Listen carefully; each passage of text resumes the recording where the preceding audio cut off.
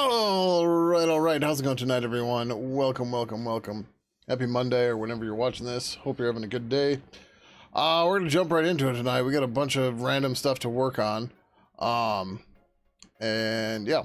And I'm realizing I left a bunch of this work on my laptop. So that's gonna be fun if we have to edit any of it, but that's okay. We're gonna start with some maintenance stuff tonight. Nothing major, just some silly stuff that should have gotten updated a long time ago and never did. But that's okay. It's kind of grindy stuff that, you know, get through quickly. And it's fine. Just need to get there, clean up all the things. Come on. How's it going, Udar? Welcome. Oh, it's only 106 months. What is that anyways? That's almost 10 years. It's 9.5 years. Duh, that should have been easier. But yeah. Yep. I realized after I hit start stream, I didn't send out the invite for the board meeting, which I will try to remember to do after the stream. So, if you're wondering why I didn't go out yet, Reckonaro, that's why. But either way, thank you for the 108 months. Greatly appreciate it. Oh, so you're on a 106-month streak out of 108 months. Jeez. Too damn long. Yeah, noticed? Okay, yeah. I was gonna do it before, and then, like, I don't know. And also, I don't know what to do with this fucking continuous glucose monitor. It said I was going low. I felt like shit. I started making food, or whatever, threw something in the microwave, then did a normal blood glucose test, and I was 20 milligrams per deciliter higher than what my continuous glucose monitor says. So, like, I don't know. This something's just not right here in general. Like, I shouldn't be getting more diabetes symptoms as we start treating the diabetes. This doesn't make sense, right? It's just, yeah. So, anyways, the maintenance stuff. We have a bunch of stuff that still uses the old, our old misunderstanding of how air domain should work. I already did contact domain. That's already here in another pull request. Create a proper air domain for contact. Yeah. Why should that make sense? You act like things should follow logic or something? Well, yeah. But yeah, I don't know. Right now I'm dizzy, stomach hurts. I'm trying to not eat too much because last Monday I didn't eat too much, but the Manjaro made me lose my dinner. And like I don't have any of the sulfur burps today, so there's that, but I'm still just like being cautious.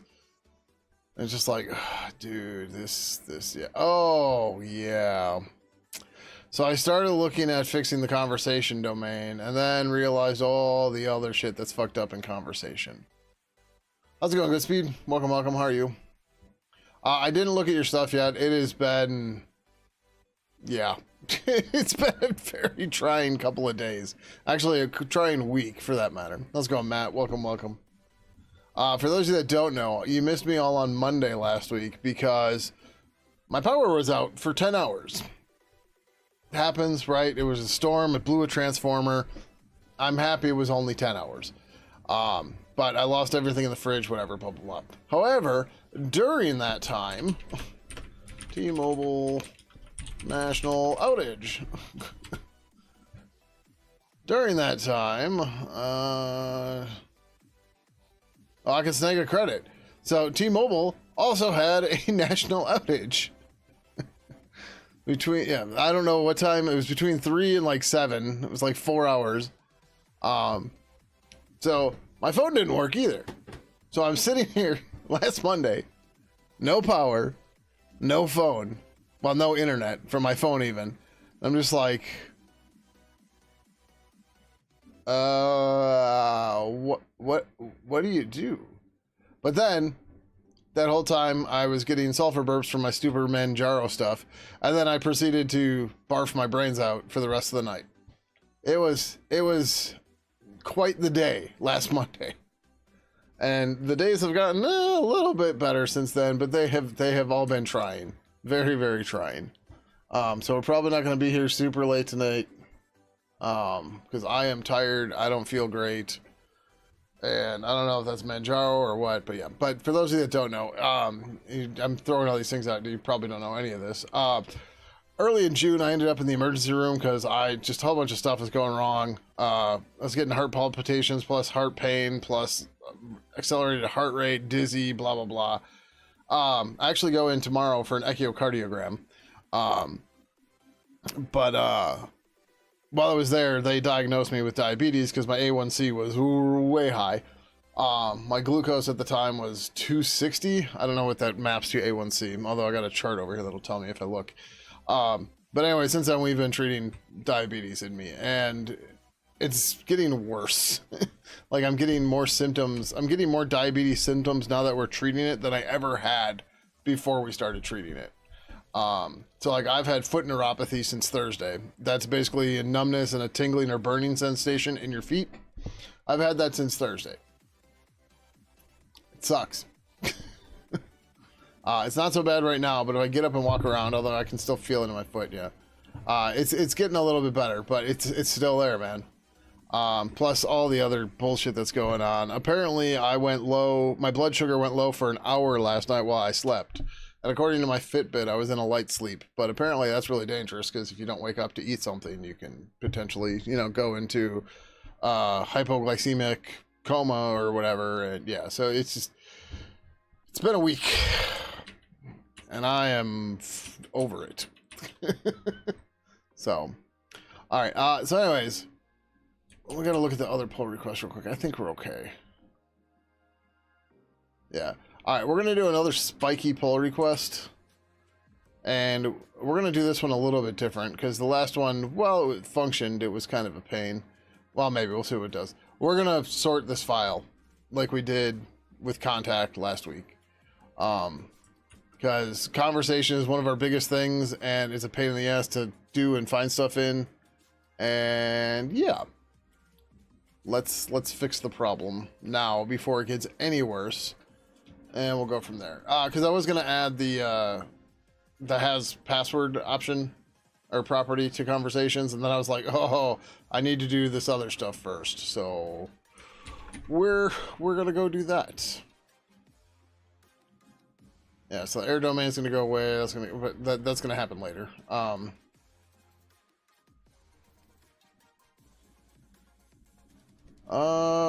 History definitely needs conversation. Okay. I don't know how we want to move those yet, but yeah, so we're going to go through. Okay, some of these are okay.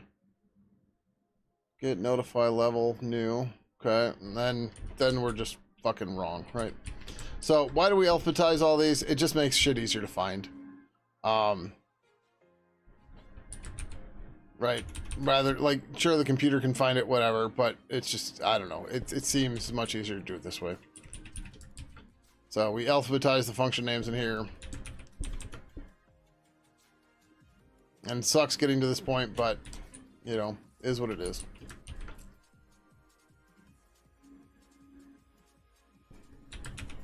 But had we been doing this from the start, it would have been fine.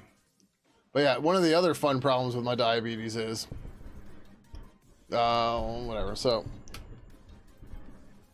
cannot read. Okay, can kind of read the fine print on the silk screen of this Raspberry Pi compute module.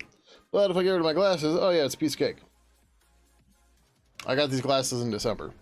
So I don't know if it's part of my other health issue stuff is I have chronic high blood pressure, which we're trying to figure out and get under control. But I don't know if it's the high blood pressure or the diabetes that has made my nearsightedness change.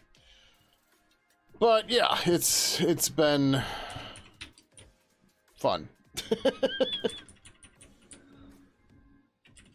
So yeah. SDM, boom. This channel, this channel should be before DM and group DM, and thread goes at the bottom. For sarcastic definitions of fun, yes. Which reminds me, so I had a silly plugin idea that we might implement sooner rather than later. Like, you ever see those memes or like you ever been like super sarcastic response to somebody where like you alternate upper lowercase letters? They're like, oh, why? I don't know why we don't do that. Whatever, right? I just want to make a plugin where you do like /sarcasm and then you put the text and then it does it for you. So I forget why I was trying to do it the other day, and I was like, God, this is annoying. I was like, I should make a plugin for this. I always thought it was like sarcastic, absurd bullshit, but yeah. Like, what else would it be? What else would it be? Sorry. Yeah. Oh, yeah. Right? Exactly. Fuck, what was this?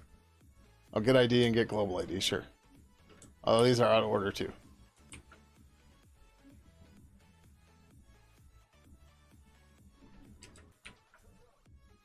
Yeah, you just get over the crap because it's stupid and painful. Eh. But then I was realizing it's kind of like the GNU Talk Filters plugin that Bleeder wrote a long ass time ago. GNU Talk Filters doesn't exist anymore. And I think I realized why. Oh, okay, wait. Oh, it's still here, but not anymore. I think the problem is mostly just like everything is super duper.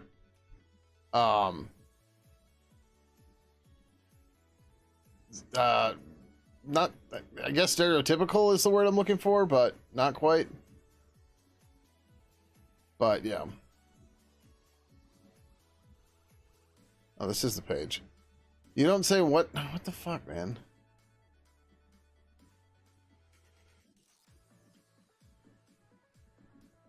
What a worthless page. Provided for use, no racial or societal slurs are intended nor should be inferred. Yeah, there's files called redneck and right, just like yeah. Interesting though that somebody picked this up, but whatever. But yeah, that just it kind of struck me as that kind of thing. How's it going, Fallen? Welcome. How are you?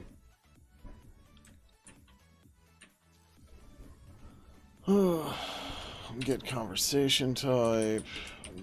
Yeah, too much. But yeah, so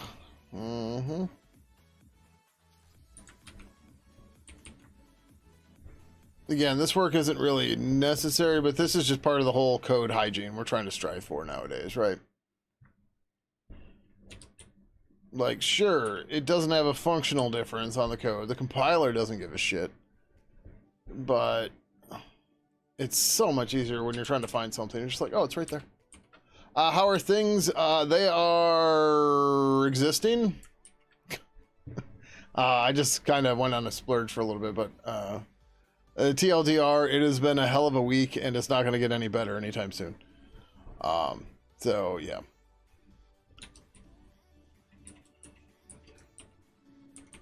I really hope it does get better, but it's not going, and it's unlikely to.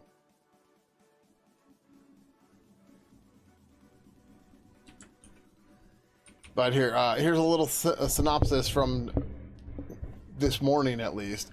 I went low blood sugar for over an hour, according to my continuous glucose monitor. I went low blood sugar again right before I ate dinner, but I also did a regular blood test at the same time, and there was a difference of 20 milligrams per deciliter. I don't know what that means.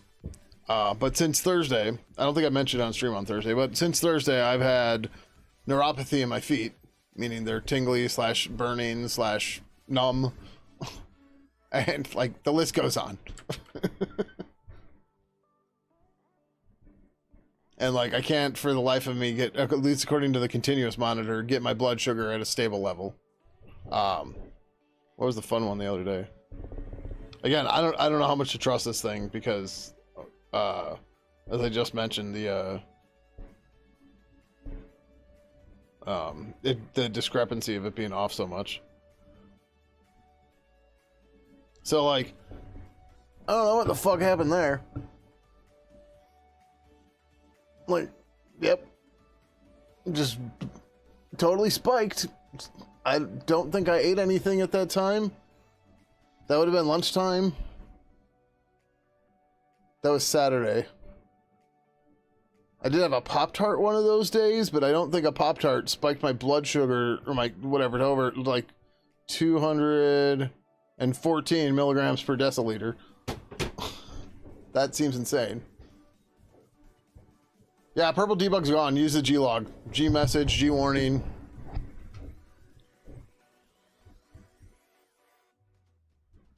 If you need them to like a specific category, you can set the G-log domain.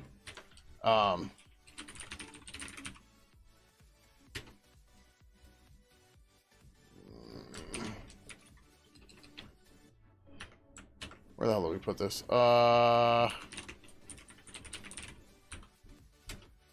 That's not what I wanted. So, if glog domain is defined, we undef it, and then we define it to purple credential manager, and now you have your category. But yeah, this is just shit that's been going on for, you know, since my whole diabetes diagnosis and stuff, and just, like I was saying earlier, it's, since we've started treating my diabetes, I've gotten worse symptoms, which doesn't make sense. Like, that shouldn't happen. So I'm not sure what the hell that means. But I messaged my doctor today with some of the new shit that's going on, but yeah. What is ALR? No, there's no gstir equal. Most of the stir functions went into burb. Libpurple depends on burb. Burb is another library we provide, but so we have stir matches. Oh, they don't show up here because they're not functions. They're function macros. Or where the hell are they? Okay, maybe the macros don't show up here.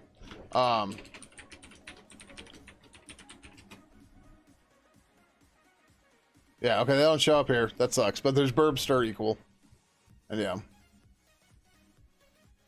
Your diagnosis is pre-diabetic, and it did get worse, but then now you're not diabetic, apparently, but sure, it'll come back. You managed it with GLP-1 diet and lots of walking and water, so much water.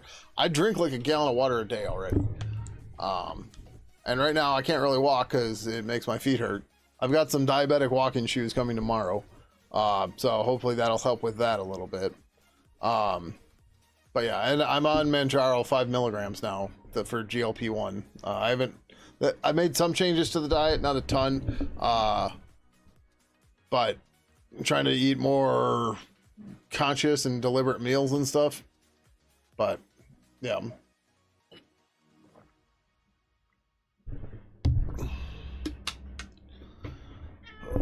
What? Part of the other problem is this guy has been driving me nuts for whatever reason. Hi. What? You already got some, and you got yummy food in the kitchen. Yeah, go get your yummy food in the kitchen. It's there. Mm-hmm.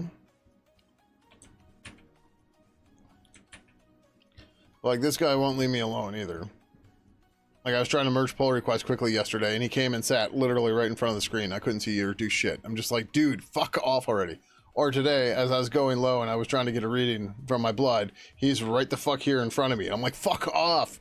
I'm like, Jesus Christ, man. Like, I need to see if I'm actually passing out or not, and instead I have to get a cat out of the way. And it's been fun too, where like, my feet hurt, right? So it hurts to walk. And like, he'll just stop right in front of me, and I end up plowing into him, and it's like, dude.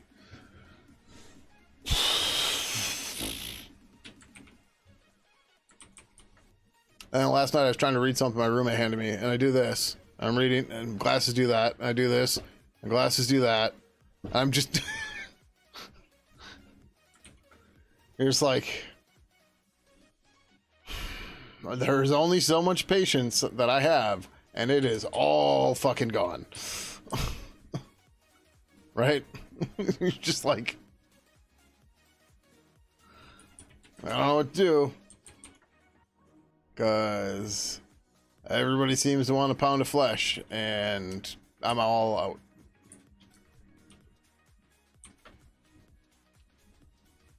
Yeah, yeah, exactly.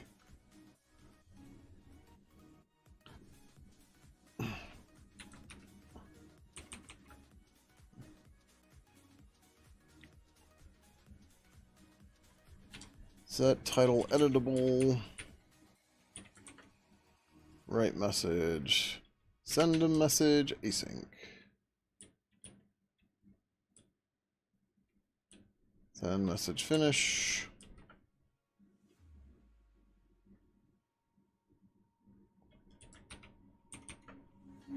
How's it going, Ubuntu? Welcome, welcome. Sending all the positive energy and good vibes your way. Yeah, yeah, thank you. I appreciate it. And I mean, it is what it is, right? It's just, it sucks, but, you know.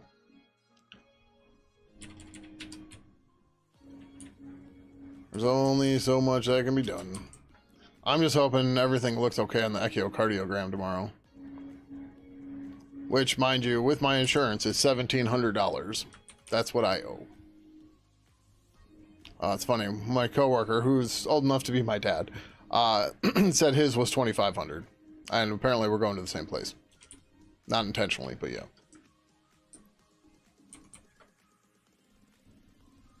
American healthcare system. Woo!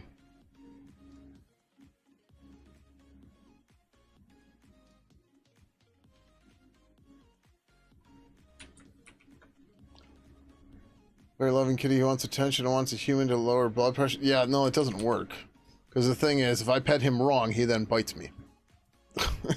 So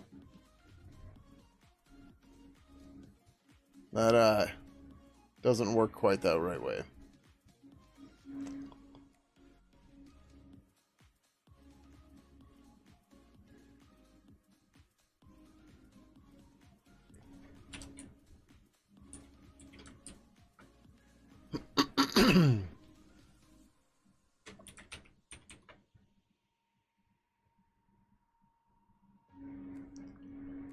Oh, what was that topic? God, this fucking stomach. No, you don't know my cat.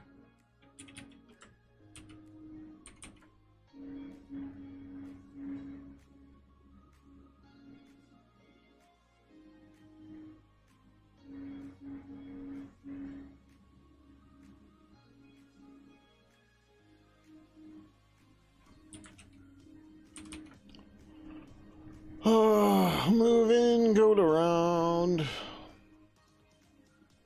Set description.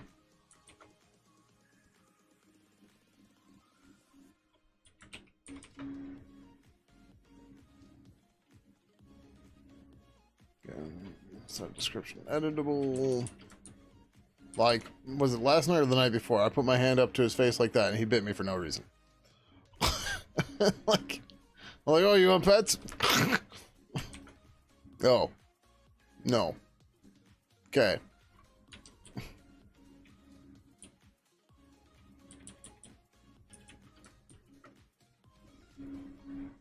No, he was sitting there. He walked up near me. I put my hand by him to like sniff or whatever, and then he bit me.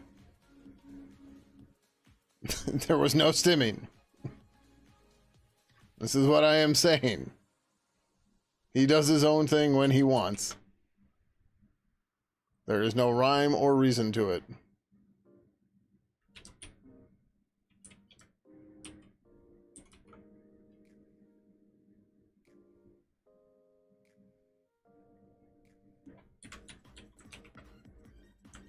Yeah, I don't know if Recanaro's still here, but you can ask him too. Because Recanaro has met my cat. And he will most likely say he's an asshole.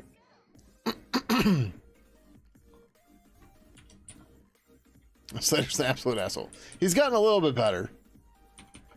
But he's still definitely an asshole. He doesn't take shit from anybody.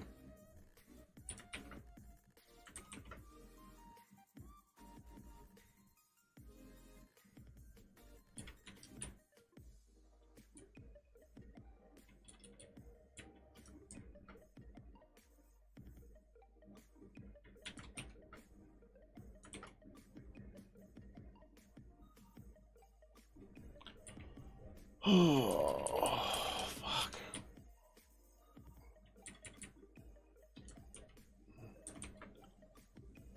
Usually, yeah, he is not afraid to fuck anybody up. In fact, it's kind of his default go-to. Taking him to the vet is a lot of fun.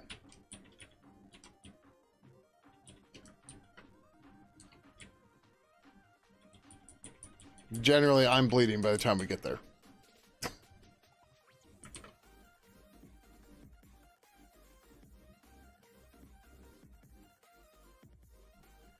It doesn't matter how careful I've been to try to coerce him and everything. It is the tax that must be paid to get him to the vet.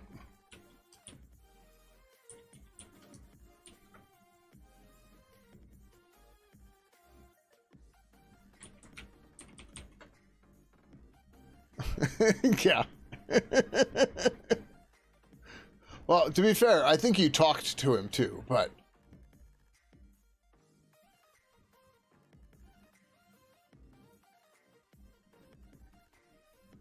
But, like, that's the level here, so...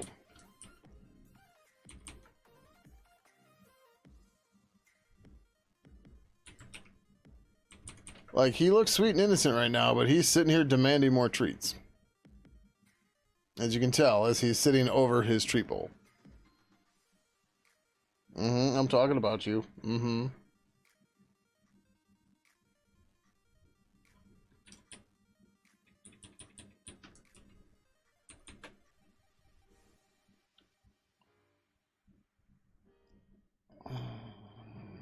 Good topic updated. It's funny how much more API we have for interacting with conversations than we did in Purple 2.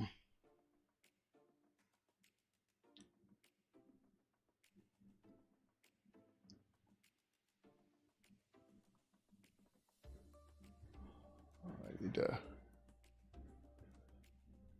I have a GTK chat open and it's distracting me. Get user a nickname.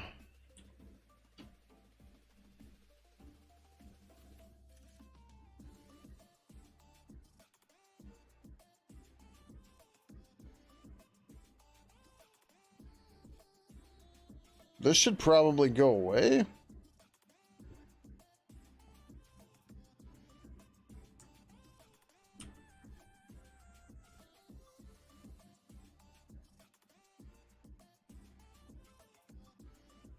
Yeah.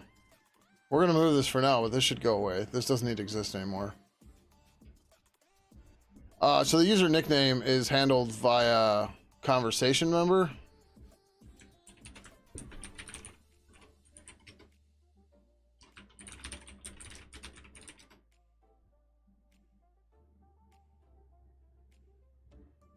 Yeah, there's a nickname property there. Custom nickname that the remote user has chosen for themselves in the chat. Or I shouldn't say remote, that, you know. I should probably say if the user's chosen for themselves, it doesn't need remote.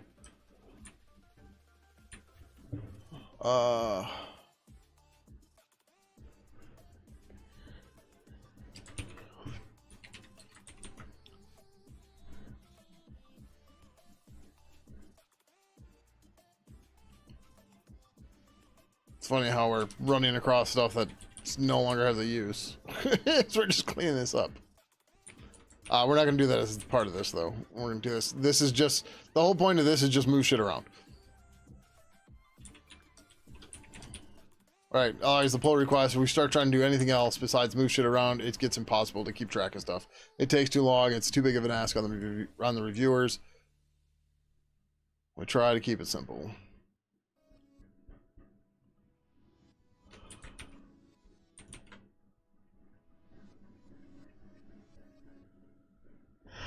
Fuck, I'm only halfway through this file. Oh, I'm a little bit more than that.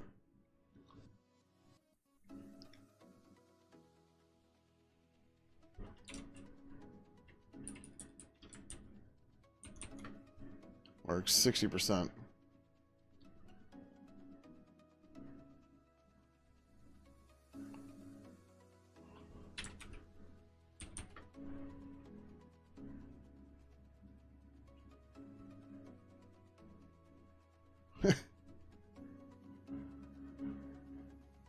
Yeah, it happens. Translation barriers, it happens. Get created on.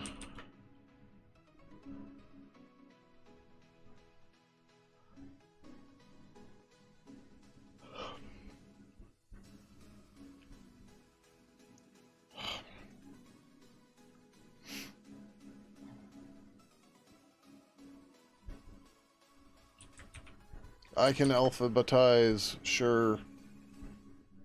How does XMPP purple handle XML stream in purple 3? It doesn't.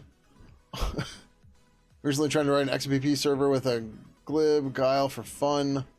I didn't find a great way to handle XML stream. I did find expat and G markup, but if I understand correctly, one needs to build a DOM tree at the end of each stanza. An expat and G markup don't have a why would you need a DOM?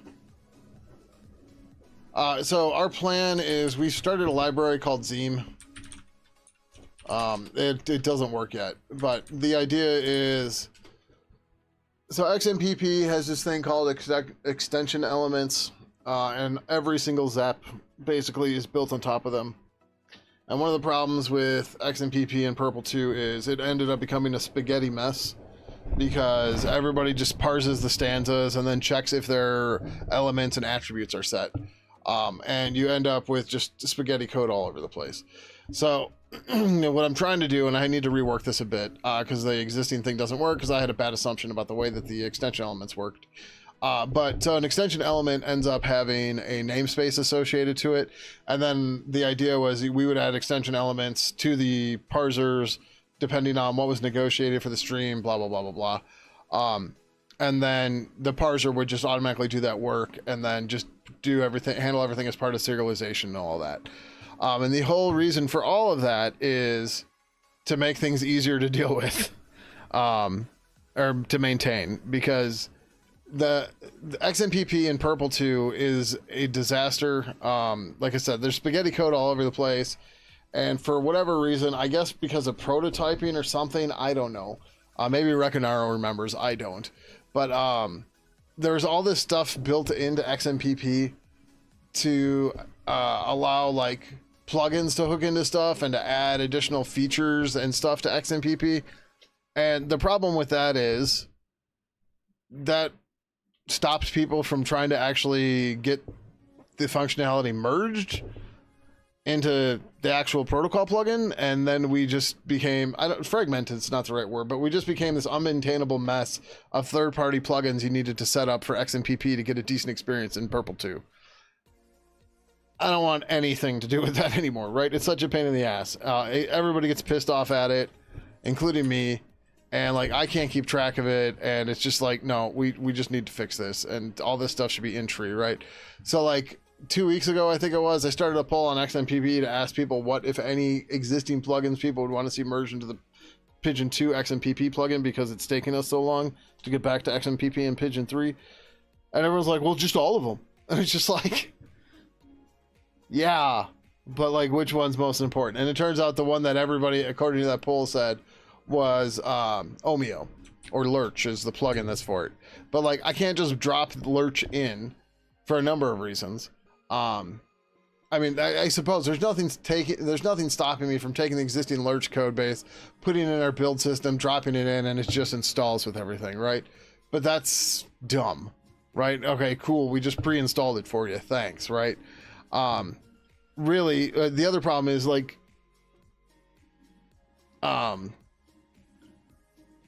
Lurch doesn't support the newest versions of Omeo, so it doesn't work with like Conversations, which is one of the most popular XMPP clients, right? So like if we're gonna add it, we've got to add it right, because otherwise we're just gonna create a bigger problem for us, because everyone's gonna get pissed off and then complain that, oh, it doesn't do the thing you said it did. We're like, well, we never said it was gonna do that. You inferred that on your own, right? So anyways, we're probably not gonna do any of that because it's a giant can of worms. And yeah. But anyways, otherwise there's lib astrophy, whatever the hell it is, which a lot of people use. Like if you're just trying to get XMPP to work, what the hell is this?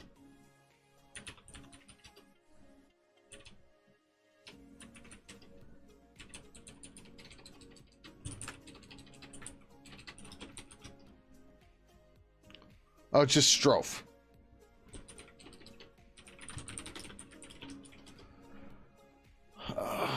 And like, I've considered looking at this, but the problem is, there's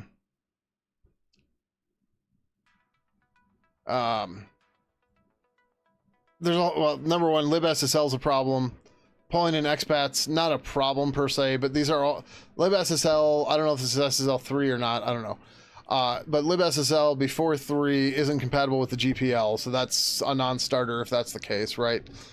And I don't want to pull an expat if we don't have to, and yeah. But G markup parser you can do in you can chunk it. You don't have to do the entire thing at once, which is what we're trying to do with Zeem. Yeah, exactly, good speed, right? And that's precisely why I want to do the setup. That's precisely why we're trying to do the extension elements as like add-ons, and then, you know, as we're parsing the XML, we can pass it off to the parser for them so that things get handled correctly, right? But we also run into the problem of, so I might have explained this to you, but I'll explain to everyone anyways. So because we have libpurple, which abstracts out all this stuff anyways, right? Your typical client libraries that you'll find for stuff tend to end up causing redundancies of data storage in Purple, right? So like your XMPP roster for strophe, or however you say the damn thing, is going to keep that in memory most likely, right? And it's going to have its own copy of your roster, right? Your contacts on your list, everything, and even everybody in every person that's in every conversation you're in, right? All the members of all those conversations. libpurple has to do all of that too, but it can't just use what's lit in strophes. Move your ass right now. Fuck off with this tail shit. He did this stuff yesterday. He sits here and just keeps whapping my hand with his tail. I'm not fucking playing these games. But yeah, so we end up with all these redundancies in memory and storage and stuff like that. And we don't want to do any of that, right? So what we've been doing is all the libraries we're creating are what I call integration libraries. We don't store that data.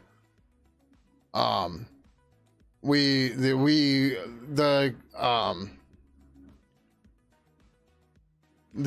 main difference between an integration library and a client library is the integration library gives you the tools to handle everything, but it doesn't do most of the work for you, right? So like IRC, for example, it'll parse your messages and give you a way to handle the messages. That's it. That's all it does. It gives you a way to parse things, gives you some tools for handling capabilities and stuff, but that's it. That's all it does. Zeem is the same deal, right? Because you have to decide how you're going to handle the different ZEPs and stuff like that, right? So the idea is you tell it to load these, or yeah, I don't remember where I exactly landed with that, but it's the same deal, right? Where it's like, all right, we'll parse this into the basic tools to let you do what you need to do with it, and then you don't get all the extra shit, right? So like imagine you're writing a bot, right? An IRC bot. Like, do you want to keep track of every single user in every chat? No, but in Pidgin we need to, right? So the integration library doesn't hold on to it at all. It doesn't care. It just goes, here's a message, somebody joined, somebody left, here's, right, and here's the completely parsed out according to the standards, it's unit tested, blah, blah, blah, blah, blah, blah, blah, and it's good to go. So, I hope that makes sense.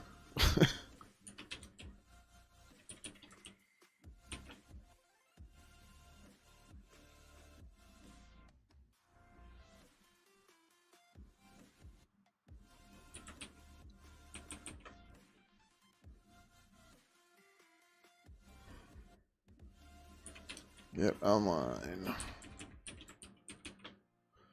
I forgot how long this takes.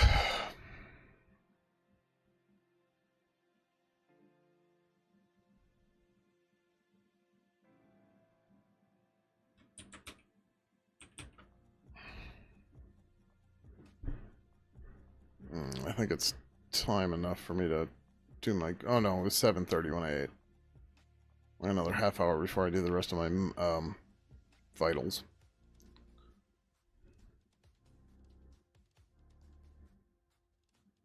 My blood sugar's still going up though. That's interesting because my temperature is going up. I can feel that too.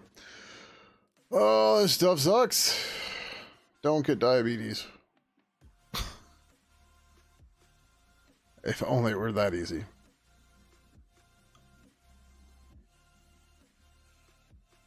Set online.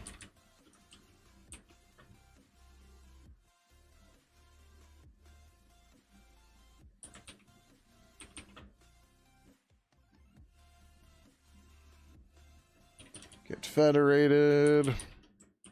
I don't know where set federated is.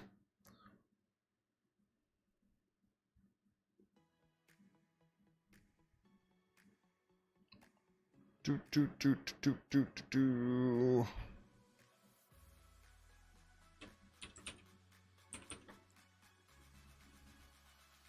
So like in Purple 2, we did a really shitty job. Is there even a property for it? I don't even know. But like keeping track of... Is it just in conversation? Conf chat. Struct should be hidden. We did a really shitty job at like... Fallen, thank you for the 6 months. Greatly, greatly appreciate it. We did a really poor job of keeping track of like what conversations were online, and it was hard to tell what's going on and stuff like that. I don't even want to know what that is.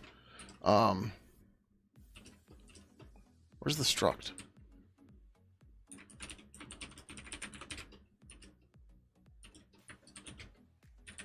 Is it?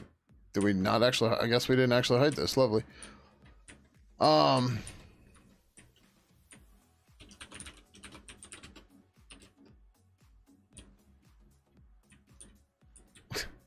The users in the room will be removed in 3.0. Yeah, it's completely different and gone. List of ignored users. We left the chat and kept the window open. That's what left is. Cool. Right, we completely, like, this is a chat in Purple 2. We have way more information about them in Purple 3 now.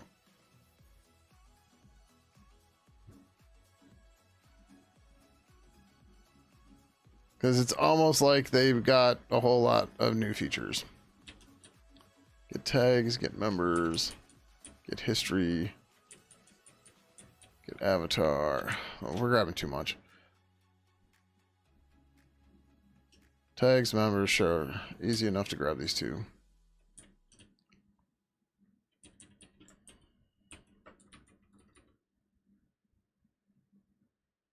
God, this fucking stomach.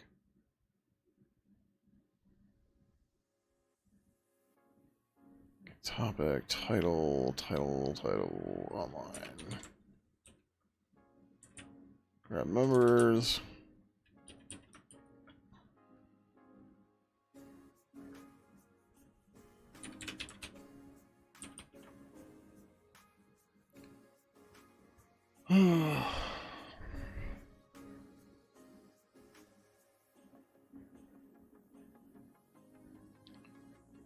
Well, I gotta be careful this later too, because I'm not sure if he was getting depressed or what, but he had a bout of anorexia a while ago. You may have noticed he has some fur that's shorter than the rest because it got shaved for him to have all his crap done. But it's just like, dude, you gotta give me some fucking time to myself. He doesn't seem to understand that, even though he requires it himself. Like, even last night, whatever, like, so like every other day I've been sleeping on the couch since he had his anorexia stuff, and even then I spent like the entire week on the couch just to spend more time with him and, you know, try to brighten him up or whatever, and he's just gotten, I don't want to say clingy, but maybe. But like, I'm sitting on the couch and now he's directly behind my head, or he's leaning up against me, and it's like, alright, cool, but dude, you have never ever been a cuddly cat. Or not never, but it's been a very long time, and you definitely liked to have your own space too, and now you don't seem to want your own space at all. And it's driving me nuts, because I'm like, I need space alone. Yeah, exactly. But during the next ad, I'm going to go check on him.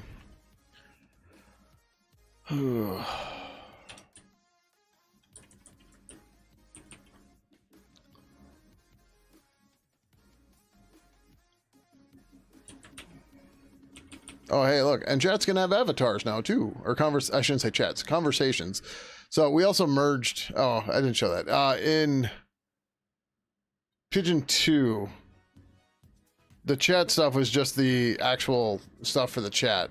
There's also, oh, we can go look at it real quick.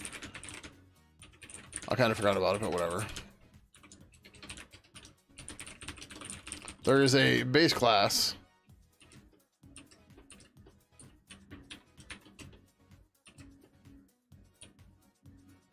Oh, I don't want the fucking UI ups. Right? That has more of this stuff. Oh, we did keep track of logging separately. Interesting. But like name and title got confused, stuff like that. And oh, it's a union. It's not a base class. It's a union even. What did we ever use that for?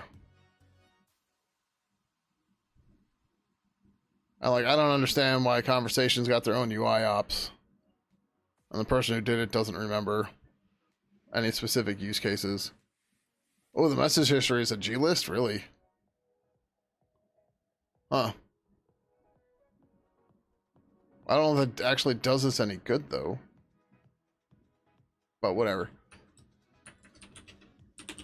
But yeah, it's that's how it went.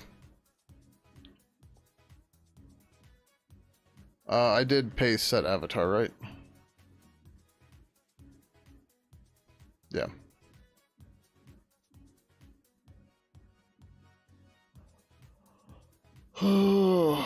Get avatar editable.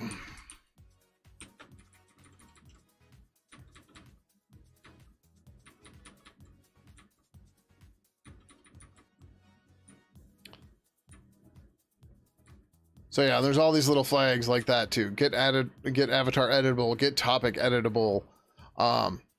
Because like Pidgin 2 doesn't give a shit. It'll let you try to change the topic and then it'll send it off to the protocol and then display an error when you can't do it. And it's just like, generally we know if the user can change it or not. So I don't know why we use like IRC rules here of just like try it and see what happens. But yeah.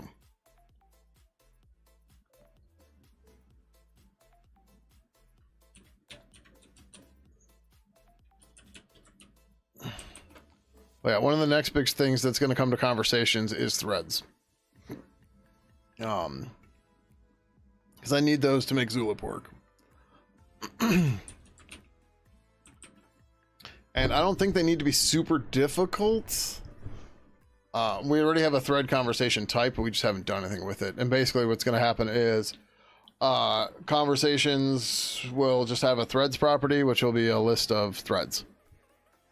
Which will just be, well, they wouldn't be the whole conversation.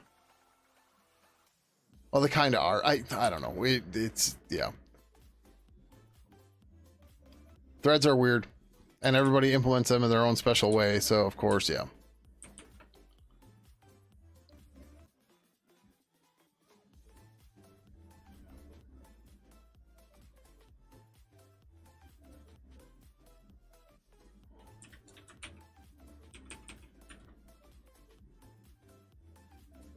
Jesus. There's still so much more. Alright, we're on get alias and set alias.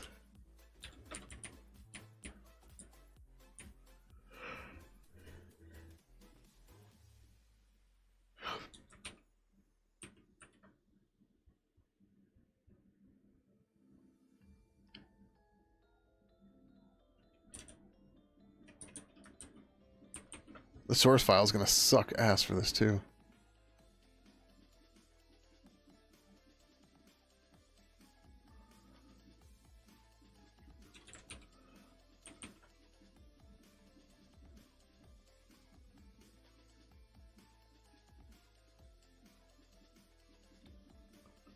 Too far. Also, I've been considering, for better or worse, needs attention is different than this, but buzzes / nudges, whatever, I've been considering adding that API back. We removed it a while ago because I never have a use for it, but watching people talk about MSN and how much they miss nudging people. It's just like, maybe we should have that in there. Somebody could have told me that the current task thing is wrong.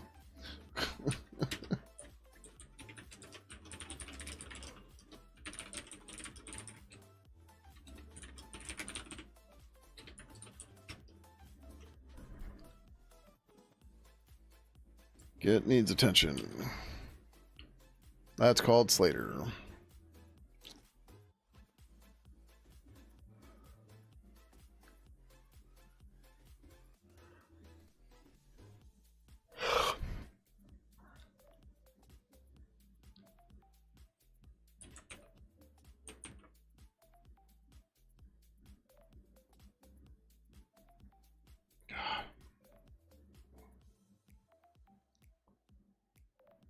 I need a better anchor to see where the hell I am. Yeah, because I passed it again. Uh-huh. Hopefully that's more obvious.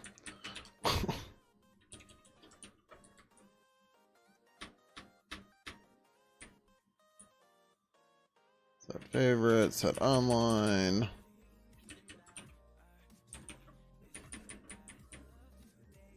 Get typing state.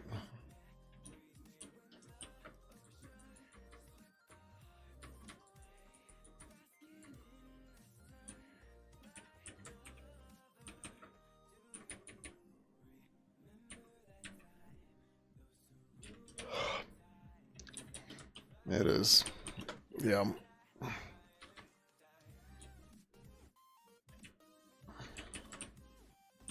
I'm gonna make it through this pull request? Jeez, man.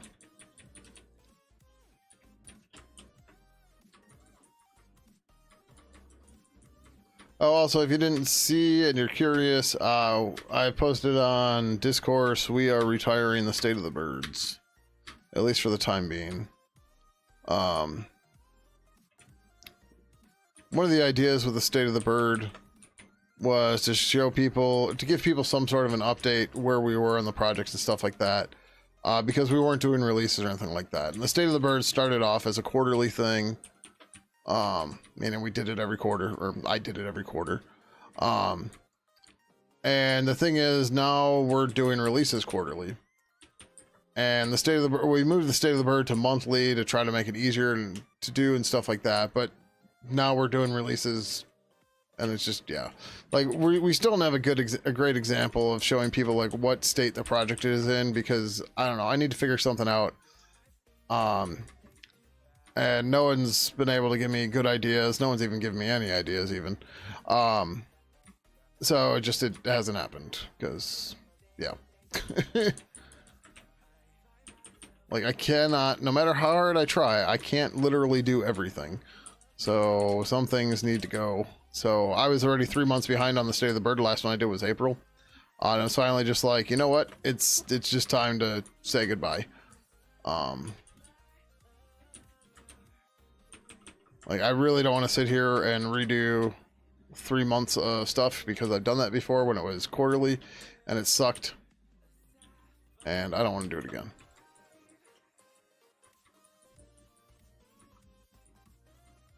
So it was just like, yep, I think it's time. And plus, that entire time, that entire 3 months, nobody asked me for State of the Bird.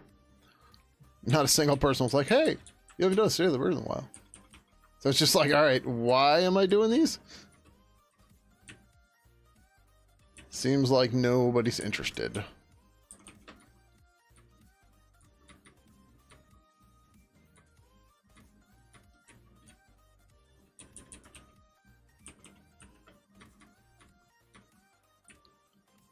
Hit URL.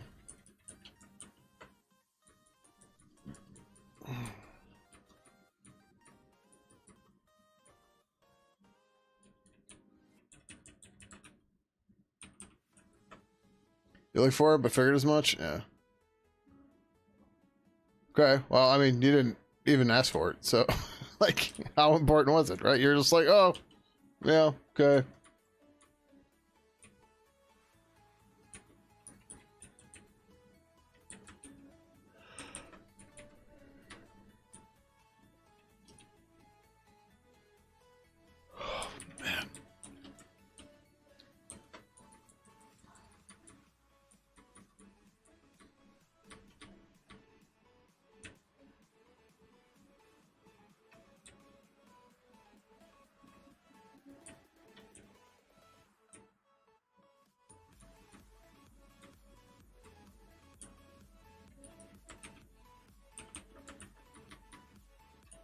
Getting there.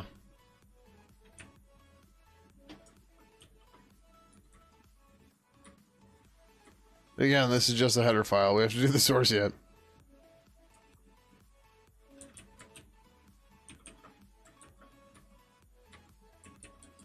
Get can send message. Again, in Pidgin 2, there's no way to say whether or not the user could write to a message or not, or write to a conversation or not. So it would just attempt to send, even if it was offline. It would just do nothing if you were offline. But it would let you do it.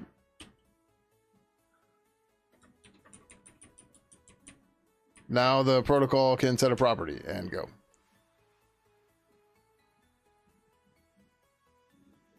By the bird, you mean Pidgin? I mean, I've been doing this for the past 23 years. It's kind of hard to say stop.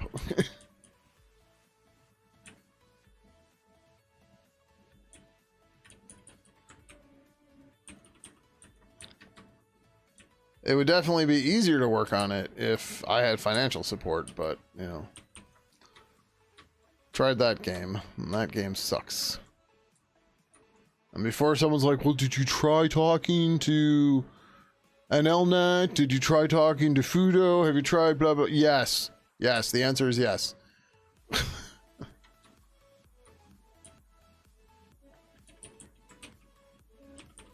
Like if there's a foundation or something out there that will do sponsorships for open source projects, I have probably reached out to them.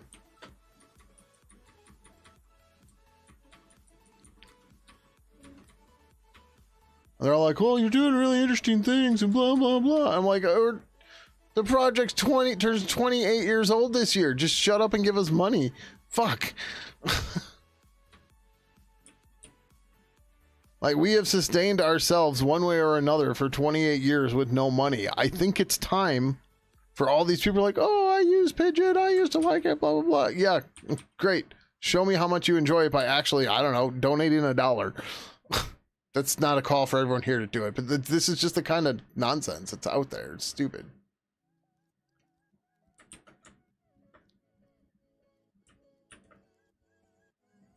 It's like, oh, I love that thing. It saved me so much time. Is it worth $1 to you? No. Like, then why are you telling me this?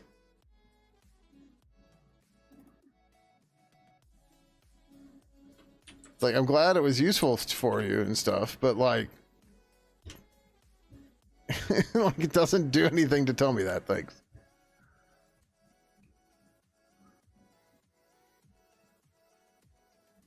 Like if I did this for compliments, yeah, that's a dumb reason. Set notify level. There's a whole bunch of missing shit here. Fucking hell.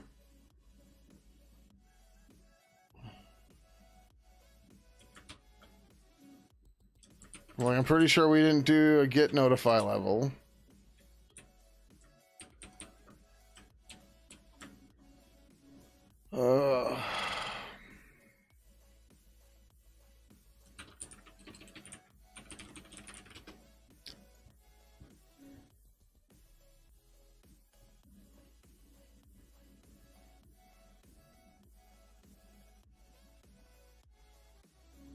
There's another one we were missing too.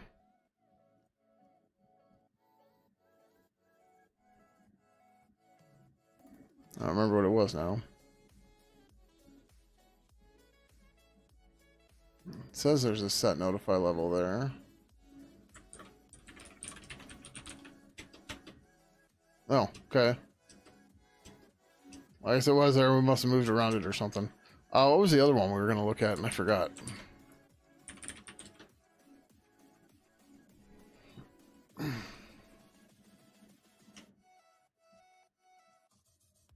Oh, yeah, so I had a Mastodon post yesterday, too.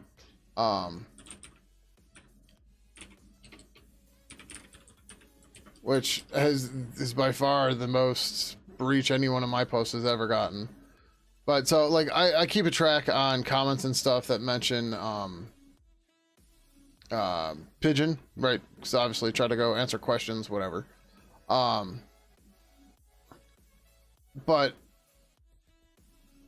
like, again, there was another post on Hacker News about people's like, remember when chat used to be open and Pidgin connected to everything and blah, blah, blah. And I'm just like, the only open protocols Pidgin connected to are XMPP, IRC, and Zephyr. Everything else was proprietary and worked because of people doing reverse engineering work. For some reason, people don't realize that.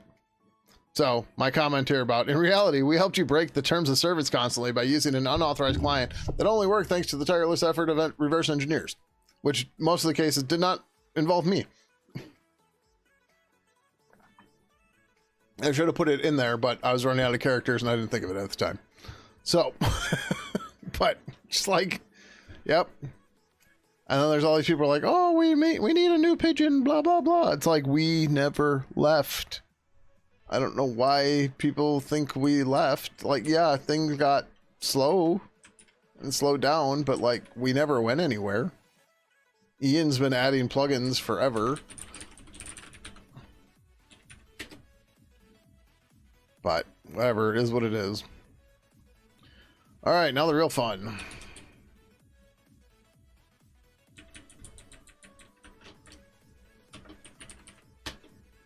At least that's easy. I'll sort these two.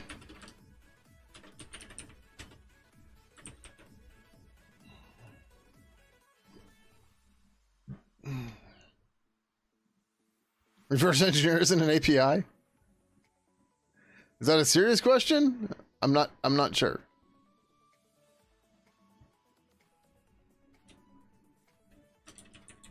These are like randomly grouped by some way that maybe made sense to me. And like, let's not do that.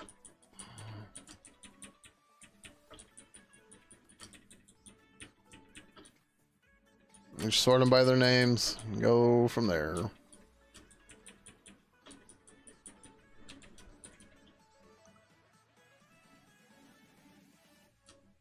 Right, exactly. So, like, technically, the problem was they said open APIs, right? And, like, the thing is anything that's remotely accessible has some sort of an API, right? Now, whether or not it's public or private is a whole nother story, right? But reverse engineering, like, what the people were asking is, or confused about is 100%, like, somebody at one point on Mastodon thought that, like, whatever, they got confused thinking like Pidgin was a bridge or something like that, or like something to do with I don't remember specifics, doesn't matter for this point of the story, but they're like, you're breaking terms of service? Oh, I'll never use that. And it's like, all right, great, you're not our audience, right? Like, the entire way this all works is by breaking terms of services. They're like, well, if you break terms of services for access, then you're asking people to come in, then you're just asking for people to come in and not follow your rules. And like, oh, topic edible. And it's like, I can't dispute that, but also I think you're over exaggerating or overreacting, right? And it's just silly stuff like that. And I wouldn't write Pidgin. If you see TOS violations, just refuse. Yeah. I mean, AI can't write Pidgin right now. It can't. I mean, it can put together a rough approximation, but it's not going to be Pidgin. Any way, shape, or form. Like, the only thing AI could know to do right now, because it doesn't have good examples of it, so therefore it can't make them, is to have a crazy API for each and every type of account and not have an abstraction there. But now somebody will be like, well, you see, if you use Claude Code Infinity Dystopia Volume 2, it'll do this other thing. And it's just like, I don't care. I don't care. You're still not going to get to this point.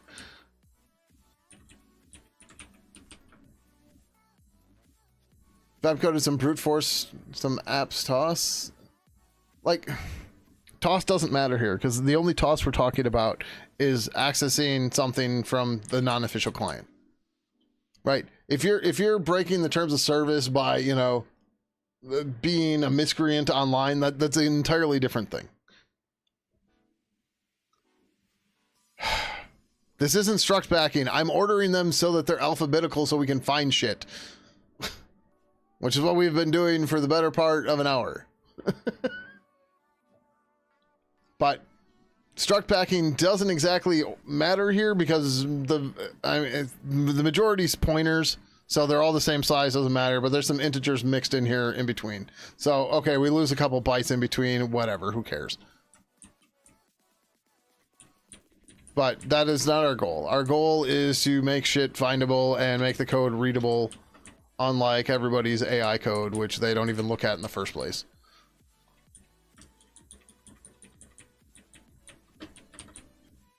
Right, so we are organizing everything based on the member name.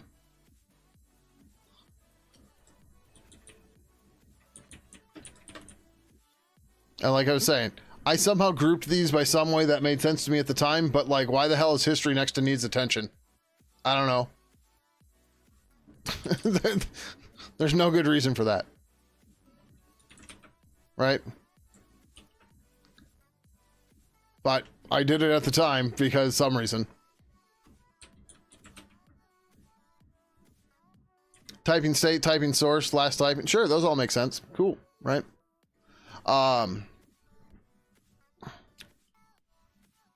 We should do this though.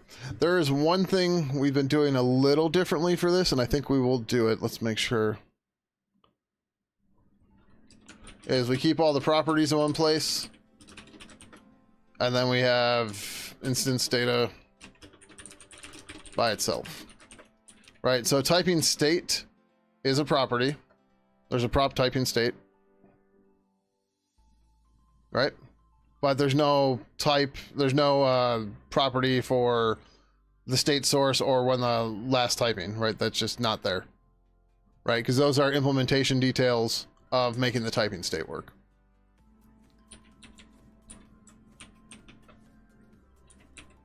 But logging and drafting, those go up here.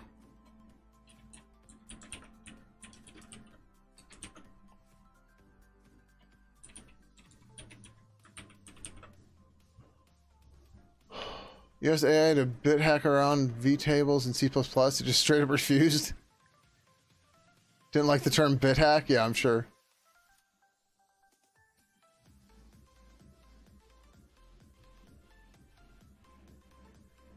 Alright, well, you guys can talk about AI. I am not going to engage because I fucking hate talking about AI because AI doesn't save time, it just wastes time.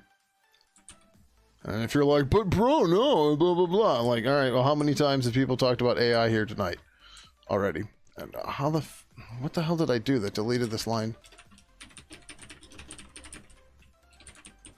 Right, like, what work did AI do except people going, oh, well, AI does this, it does that, it does this.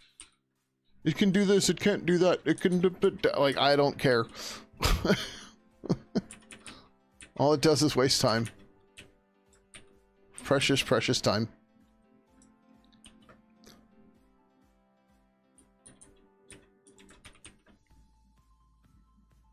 Wasting time is the future? Yeah, pretty much.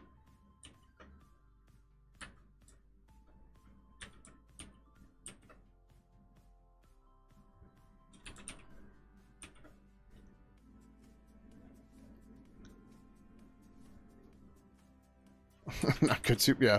I had somebody at a meetup try to tell me that, like, well, AI is really good when you spec everything out. All you got to do is write good specs. And I'm just like, I know you said you're not a software developer, but you are nowhere near software development, and you just proved it by that statement right there. Like, yeah, the problem is we haven't spec'd things out enough.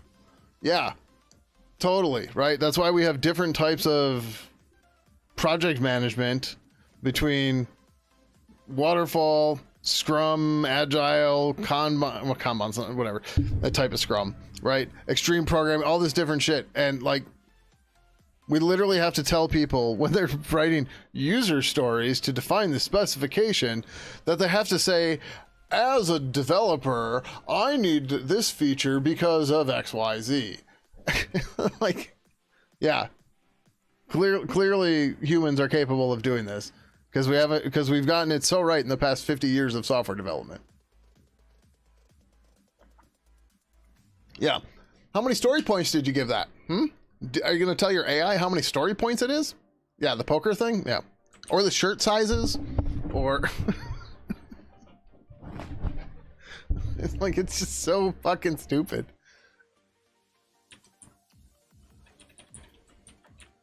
Yeah, the AI will get good when we can write good specifications. Yeah, guess what? So would fucking code.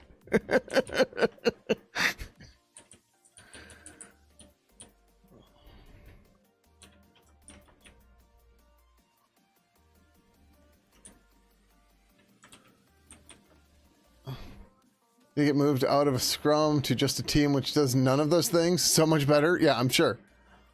So that said, you do need to do some sort of project management, right? Generally, what I find works best for me and the projects I work on is something Kanban style, right? Just keep track of what you're working on. Use a Kanban board to move stuff around to keep track of where it is, right? You know what's higher priorities and what's not. And, just go from there. And that's generally fine.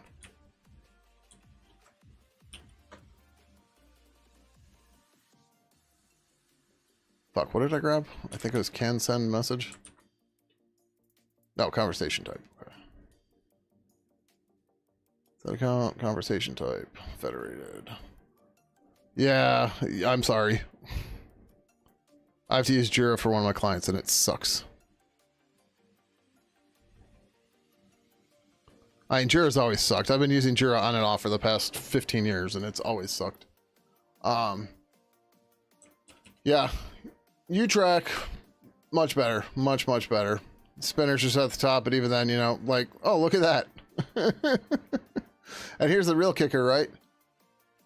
I loaded all of the Pidgin tickets into U-Track, which is why this is ticket number 17,858. If we go to ticket number elite, it's still here. At a game messaging network login like Trillion Astra, a meta account in Trillion, which allows you to access other networks with one login. I don't know if it's actually registered an account with networks. Yeah, nope, right there. Right? 19 years ago, this ticket. Look how fast it loaded. Here, let's have more fun. Let's go to number 1. Oxygen track plugin. Woo! Right? But yeah, enjoy your Jira. Because Jira is so much better. It does all the things. And so this takes a minute, but this is loading 18,000 some odd issues, right? So where's the counter? It might, okay, so 1 plus K counter, 1,177 open issues. Uncheck. Give it a second. 17,857 issues, and yep. We are self-hosting this, I believe. So this is from JetBrains, right? The people that make all the editors and stuff, they have team tools as well. A lot of people don't seem to know that for some reason. U-Track is their issue tracker. They have Team City, which is their CI tool, right? So like, typical CI stuff. This would replace Bamboo or whatever the hell Bitbucket has now, or Atlassian has. Maybe it's Bitbucket Pipelines. I don't know. Now, that said, this stuff is not cheap, but we get an open source license for it, so we have unlimited access for it. But yeah, we self-host it and everything too. And I know Atlassian is pushing more and more people to do cloud-hosted stuff because they want their monthly reoccurring revenue. Because of course they do, right? They are a company in the Valley, so yep.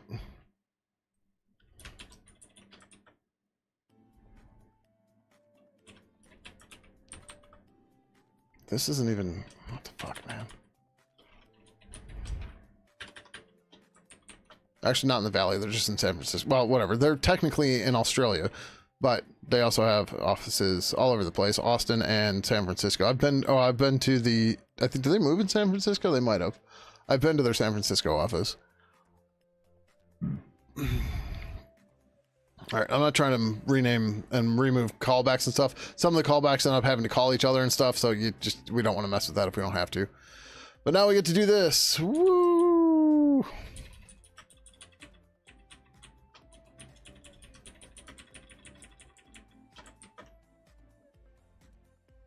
Type, color.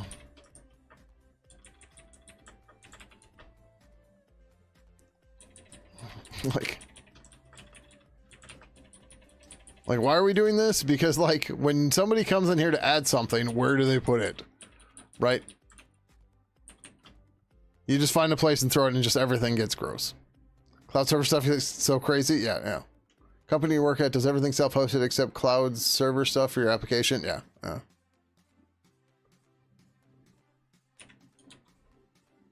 Yeah, what happens?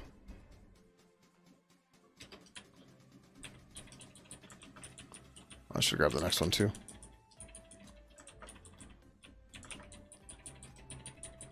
But yeah, so I've said it before and I'll say it again. One of the, we'll just say suspect issues, like one of the reasons why Pidgin's development slowed down so much is we stopped getting new contributors.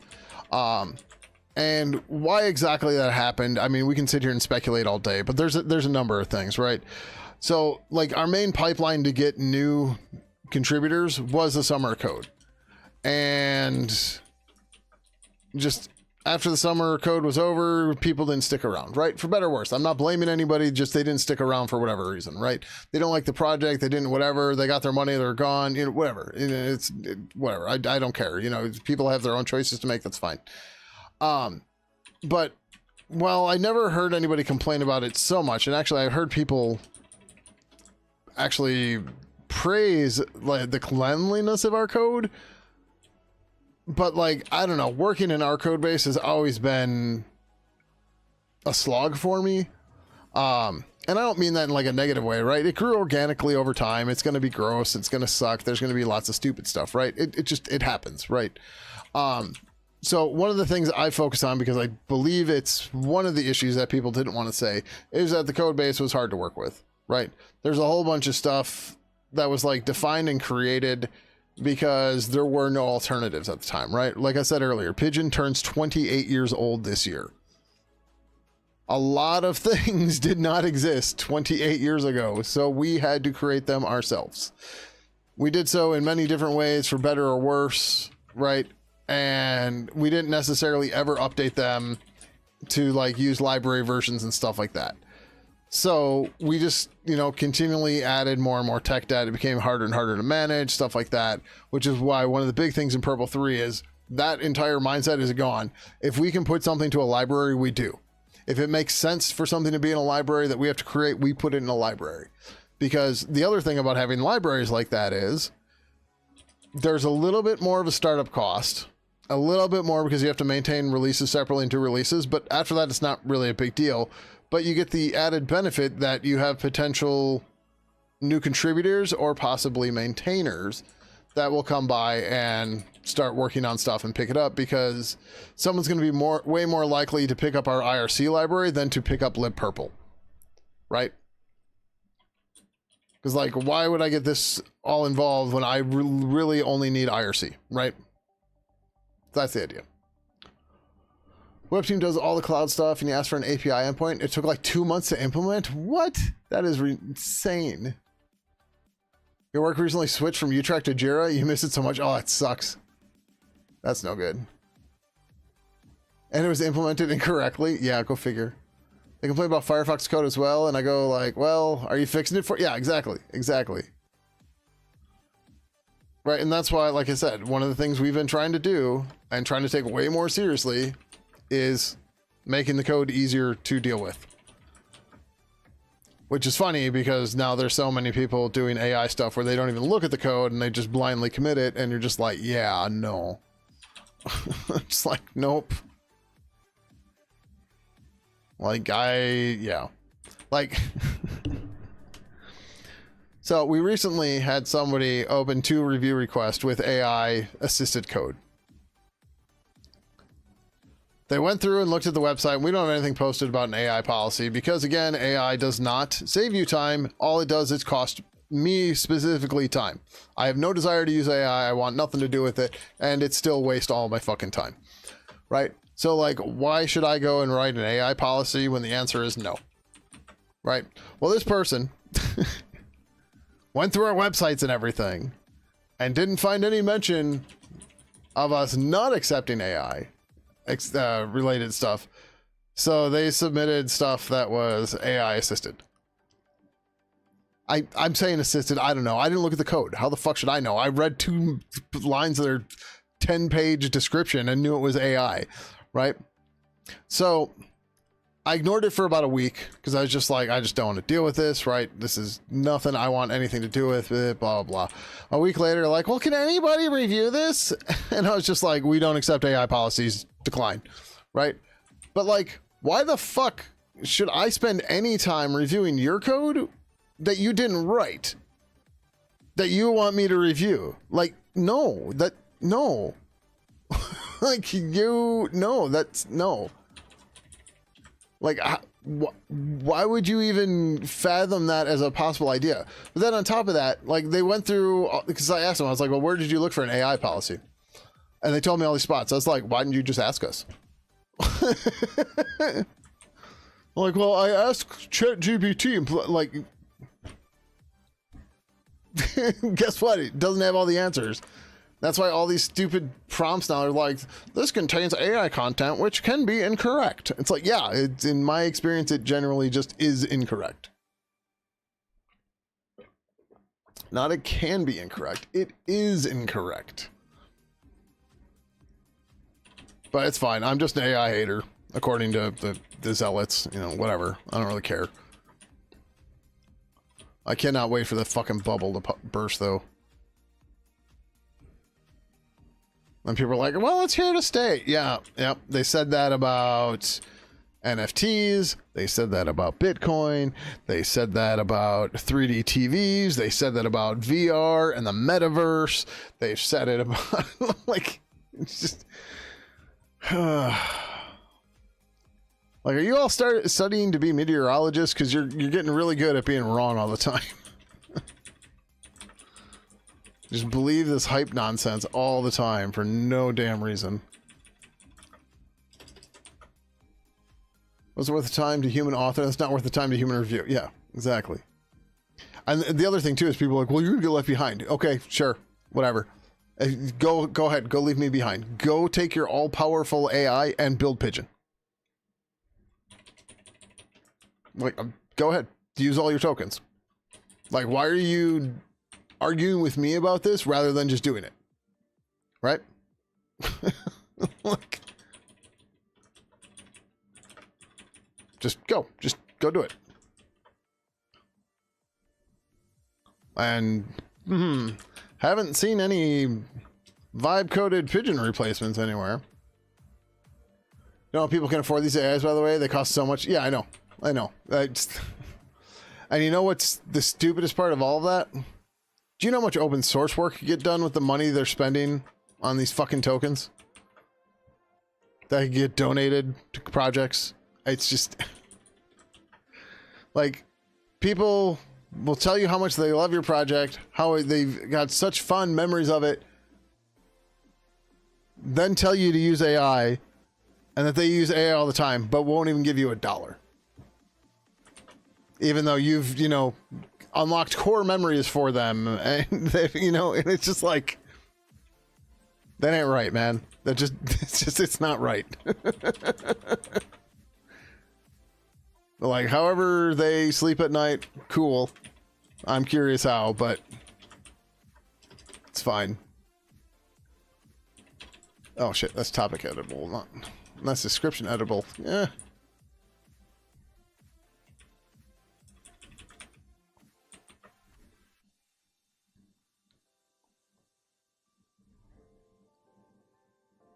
Okay, that's one's fine.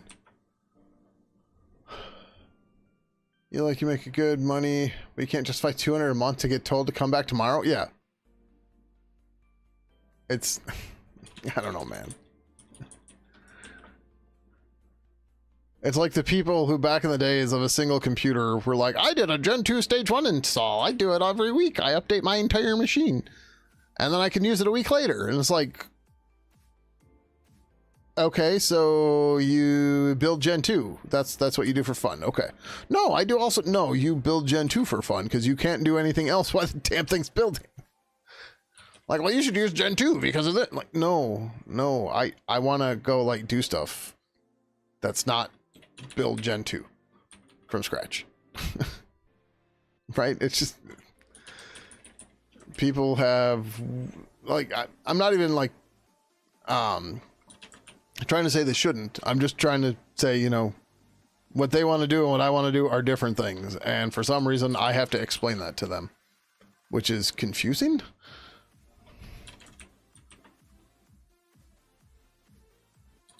But, you know, that's what it is. Oh, damn, I could have grabbed both.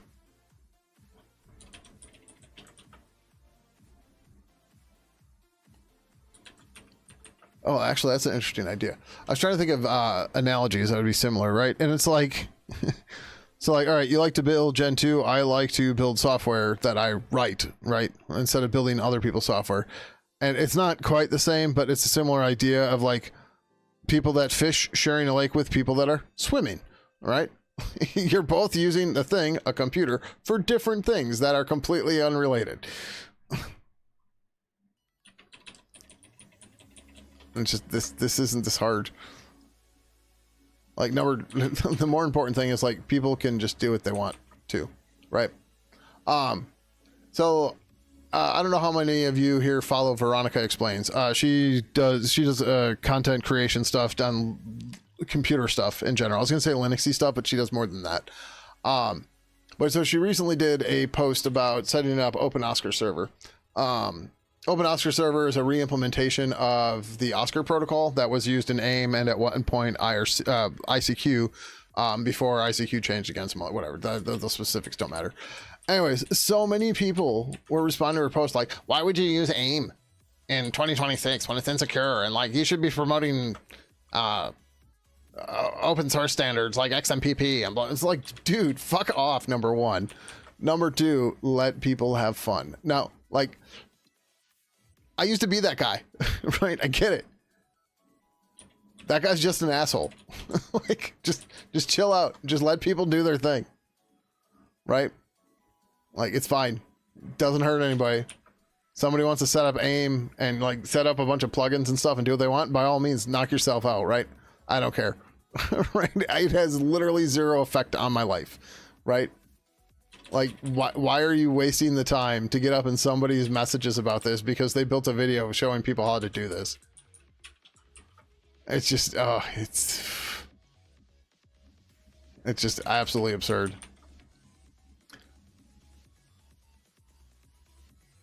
That's, huh? So then you watch later list because you want to actually do it? I'm missing some context here. What's not as much as you'd like? Oh, you're not as familiar with Veronica as much as you'd like. Okay, got it. Sorry. Oh, the AIM server. Yeah, so the AIM server's cool. MK6i has been working on it for a while.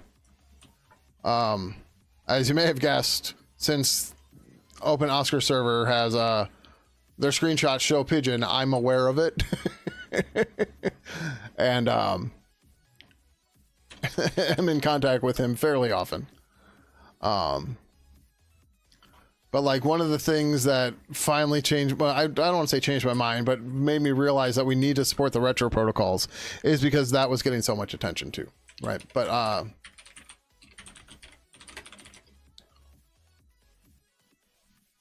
so, what's that? Oh, that's Pidgin. So, oh, I thought he had another screenshot too, but yeah, like their GitHub page shows that, you know, their example is using Pidgin. Cool.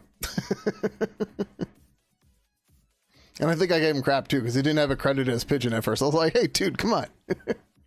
I'm like, I'm not mad, but come on. It's like, oh yeah, no, you're right, you're right.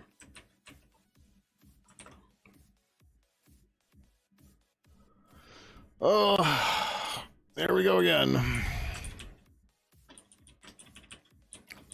Again, why do we alphabetize? So we can find shit.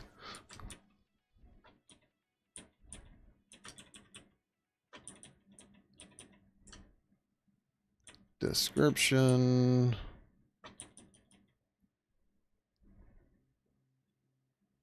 How's it going? Mematushi? Tachuchi? Am I saying that somewhere close to right? Either way, welcome. How are you? Topic author. Topic updated. User nickname. Created on creator.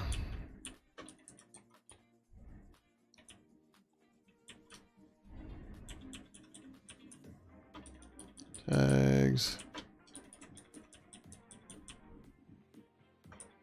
Oh, did I mix these up? I might have mixed these up here. Oh no, we got that one. Okay.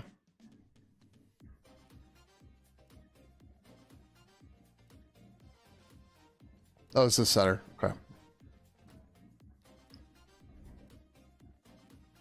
I'm doing all right, all things considered.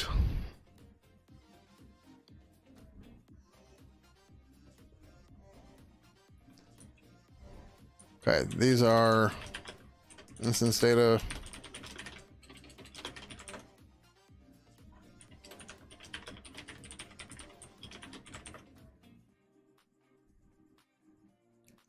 I wonder if we should remove that ahead of time. That might hide subtle errors.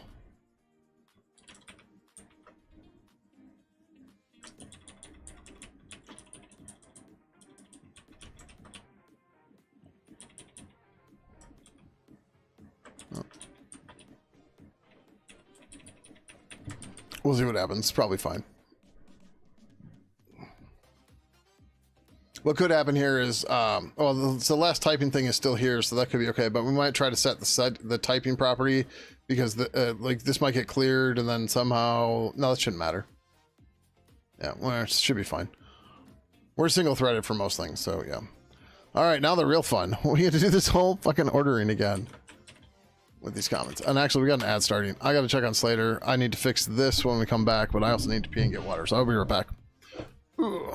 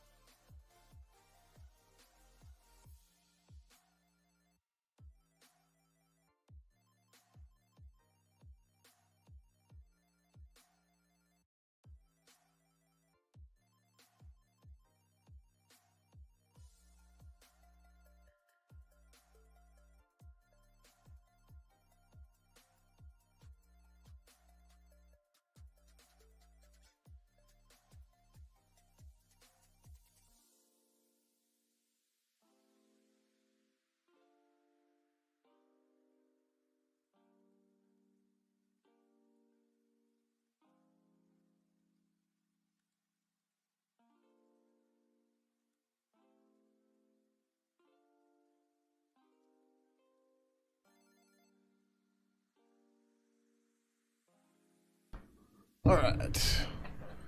Okay, so it looks like I did accidentally delete favorite before somehow. Which is dumb, but okay. Yeah, look at that.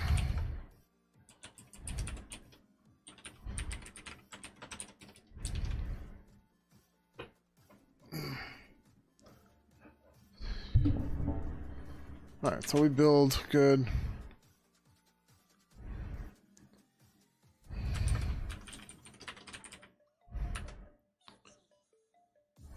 What are we doing in constructed? Oh, okay.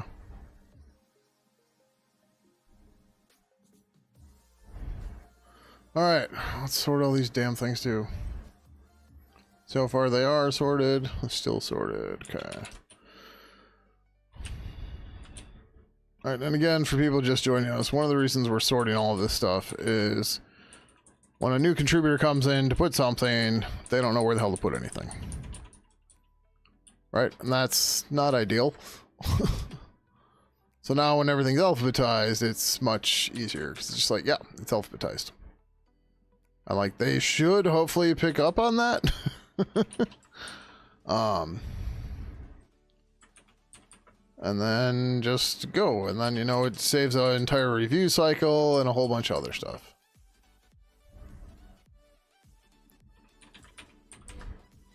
And what I mean by review cycle is, you know, somebody has to review it, make the comment, then the contributor has to go through, make the changes, put it in, then the reviewer has to go look for it. Right? It just, that's all nonsense, right? If we make it intuitive so that you can find it, it's a better experience for everybody.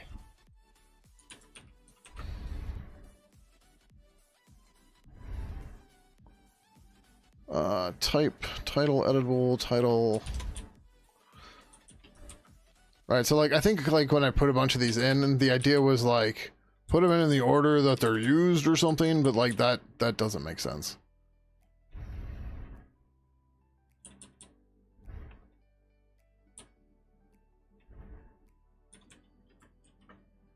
Right, because that requires you to have too much context about what's going on and everything, and that's just a pain. Just alphabetize, easy peasy.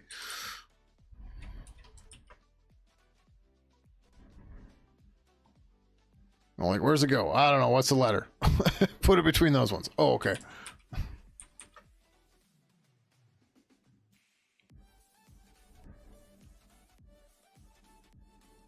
Description, editable. All right, so this is the same deal because there's description.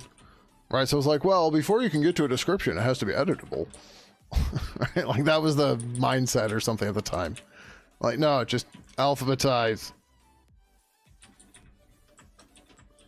And go.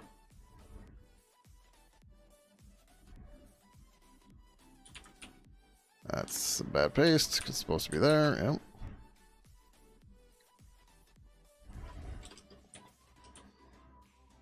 Topic editable.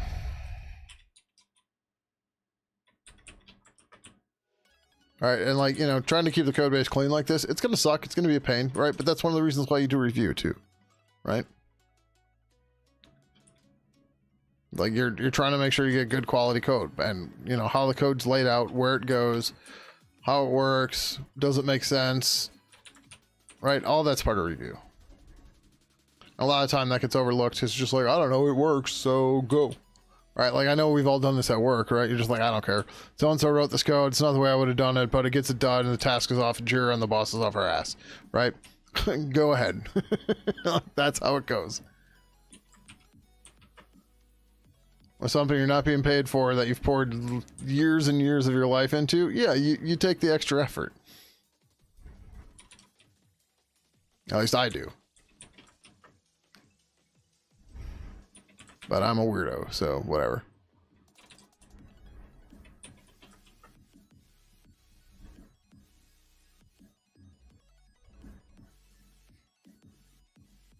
ID and global ID are wrong.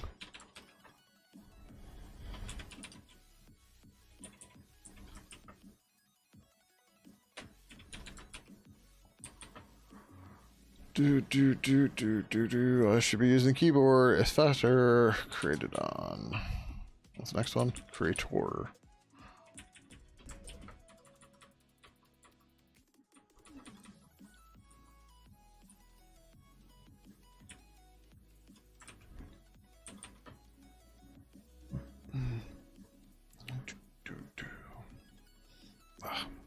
Got to use a keyboard again.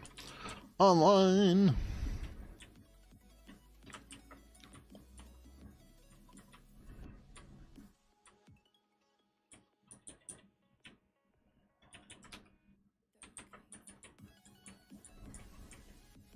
Federated. You gotta keep them federated.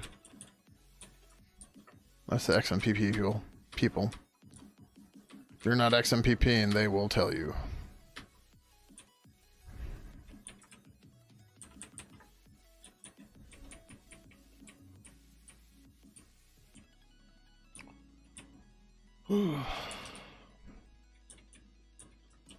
It's funny too. Like, out of the XMPP zealots I know, it's the people that are writing the software. They're like, yeah, it's fine.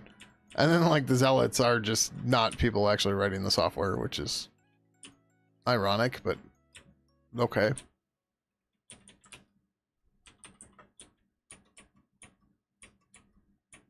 And by zealots, I mean, the people are like, oh, you shouldn't support anything else. You should just do XMPP. Well, like, okay. Have fun. That's not useful to me.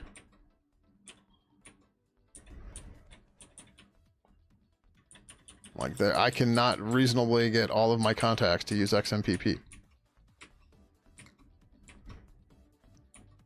Like, so that's a non-starter. Have to support more. Well, that's an affront to the internet. You need to make the internet distributed again and blah, blah, blah. Like, okay, yeah, good luck. Let me know how that battle goes for you. Actually, know what? Don't care.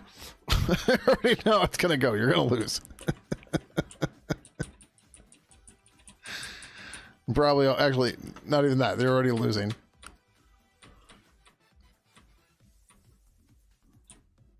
Trying to like convince people to do something online is it's literally cat herding, right? Like, people are gonna do what they're gonna do. Same deal as in real life. People can do what they're gonna do. You can spend all your time trying to convince them otherwise, but then you're gonna get nothing done. And what happens? Oh, you convert 2 people? Congratulations. Think of all the other things you could have done with your time. If you can.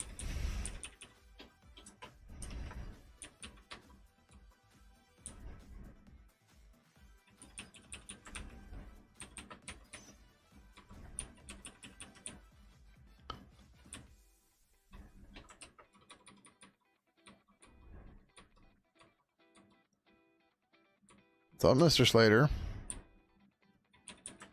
have you come here to be annoying again?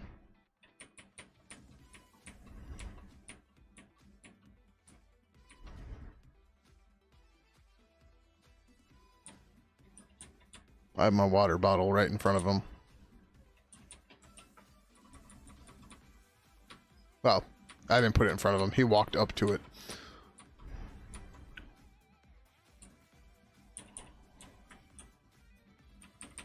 Or negative. It's not negative attention. I slept on the couch for him last night. I spent the entire last night working from the couch, sitting next to him. At one point, I got up and he took my spot and made me move. Then I get home from work, sat on the couch to spend more time with him for an hour and a half, and now he's here. It is not lack of attention.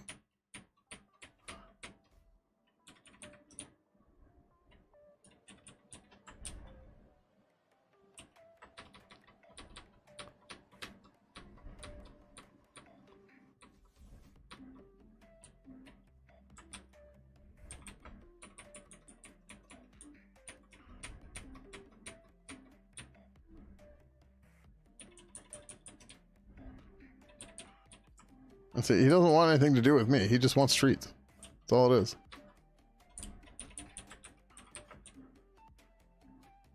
If your cat takes your place, you sit on him? Yeah. The problem is he will bite and claw the shit out of my ass, and I like to sit. So, like, I do not want claw marks in my ass. Seems reasonable, right?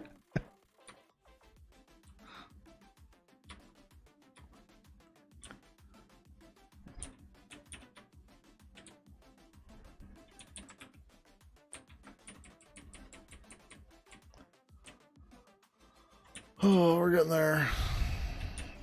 Oh, this is the last one. Yay. We're going to do the signals too. And of course, we do have unit tests to test all this. So that's good too. Like, we're going to do more than a compile check. Although, you know, everything should be fine because we didn't really change a whole lot. We are going to reorder the signals because they're a little messed up. That's okay. Present, displayed.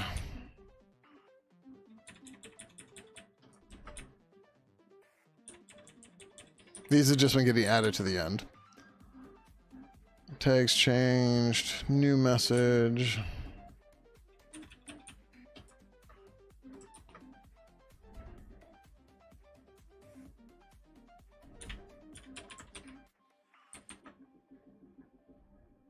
Member added. Member removed.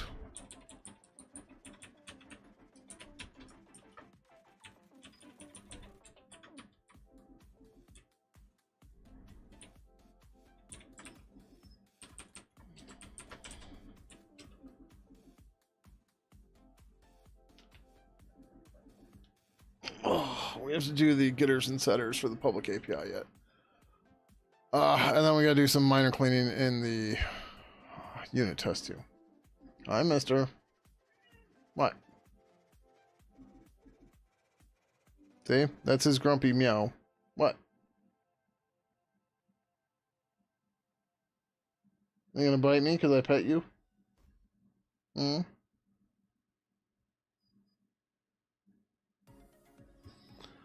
We're gonna get the tail here soon. Let's see.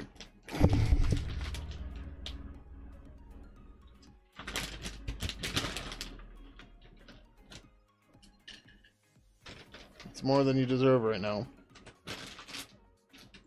You're acting like a fool.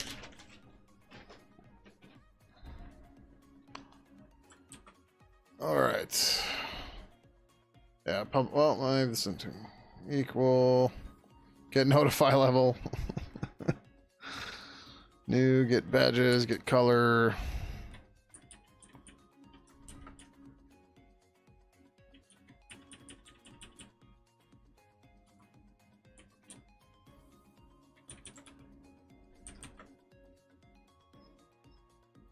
Is DM, is group DM. This channel is thread.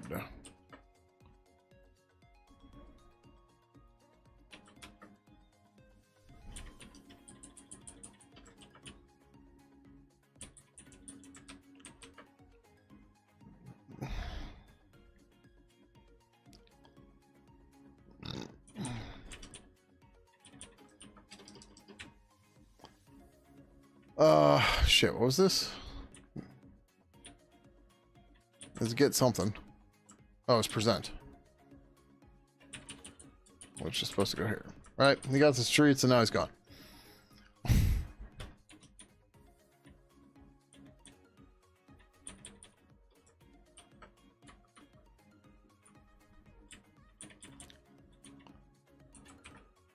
These need to be swapped.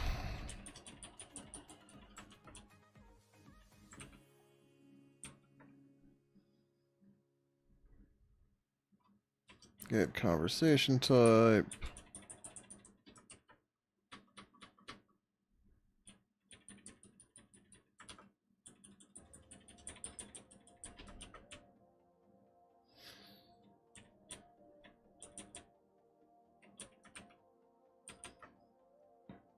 Ugh.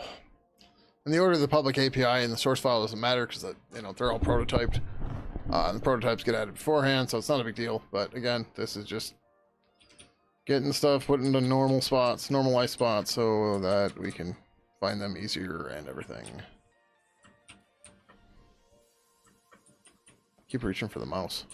I don't want no stinking mouse. It's too slow.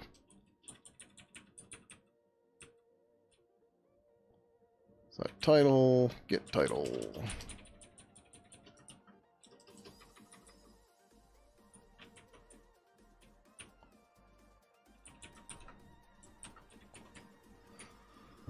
Oh, this is why this should have been so much better earlier. Generate title.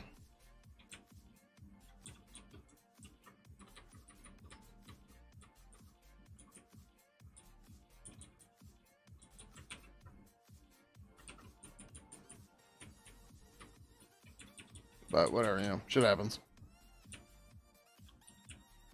Get title generated, title editable.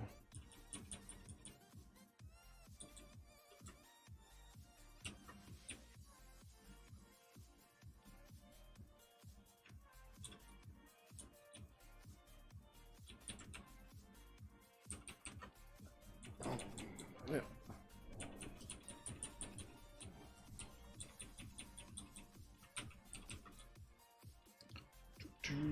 Dude. Yep, set title. Set title editable. Write message. Send a message, async. Send a message, finish.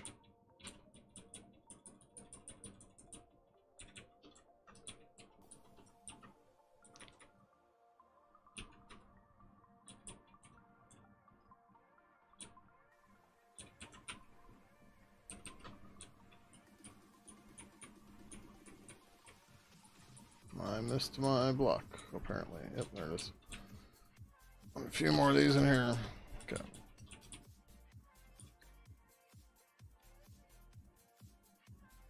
Huh. Apparently we never implemented this.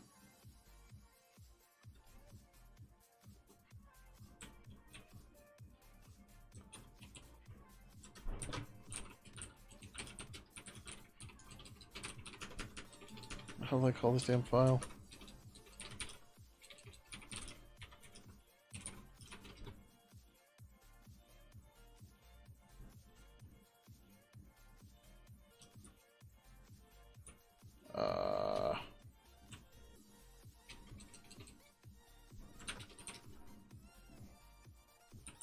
Tasks? Yeah. Conversation has focus. I think that's dubbed to add the notification counter. But we need some way to ask the UI what conversation has focus. And we don't have that right now. And even then, yeah, I don't know how we want to do that. I'd say it might make more sense if there's a focus property, but that gets more complicated because then you have to unset it on everybody else. So there was a UI up for this previously. And we don't really do UI ops anymore, but we could build that into the UI stuff. And it shouldn't be too hard, but yeah.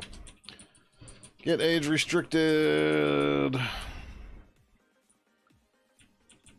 It's still funny, like, how much new stuff has gotten added to, like, just conversations in general, just metadata with everything.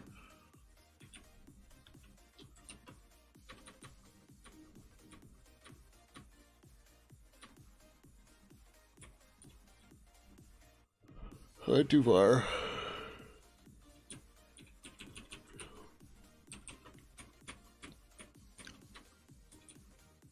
Get description, set description.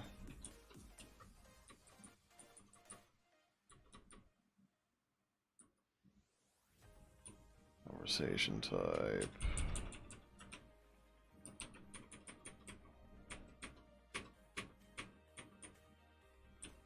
Set description. What is this? Write message.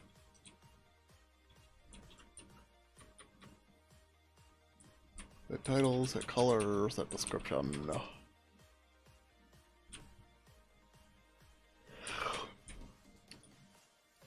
Description editable.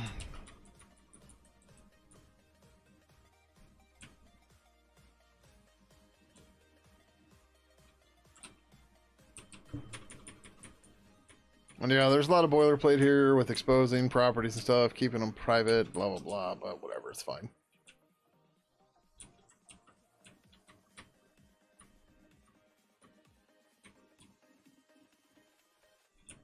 Like, is it a little annoying and tedious? Yeah, but it's mostly a one and done thing, and who cares? Get topic. So I don't know why we used to group these together. Like, oh yeah, the getter and setter, put them right next to each other.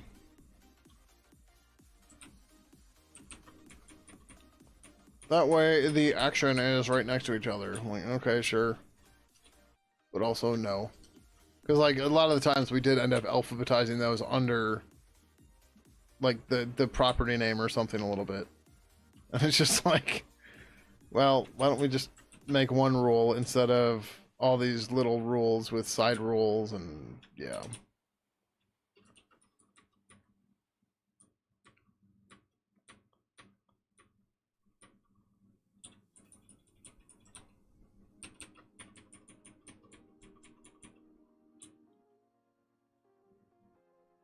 Set topic editable, set topic full, get topic author, set topic author.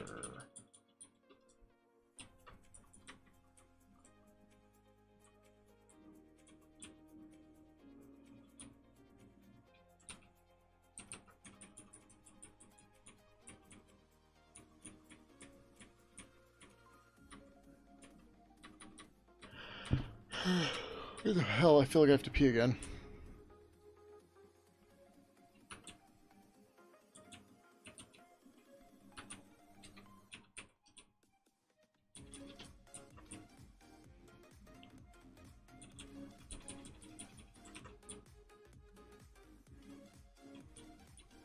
Topic updated, get topic updated. Okay, well, then we're through the topics.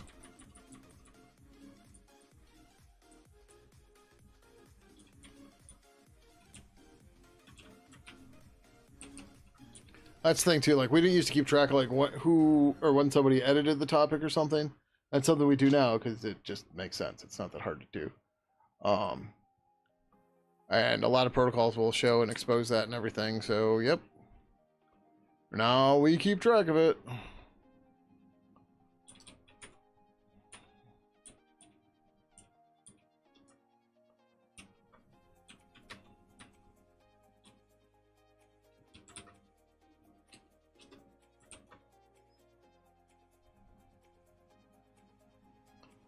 Get user and nickname.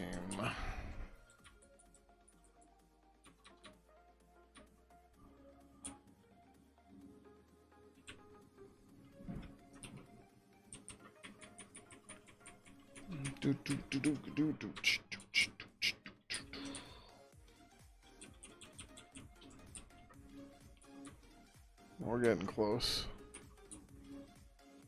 Oh.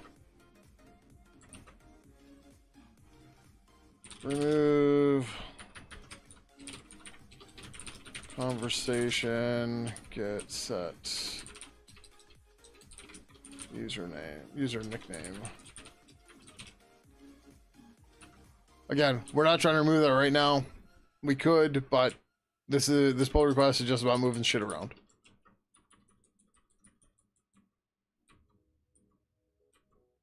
In theory, it would have made sense to delete it first, but I'm not going to go back and do that. At this point, it is what it is. Follow a pull request, we'll remove it, and we'll be fine.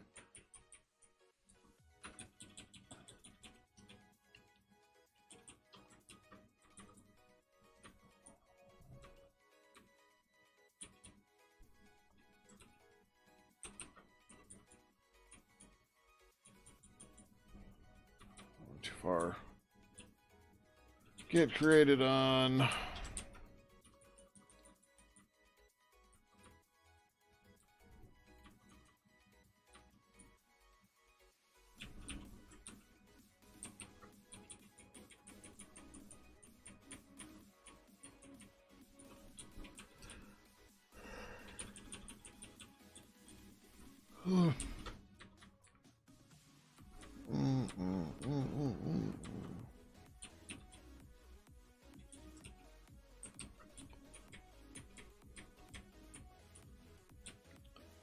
Creator.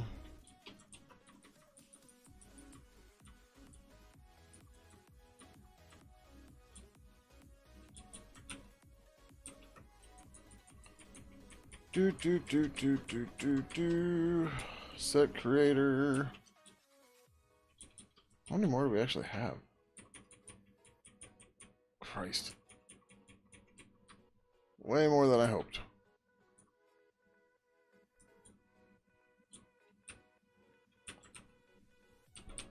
I have to update the property unit test too. Oh.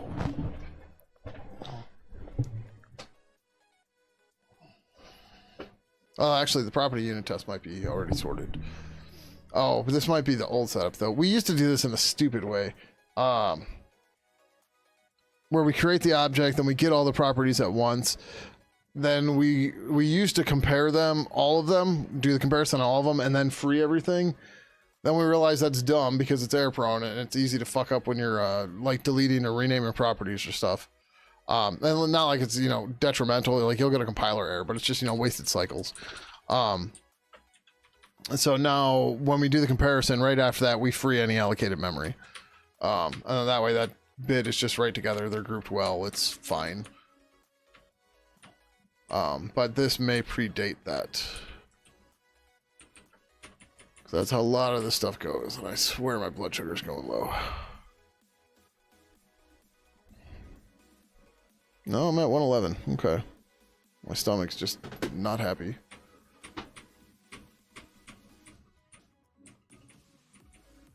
Did I go too far?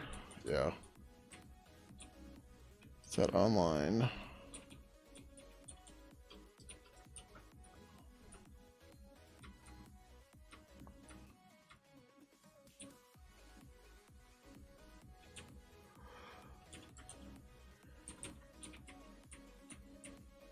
Oh Christ, am I tired?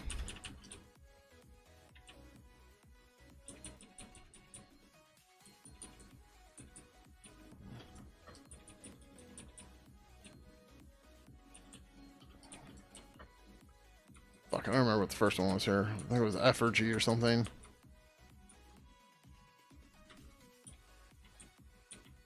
Oh, it's federated, wasn't it? Yeah, then tags.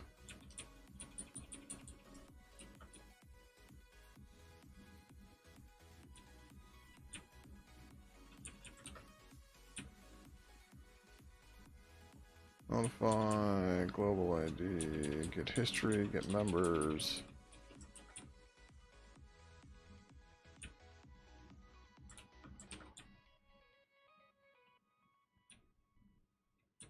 Get history.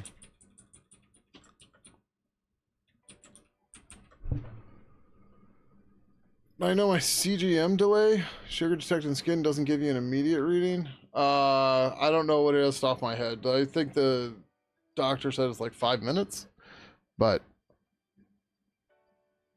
I don't tend to go instantly low. But I don't know. It's a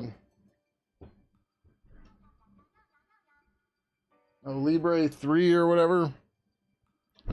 That's the, yeah.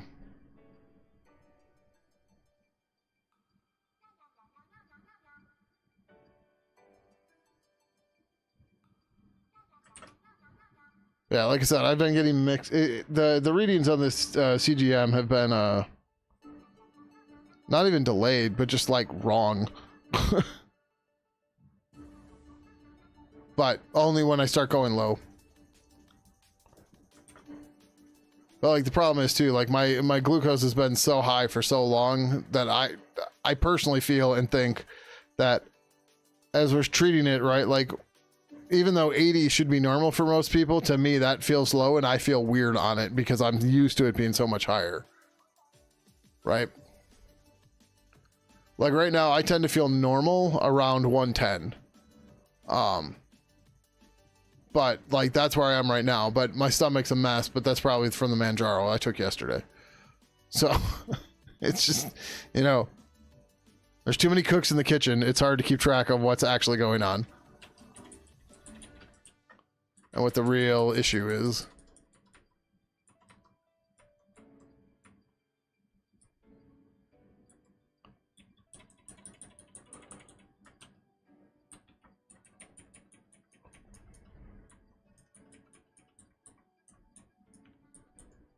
Yeah, and if I had to estimate, I'd say from like the first any symptoms I got that could have remotely been diabetes, it's probably been 4 years. So, like, I've been dealing with undiagnosed diabetes for a good 2 years at the very least, but it's probably more like 4, maybe even longer. And if you're like, well, why didn't your doctor catch that? Because I tend to not trust doctors. It's a personal thing. I'm not saying you should or shouldn't trust them. Many, many years ago, I was suffering from chronic pain. And we went through fucking everything. Except what the cause was. And if I had gone to a single nutritionist, we probably would have figured it out way sooner.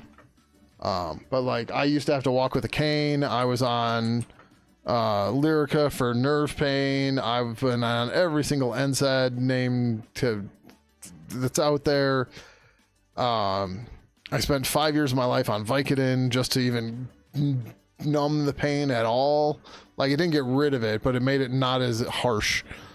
And at the end of the day, all I had to do was stop ingesting NutraSweet or aspartame. That was it. That was the problem.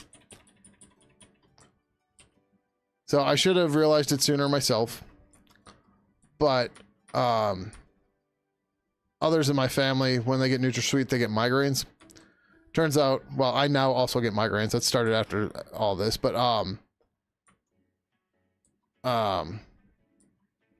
it turns out I get neurological pain from it. So if you ever want to like completely disable me for a while, just convince me to drink a diet soda somehow, or put aspartame in something where I can't taste it. And yep, I will at the very least get neurological pain within a couple hours and probably a migraine. But it, you know, the FDA says it's safe. So, but yeah, like we even did an exploratory knee surgery to try to figure out what was going on with my knees, because my knees were where the majority of the pain was. And yeah, I didn't see anything. $12,000. The insurance covered almost all of that. But yeah, just like, but yeah, so after 5 years, I stumbled across the answer on my own. So I lost a lot of trust for doctors at that point.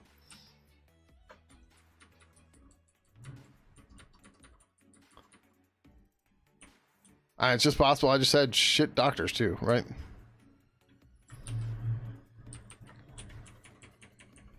I was just like, yep, reached my breaking point, I'm done. So then I avoided doctors for a long time.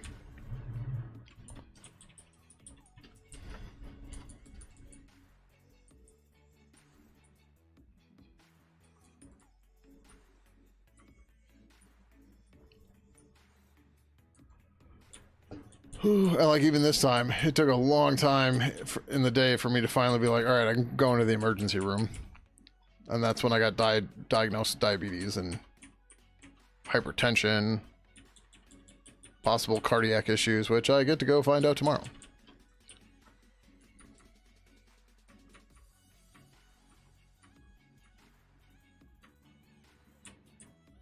So yeah, stay young, people. Do not get old. The fun part too is like all these doctors and stuff are like, well, you're still young. And I'm like, my grandpa died at like 74 or something. I don't remember exactly. Like, I am 44. That means I've got like 30-ish years left. Like, I am at like 60% of my life expectancy. Yeah, I don't feel young.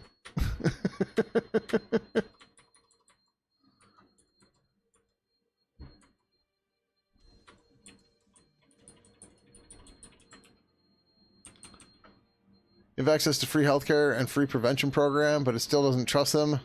Unless I can get at least 2 different doctors say same exact thing. Dang. Unless it's emergency. Yeah. I mean, like, in the US here, it's, man, like over the past 20 years, things have gotten just so much worse. Like one of my primary cares, the first time I met him, we spent like an hour just chit-chatting, getting to know each other. And now, like, just They like you. I had an appointment at 2 o'clock the one day. Something like that. The doctor's office 15 minutes from my house. I was back home by 2:20. So just like, what are we even doing here, man? Right? And actually, that's the guy who's doing my echocardiogram tomorrow. I was like, oh, you gotta get all these things under control, blah, blah. I'm like, yeah, I know. We're fucking working on it, man. It's been not even a month.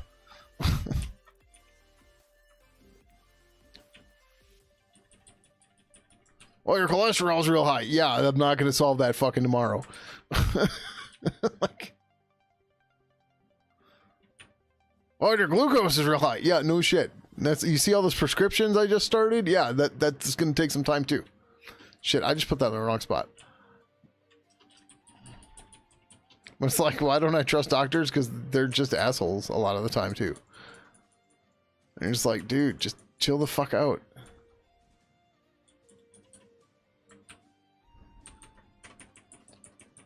Oh, but anyways, yeah, I was saying here too, is like they sometimes, at least when I get to the doctor's office, it feels like I'm like a burden to them that I showed up at their office that day. And they're just trying to get rid of me as fast as possible. And you're just like, what? Like, that's not how this is supposed to work at all. What? No.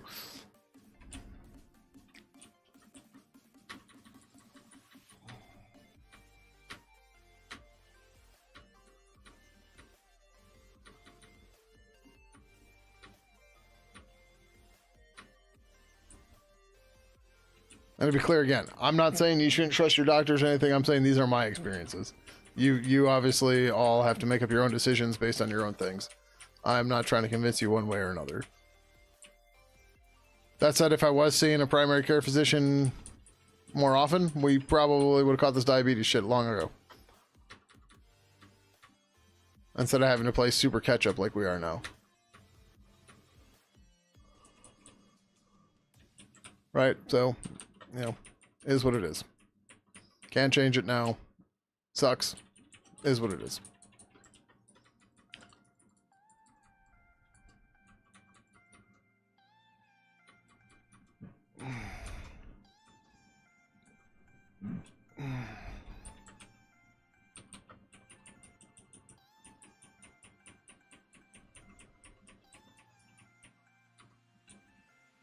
Fuck, are we almost there yet?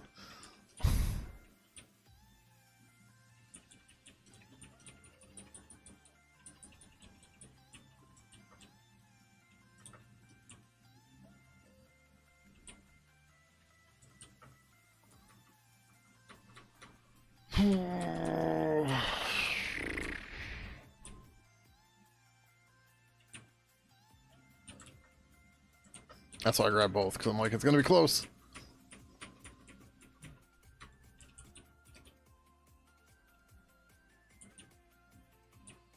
Whatever, grab it right away.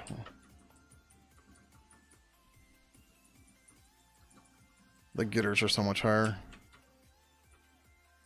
Get federated drafting.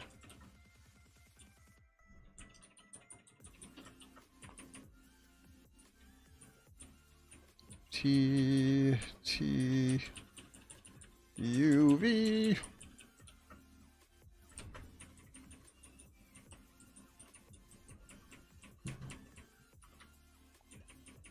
Fuck. Alright, it's only like 2 pages left. Ugh. Set Earl. Everybody call them Earls. Somebody tried to make that popular a long time ago. It's not a URL, it's a URL. I'm just like, it's a URL.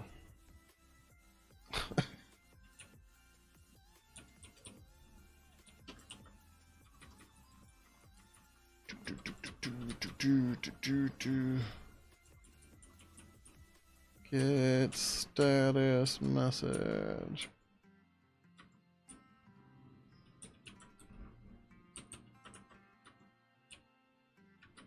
Jesus.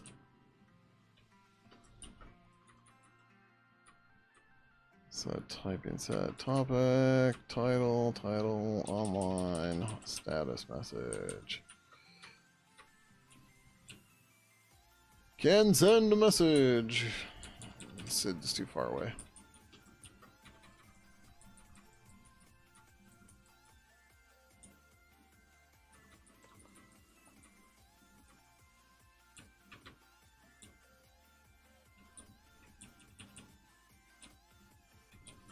So if you...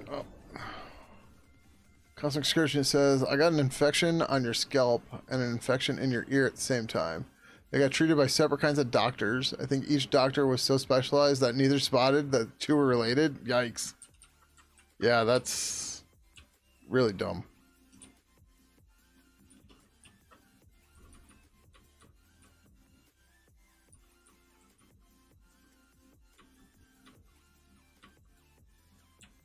Where you're like, hey, I also have this one. They're like, but I am an ear doctor, not a scalp doc, not a dermatologist. And it's just like proximity alone, right?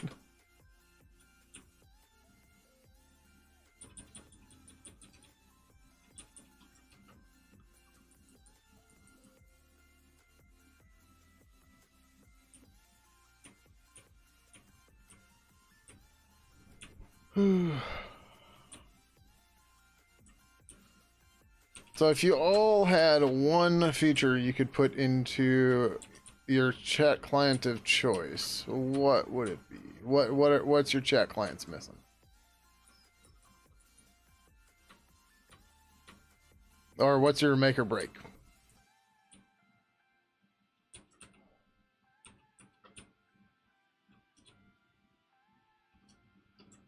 Set notify level.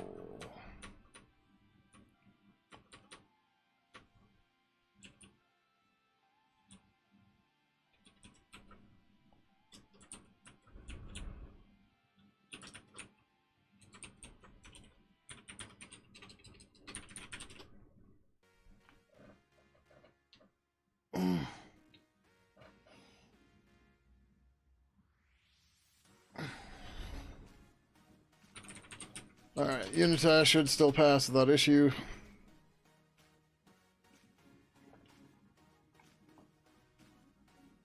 Oh, sweet. Alright, we're almost through the grind.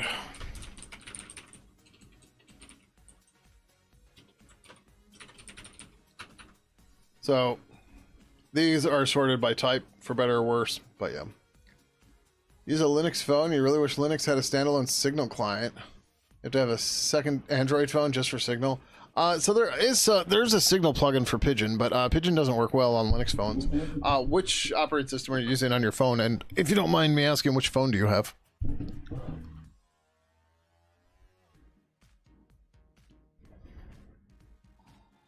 Okay, these all look sorted already, which is awesome. Postmarket OS on a Librem 5. You actually got your Librem 5? I've tried to get mine refunded now, and they won't give me money. Bastages. I did the pre-order thing a long time ago. And I was very, very broke for a while there, and I was trying to get it refunded, and they wouldn't give it to me, wouldn't give it to me. Yeah, they took my $600 and ran. And they will not refund me. Well, there are others that need to be refunded before you, blah, blah, blah. It's absolutely ridiculous, but, in the meantime, I picked up a Pine phone for $200. So, but you're running Postmarket. I've got Mobian on here. I haven't tried Postmarket at all. I've heard a lot of people like it, but, I've been using Mobian because it's open source. And I believe Postmarket isn't. But I don't know that for certain.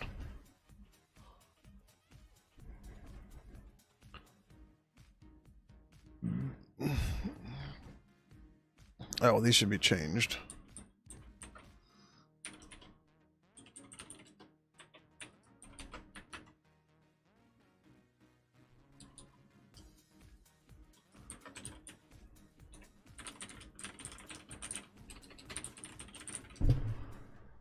What's worth it works well enough.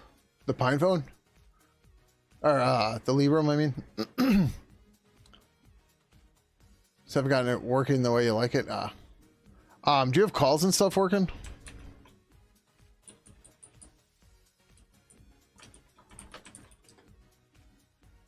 The Librem works well? Interesting.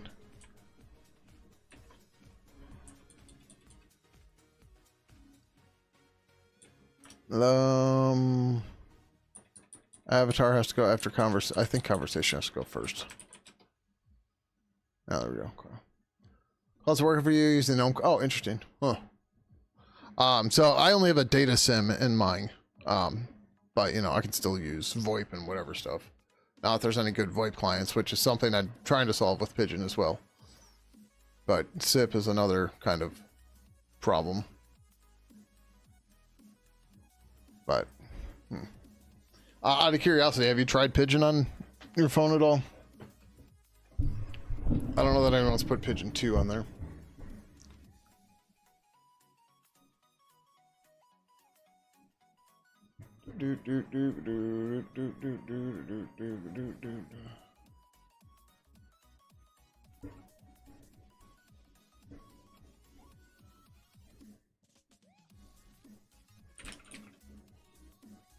They have a jump chat, which is XMPP. They have SIP, and that's how you got GNOME calls to work. Oh, interesting. Okay.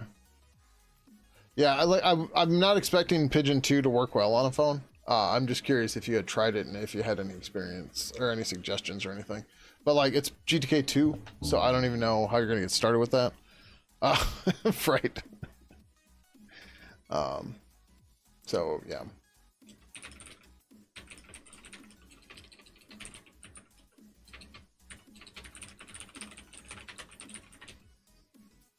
Like, I don't think anybody's built GTK 2 for most of those things.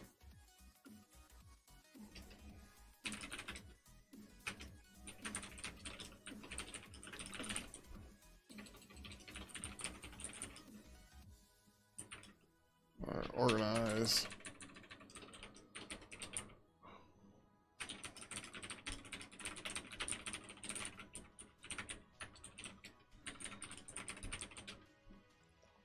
Yeah, no worries, no worries. It's probably going to be a bad time. Just to be clear. Unless you're like interested to see how bad it's going to work. But like, don't spend a whole lot of time on it is what I'm trying to say.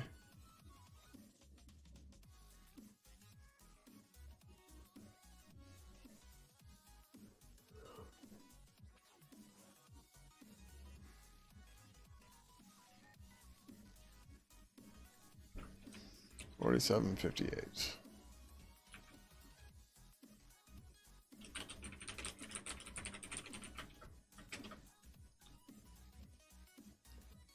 Right, so this is a monster, and all we really did was move a bunch of code around, and we changed the way the assertions worked in the test. Which, this sucks, but we should have done this a long time ago. We could have done it in smaller pieces, but, you know, just one and done. It's fine, it's happy. Alright, now that we got that done, cool.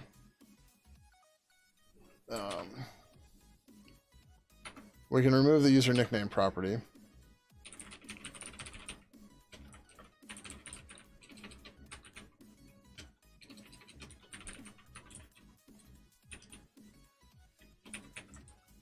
That was a holdover from the last stuff, or from the purple 2 stuff, I think.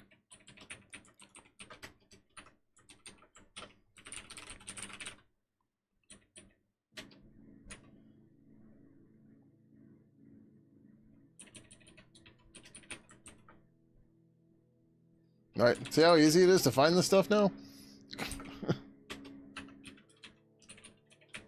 Like, well, you could just have the computer do it, yeah. But it's also nice to have it be in the expected places and everything.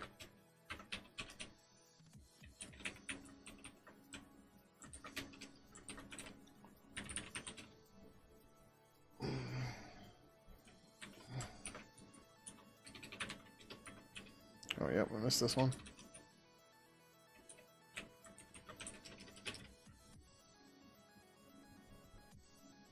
The test is gonna fail. Yep. Oh. Oh. Okay, that's fine.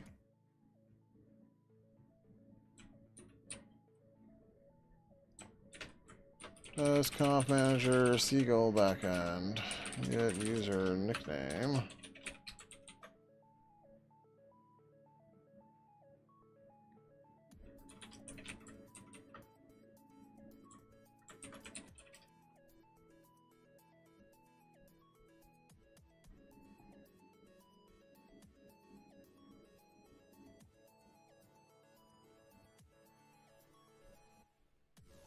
I was like, what happened in the Discord? Duh. I published a review request. Alright, we should fail the conversation unit test. And like, it didn't do a compile error because it uses a string for the property. Yeah, okay.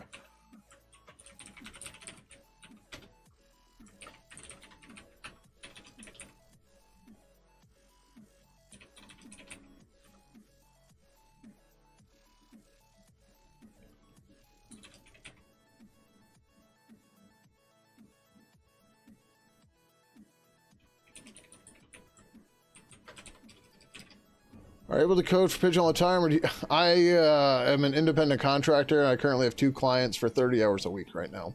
I don't normally hit the whole 30 hours each week, but that, you know, opens up more time for Pidgin.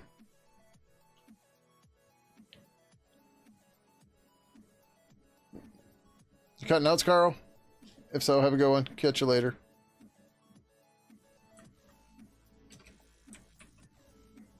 Like, makes sense. Tucking to bed, waving, yeah. Thank you, Cosmic Excursionist. Appreciate it.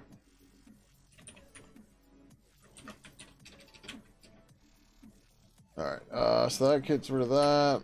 We need to check on has focus.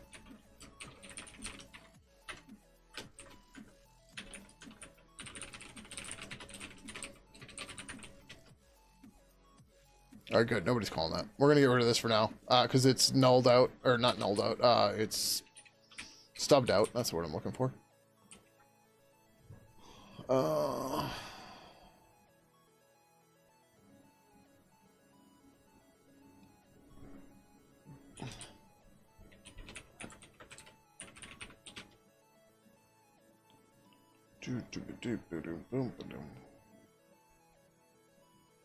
Look at, we're gonna add coming soon. I looked at my water as I'm getting cotton mouthy. I'm like, oh, when's the next ad break? 3.5 minutes.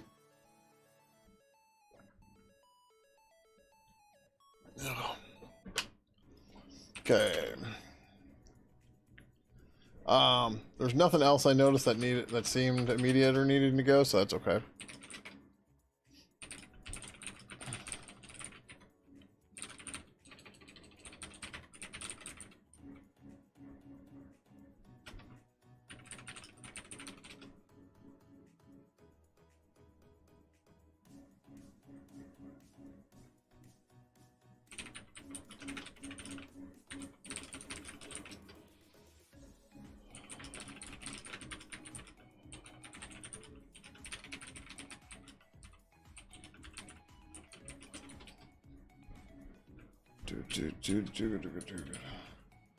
Did we commit?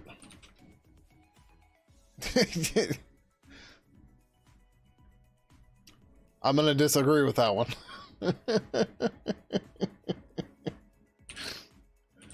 But sure.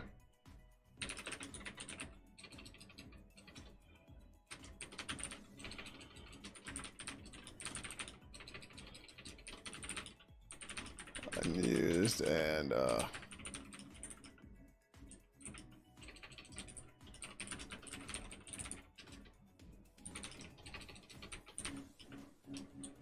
user nickname property was replaced by the conversation member nickname property for the account user long ago.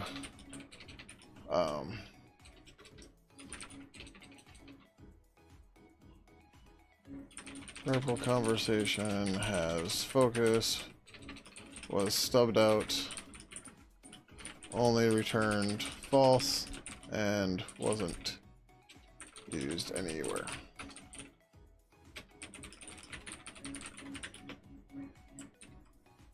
Welcome to Crucial I Want. Still doesn't make them not overrated. I think you're using them wrong.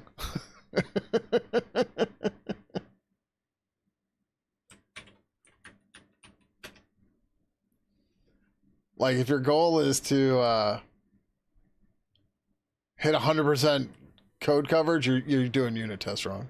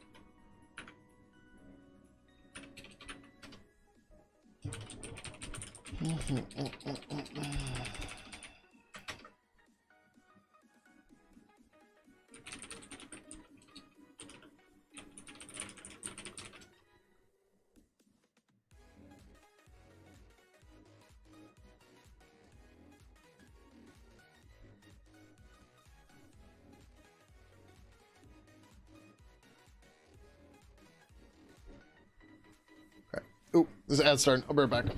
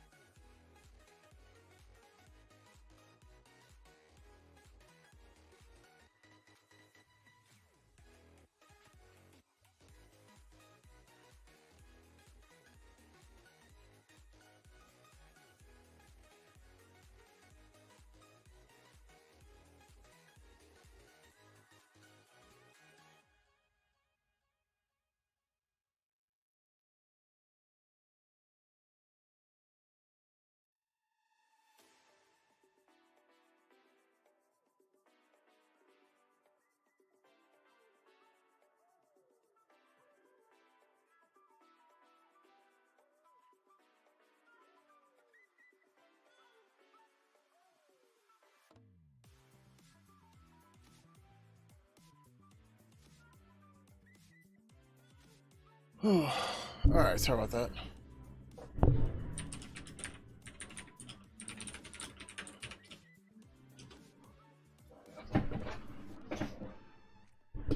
"100% code coverage is called end-to-end testing." Like integration test?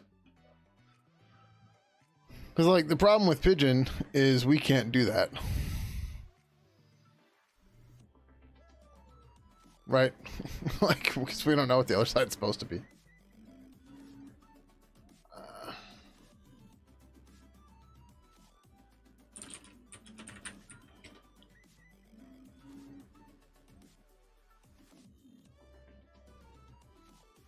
Alright, so now we can do the has password property, which is what started this whole damn thing.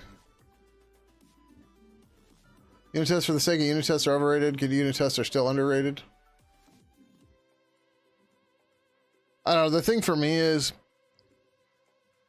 and you've heard me say this a bunch of times for a whole bunch of different stuff, but like the faster we can catch, the more bugs we can stop users from the more bugs we can stop non-technical users from reporting is a ridiculous amount of time saving, right?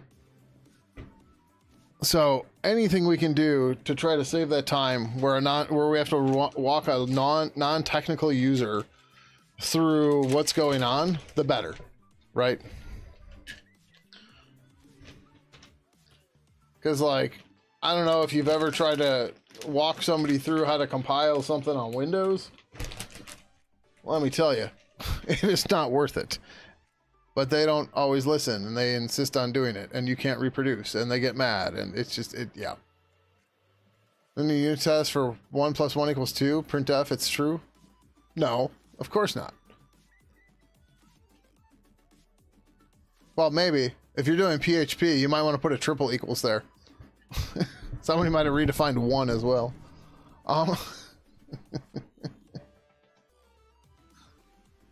No, I'm just being trolly too. But like us making sure our properties are fully wired up and everything, yeah, it just makes sense. Just do it, right?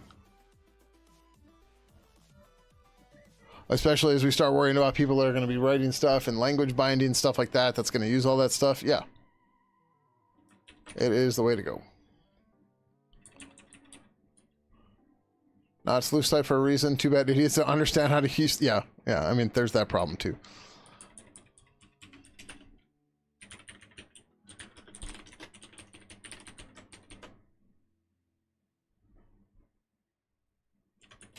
Oh.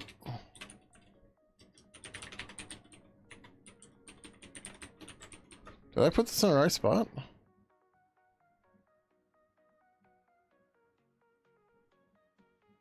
Oh, right. Global ID doesn't, it's a, composite property, basically.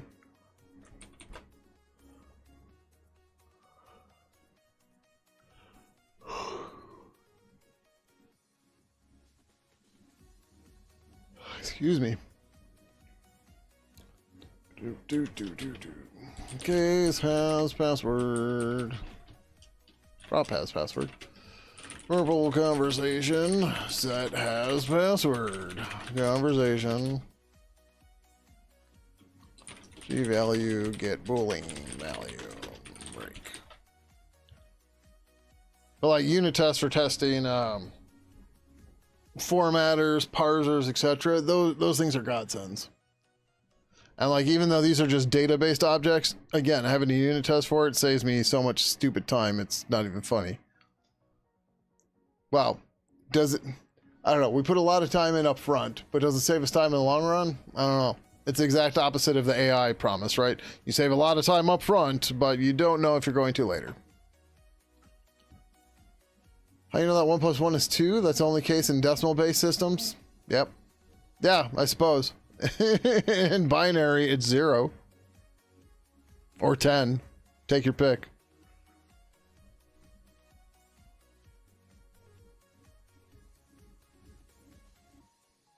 Like, what's your data width?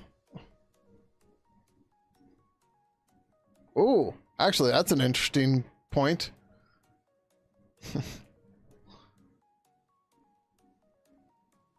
Oh no, I guess it makes. I was trying to spin that into two wrongs don't make a right, but false plus false is still false. But true plus true is false.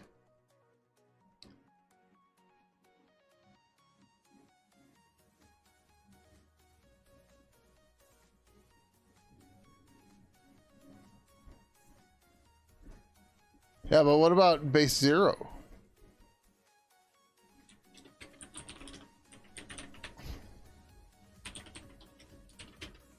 What's base 0? It's Schrodinger's number base. Because you don't know what the fuck it is. Everything is right and wrong at the same time. Yeah, that's the point. It's an Esolang thing. You wouldn't know what it's about.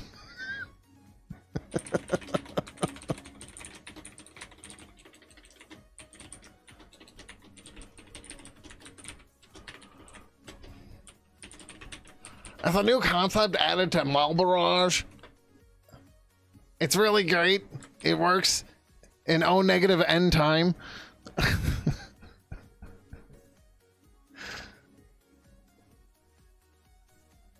That's if 2 is the second symbol. What if I have symbol where... Yeah. Wait. Forget about number bases. What about just number systems? Actually, well, there's no Arabic 2 in Roman numerals. And that doesn't matter what number base it is.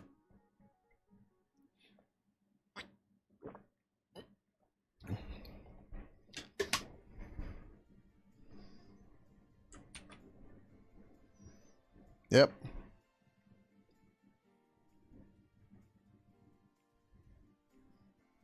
I think we just stumped him.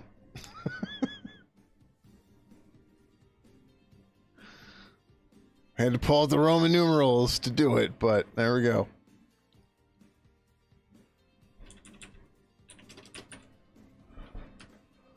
When you test all the N-based numeric systems, knock yourself out. I'm not going to participate in that.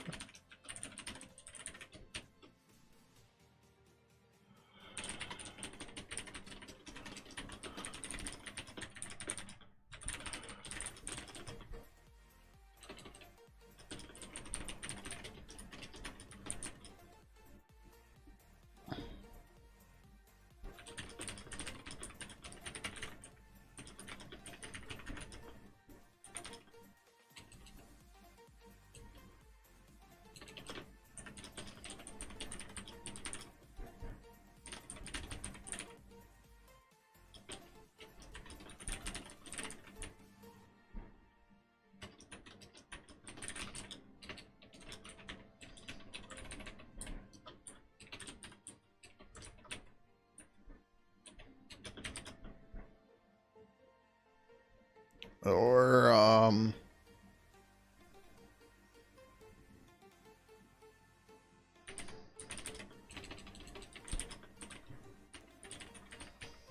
thinking something like, if you're creating an invite link or something, but that'd be weird too.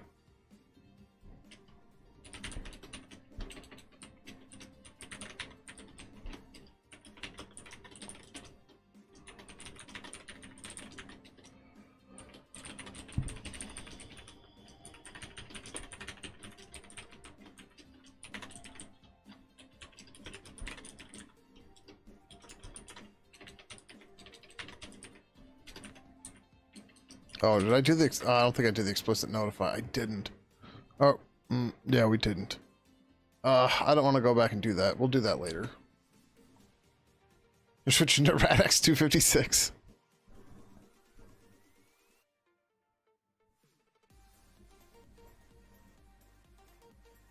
Sure.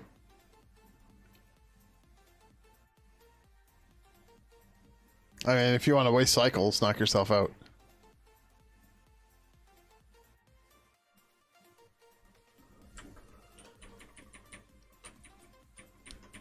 It's like Rot 26. There you go.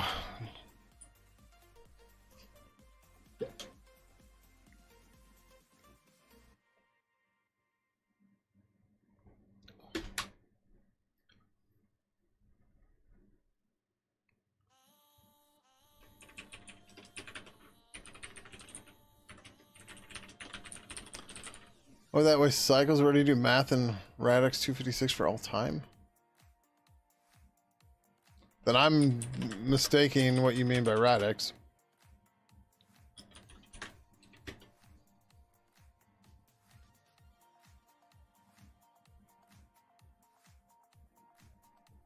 I'm not reading IEEE doc on stream.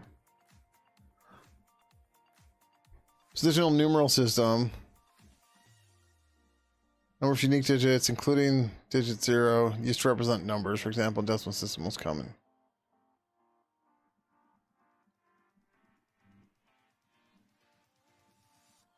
Oh, okay.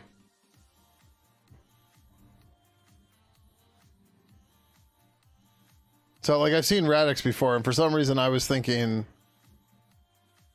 Yeah, I was just way wrong. Whatever. Worst number base ever. Base 60. Fuck that base. Actually, sorry, not that base. This being used for times in YAML was a stupid, stupid idea. 256 base number system, which is just computer, well, byte based.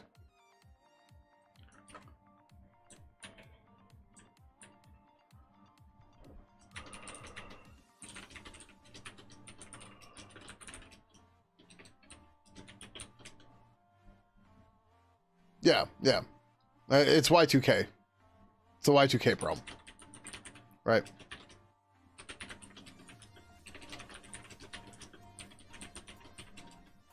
Because they use 2 bytes for 2 digits for the year. So, and they started with the Unix epoch for whatever other fucking stupid reason. So. Right, so it started at 70 instead of 0. Conversation. Ooh.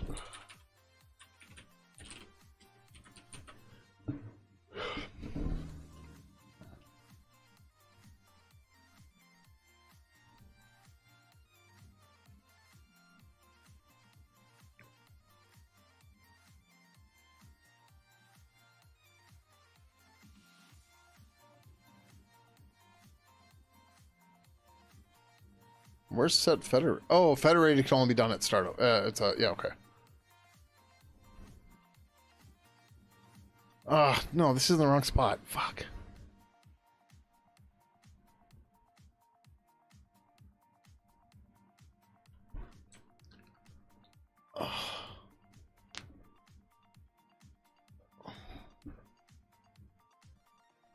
I was like, it's a bit more than 4 years.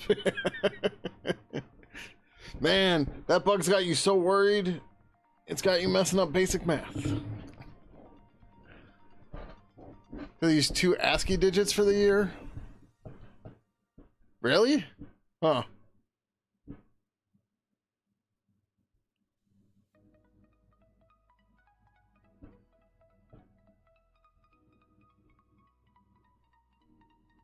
Yeah, I mean, so was I. But I was still in high school. So let's just put it that way. I was a dumb teenager.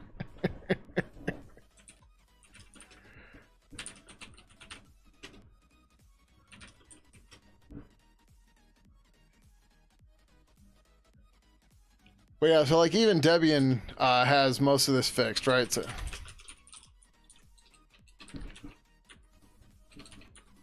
So anything that has a T64 in its package name in Debian has been updated to use a UN64 for time.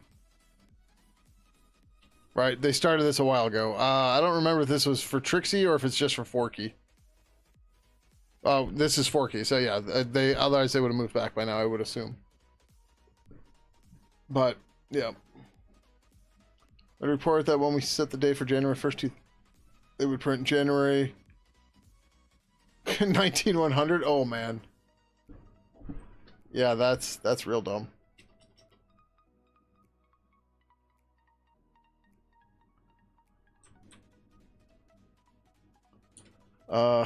Did I move to the... No, okay, I shelved my changes. Is she up? Conversation cleanup.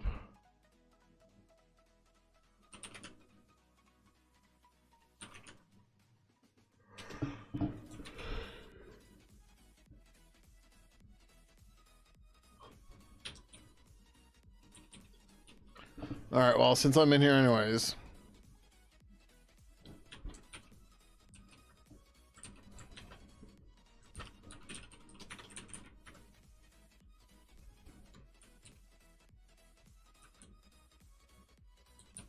That's fine. Read write static strings, G param, explicit notify.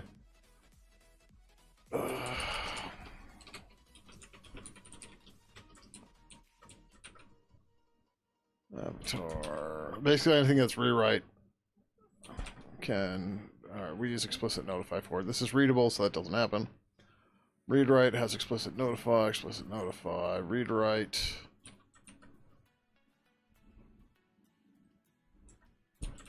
Explicit notify just says that we explicitly call the notify on it. So glib should not do it for us. Drafting, error, read write. Federated, doesn't matter because it's construct only. Global ID is readable. History is readable. ID is read write. No, but it's construct only.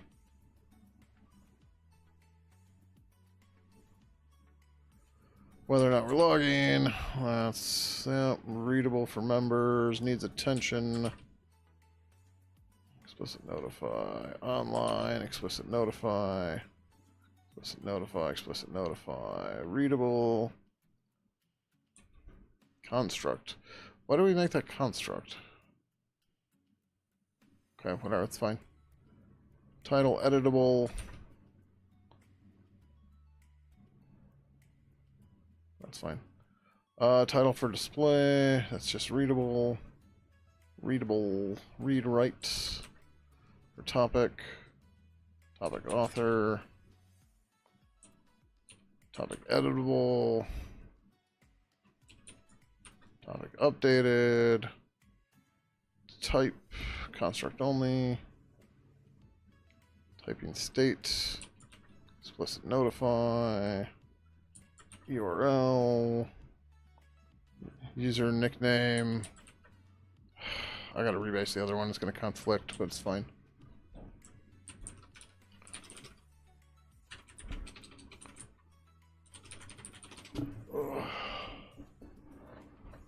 A lot of old 386 there's no BIOS updates available. They would jump back to like 1972 or something stupid. Nice. So you threw away the entire network and bought a new one? Yeah. Test over the weekend. Full primary DB restore at work. Nice. 20 hours? Holy shit.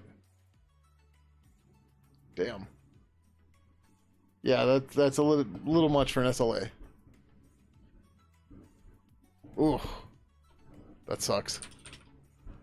But, you know, in a disaster recovery situation, at least you know it's there. Right? You have a rough idea of it and stuff. Like, having to pay out SLA suck, but, you know. When everything's shit the bed.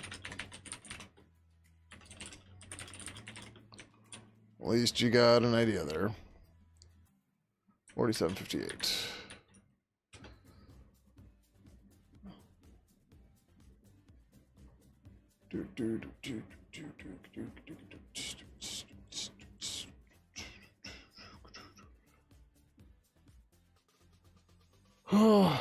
So we have 6 full replicas, 2 different. Yeah. Well, I'm talking, you know, fire sale kind of, whatever. No. Yeah, I need to add a 3rd location to my local backups. I have 2 right now. Well, so I have 2 physical locations, but 2 full backups. So this machine gets backed up to my basement and to my parents' house. But the one in my basement, I should throw at somebody else's house.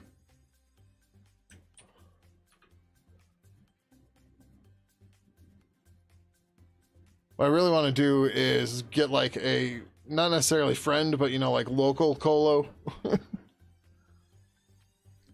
But, yeah.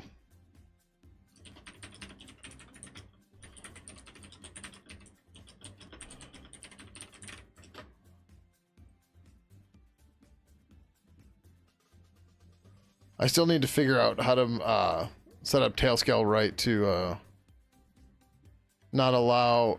So like I want to be able to from here reach into a machine at somebody's house, but I don't want them to be able to reach back into my tailnet from that machine.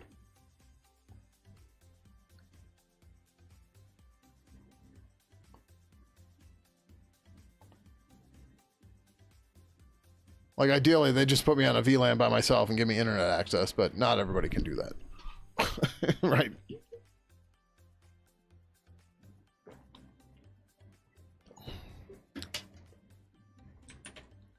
But even then, that still doesn't fix them having access to my tailnet.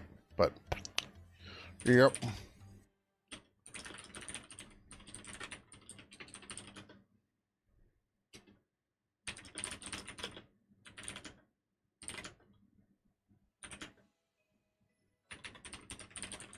What about something like sync? No. I need ZFS.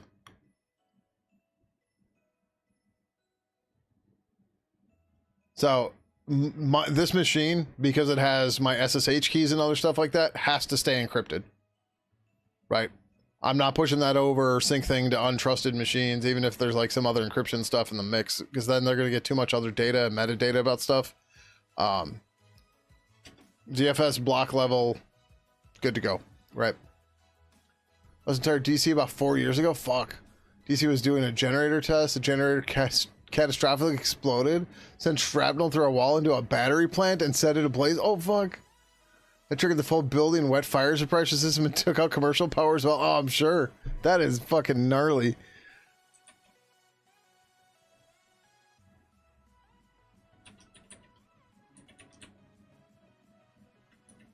That's a hell of a day, too.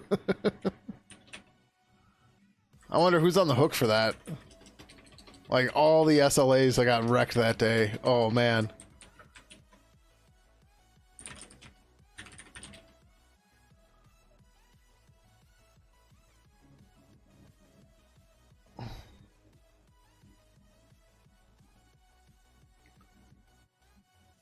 Oh, yeah, I suppose insurance.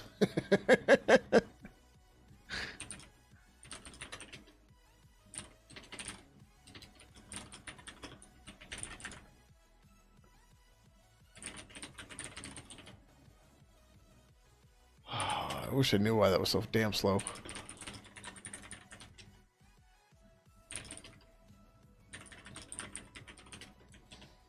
Alright, so then we need to update 4759. You know the owner of that company quite well? He hates you now? Oh no. Like what? You didn't do anything.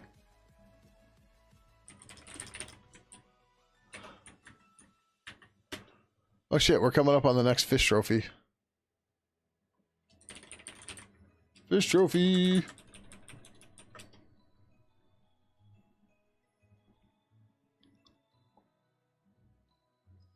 For business reasons? Okay. You had to pay out all this stuff and blah blah. No. Oh yeah, this doesn't matter. Based fix conflicts.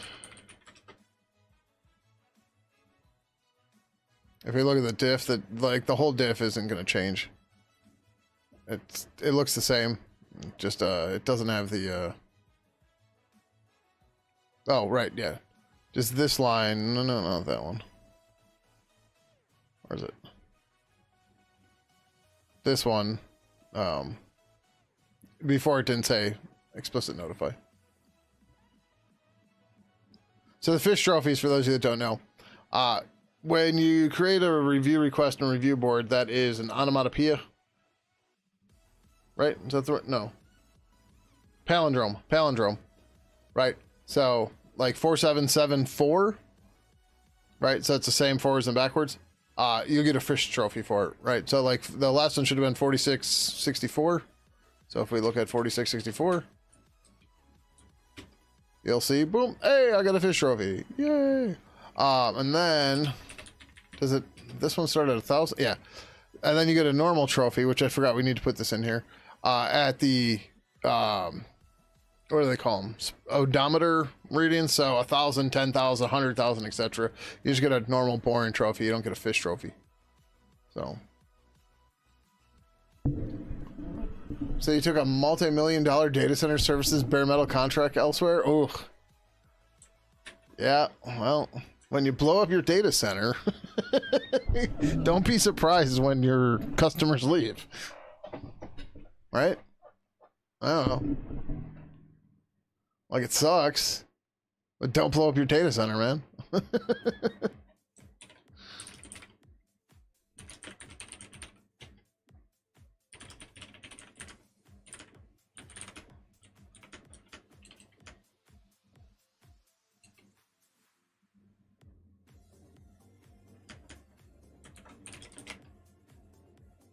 Okay, I don't know why I deleted the file, but sure. That's not why you left, oh boy. Okay.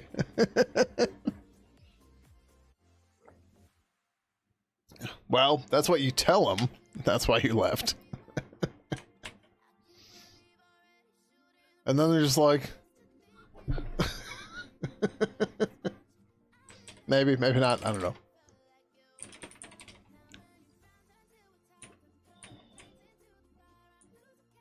Alright, we didn't do the setter yet. Oh, right, because we were getting to that, and that's when I found the other problem. Okay.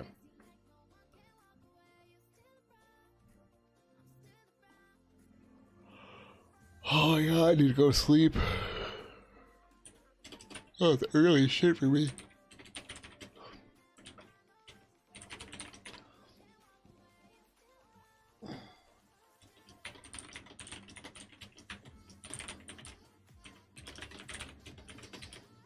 Oh, so okay, you'll be maybe not interested, whatever, to know that I had my first, what do they call them? Hypoglycemic nocturnal event this morning, at least according to my CGM.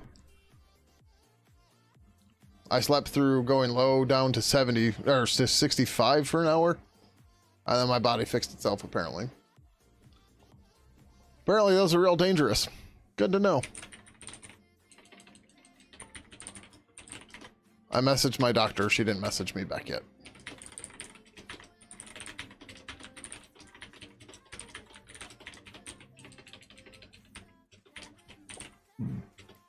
Oh, and I've also had foot neuropathy since Thursday.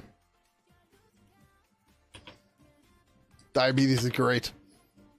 Hi, while sleeping scary. Good evening, by the way. Yeah, how's it going, Base Path? Welcome, welcome. The neuropathy in my foot actually seems like it's getting better now. Like, I didn't do anything different that I'm aware of, but...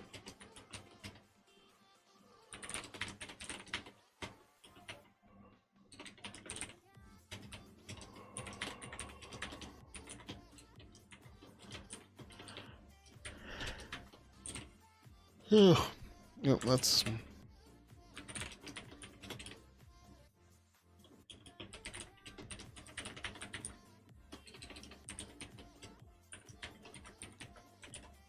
Oh, this isn't going to compile yet.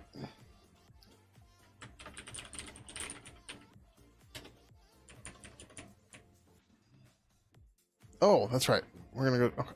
Oh, yeah, okay. That's the next thing to do in conversations. Fuck.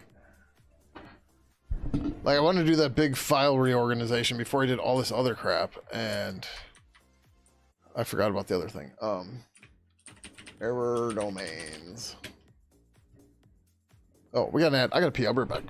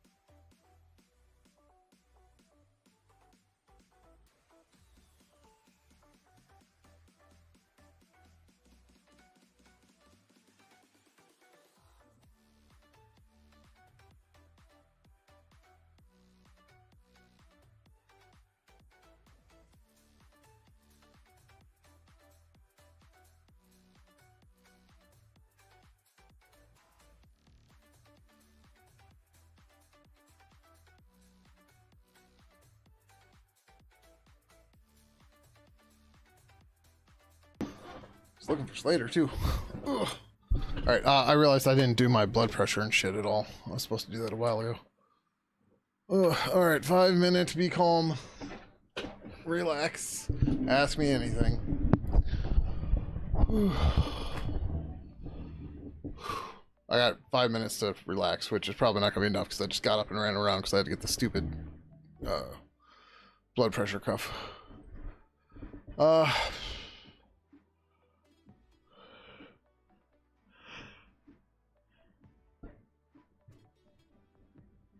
oh my goodness.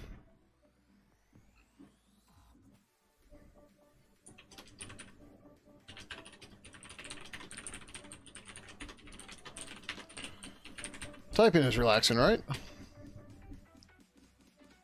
Oh, I should have done that, but we're not. Well, we could do that. We don't need these stupid the instance things anymore.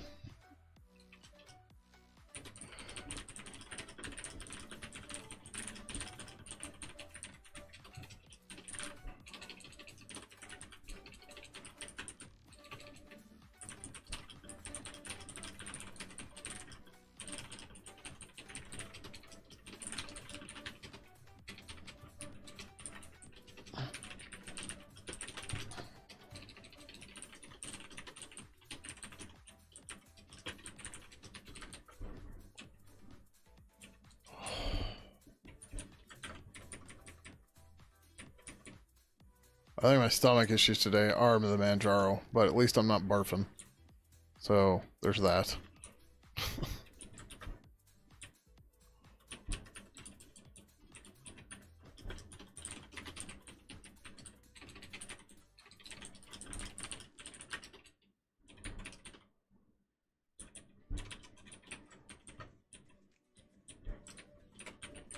Yeah, not to get into too much detail, but last Monday, with all the other crap going on, I also got to barf my brains out. It was fun. By fun, I'm being sarcastic. Like, it was fun.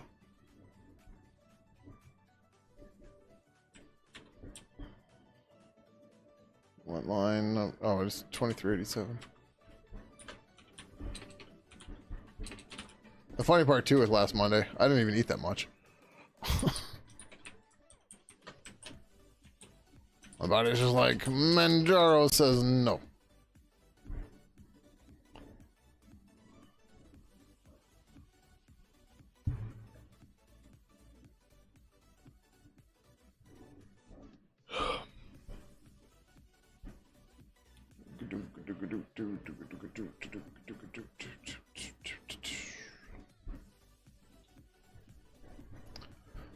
The DC owner is suing the manufacturer of the generator.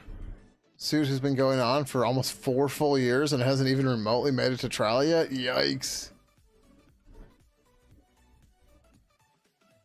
I mean, the fact that it threw shrapnel is even crazier, too.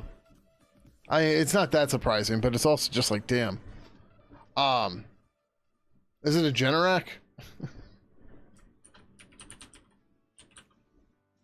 Like, where is Generac actually located? I know they have offices here. You're not saying who? Okay, fair, fair, fair.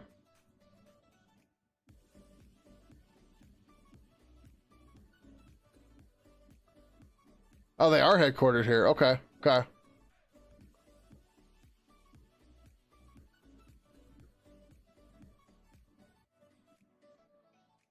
No. Dude, I'm a nerd, not a car person.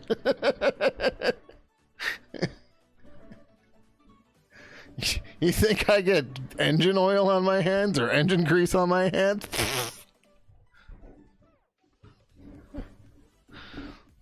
I get Cheeto dust from my fingers on my keyboard.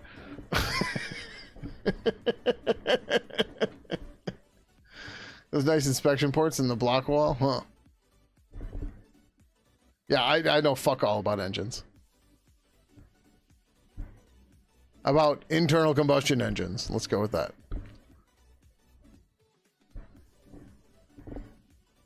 Game engine, software engine, sure, sure, sure.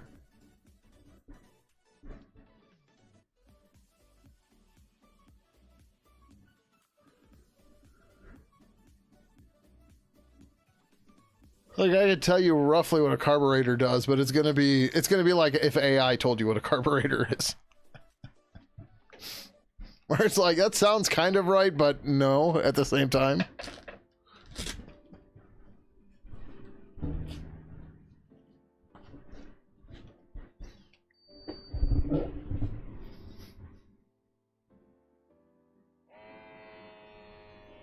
Here we go.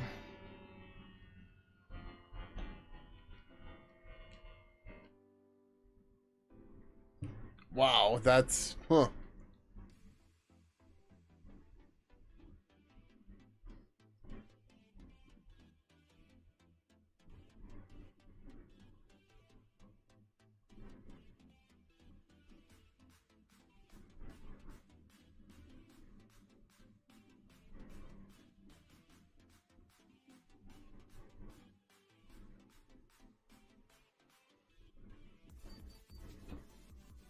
Oof.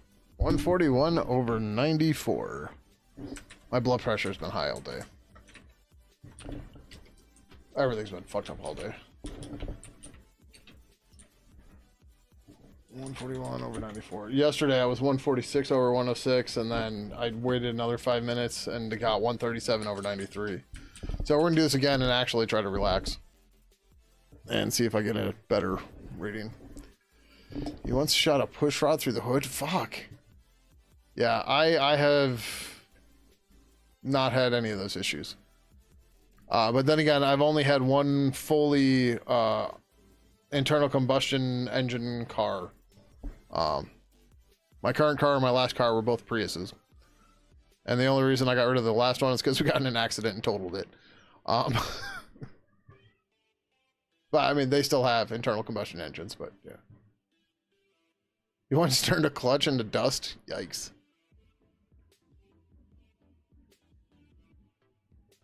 Yeah. Oh, I didn't even hit start. My car doesn't even have a secondary drive gear, right? Or drive 3. It just has drive. You did that a couple times. The not having the higher torque drive is a real pain in the ass in the snow.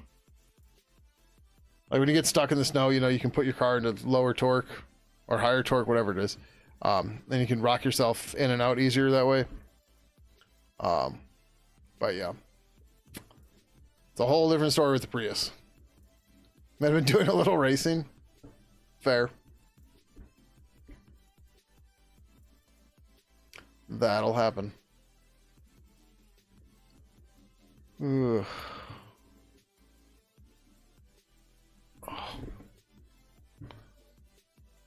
Do 4 minutes. Let's go.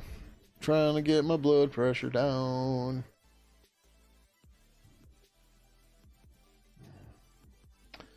Oh, so there's something I ordered from eBay that said it would get here by the 13th, but apparently went out for delivery yesterday, but didn't get here yesterday or today. But there are these old things that came out in 2008 for MSN.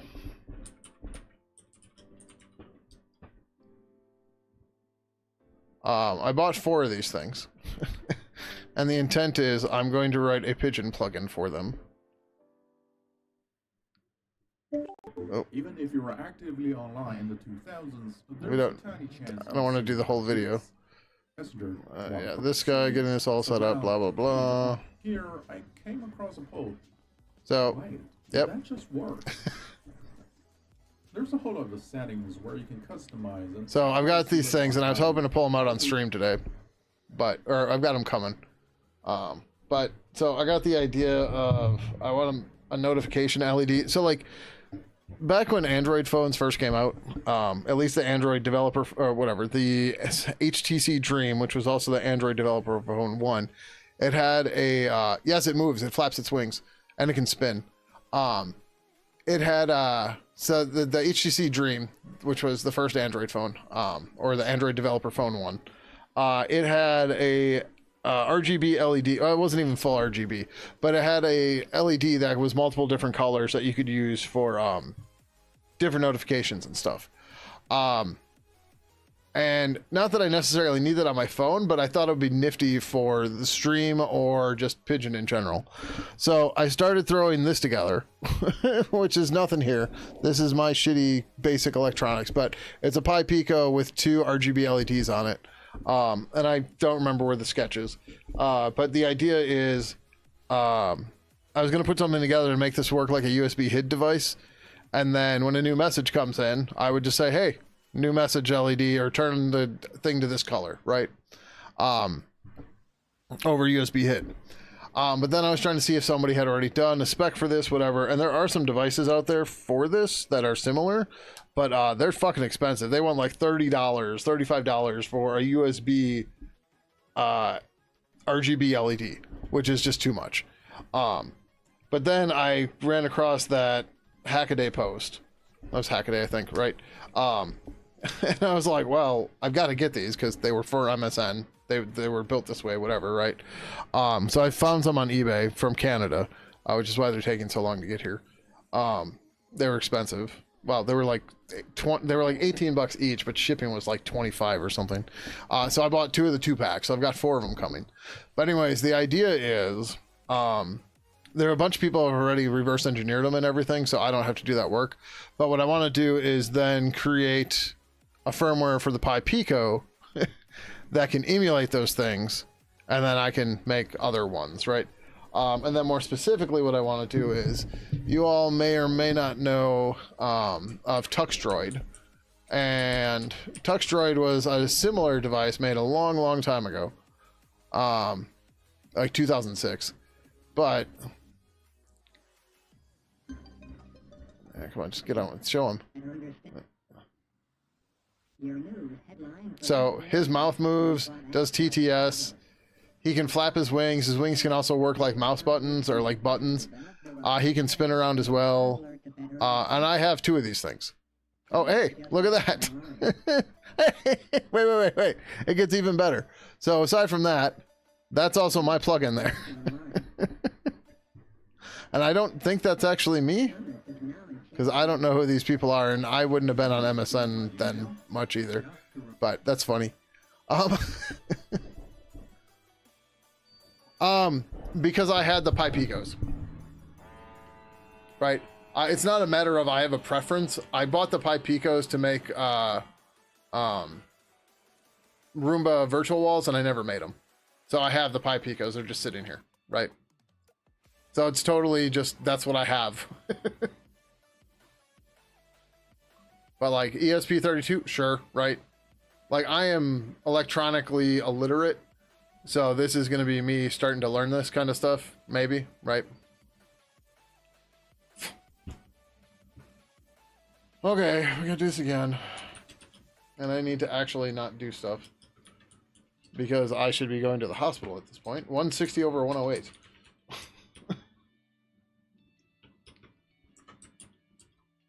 Can't imagine why I feel like shit all the time, and I'm easily irritable. But yeah, the answer to that is I had the Picos, right? Like that's the only reason. Right, so what ends up happening is every couple of years or something, I get the idea I'm gonna start doing some electronic stuff, and I start buying components, and then I never do anything with them. But like when I did the Picos, I picked up a bunch of other stuff, like actual breadboards and patch cables stuff now, which I didn't have before. Patch cable's not the right word, but I can't think of it. Jumper wires, there we go. And just other random shit like that. And yeah. But yeah, the Pi Picos, when I got them, were $6, right? So they're roughly the same as the ESP32s, but obviously the ESP32s can do more. As long as I'm wondering, well, yeah, for the moment, but I just went from 141 over 94 to 160 over 108. So, like, I just went up 19 and 14. So, a 160 over 120, or 180 over 120 is basically one more of those increments.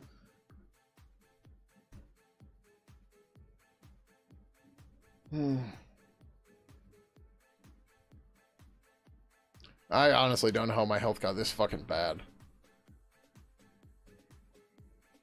But it did somehow. Let it happen.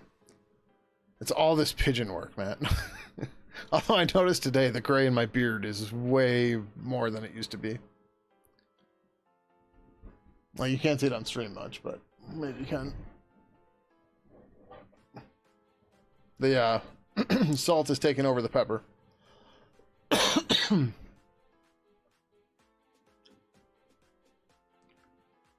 And people are still calling me young. And I'm just like, yep, sure.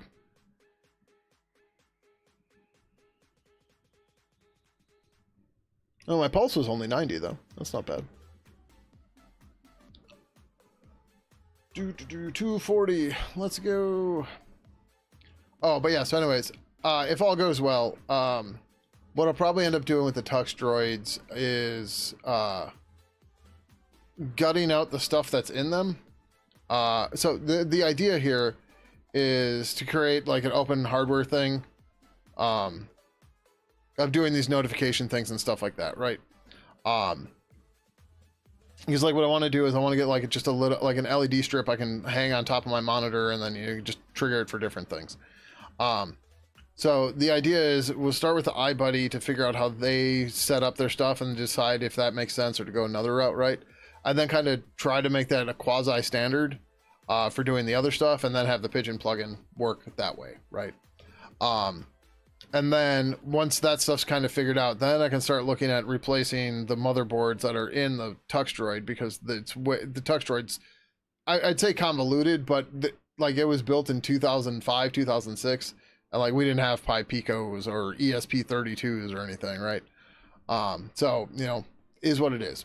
But like the Tux droid has a dongle that you connect to your computer via USB, and then it talks to that over 2.4 gigahertz. Obviously, just skip all that and go right to ESP32, run it over Bluetooth, right? I'm not sure how Bluetooth HID works, though. I mean, I'm not even exactly sure how USB HID works, but I assume Bluetooth HID is similar to USB HID. But either way, the idea would be then to, like, even with the sensor things, well, the sensors, you still have to have them plugged in, or the LEDs, you still have to have them plugged in or something for power. But like Tux droid, he's battery operated. But you know, replace it. No, he is rechargeable too. But it's using, I don't know what the battery is, but put a lipo pack in there, right? Replace that kind of stuff. But that's the idea. Not that I need more projects to do, but this is something that's completely different. And you know, it should be relatively straightforward. At least the MSN ones, like I said, people have already reverse engineered it, and there's code out there for it, or for the iBuddy thing. So that's mostly just explore with it, then try to mimic it on this guy, and then go from there. Which should be cool, should be interesting. I don't know if we're going to do any of it on stream, I don't know. I want to at least play with the iBuddies on stream. And then maybe one of them start... So, one of the other ideas with the Tux droid, so I have a Tux droid sitting on a shelf up above me in a light box, and the idea was that he was going to do my alerts. Oh yeah, I suppose you could do a REST API in the ESP32. But like the idea was to keep something simple that could work anywhere and be easily interoperable on other operating systems. Which I suppose REST API is too, but...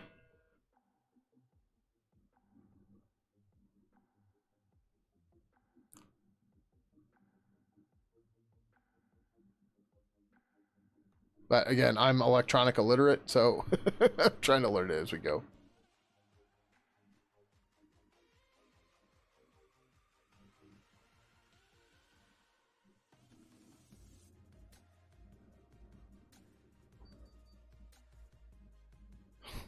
Okay, we're down a little bit. 145 over 106. I don't think it's going to go anywhere else.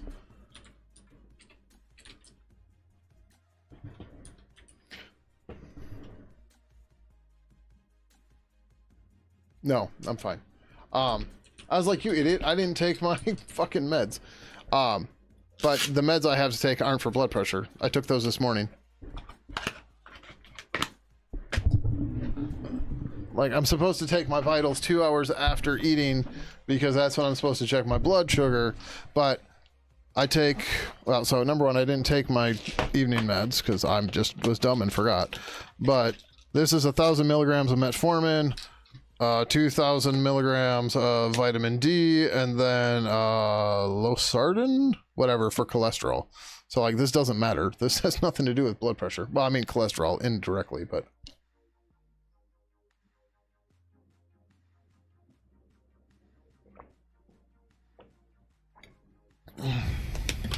Okay. There's Monday. Yay. Let's see, what's the old glucose at? So, my CGM says I'm at 91 on a nice decline. Let's see what my blood says. But Q-Logic, did you catch the part about the iBuddies? Which honestly, you could probably get one real quick. I think I forget where they came from. I don't, maybe Quebec? I don't remember now, I forget. You wouldn't have to wait as long as I did.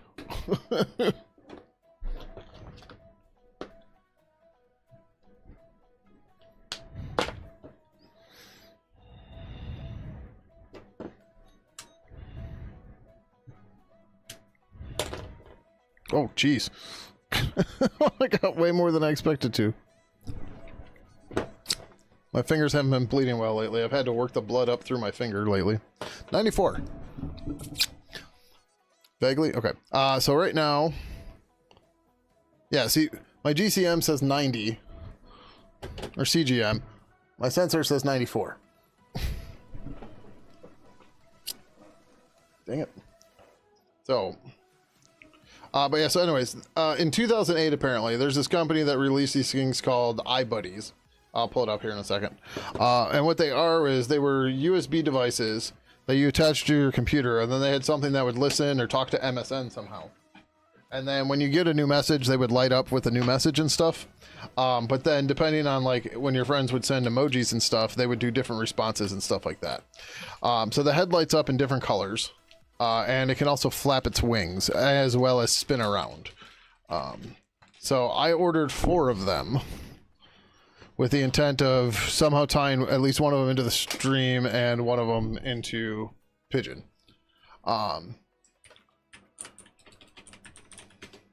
And the idea is that if it makes sense, I want to somehow build like an open firmware so that people can build their own, and then we'll have a plugin for Pidgin that will just work, right? Even if you were actively online in the 2000s, but apparently these were just pretty big in, I don't know if they said Canada or not, but in Europe, and I forget where else. Go on. In the 2000s, there's a tiny chance you've seen one of these. This is the iBuddy from 2008, a bizarre little desktop companion that will flash. Yeah, so this just got posted a month ago. Whenever something happened in your MSN Messenger. Today, I'm unboxing this brand new iBuddy I found in a dollar shop recently. Yeah, I wish I found a dollar shop. And if it does, but yeah, so yep, they can spin around, flap their wings, their headlights up, they blink. Even right. Back then, during the peak of messenger service, and they have a monitor mount too. These were very little known and were treated like novelty gadgets, only for collectors and hardcore fans.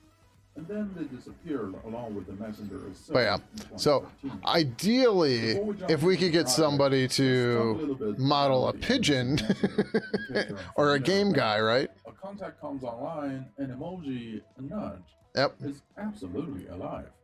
After all that troubleshooting, it finally works the way it was supposed to. I put the iBuddy on a clipper stand and snapped it onto my laptop, exactly like it's been advertised 18 years ago. And there it is. See, it's totally ridiculous, but one of the things I've realized with just Pidgin development in general is we need to make IM fun again. Right? Maybe not we need to, but like we need to do things that are fun again, right? This is why like I randomly threw together the Flip plugin the other day, right? It was like we need something that's, you know, we need to bring back the fun, useless plugins that aren't like, oh, hey, this is how you do this thing for work, right? Like, no, let's have fun. Like, let's build stuff that's actually enjoyable. And that's how we'll get people using stuff again, right? So that's one of those ideas too, right? It randomly popped up and that was cool, right? It's like me having this rubber chicken that's actually looks like a pigeon, right?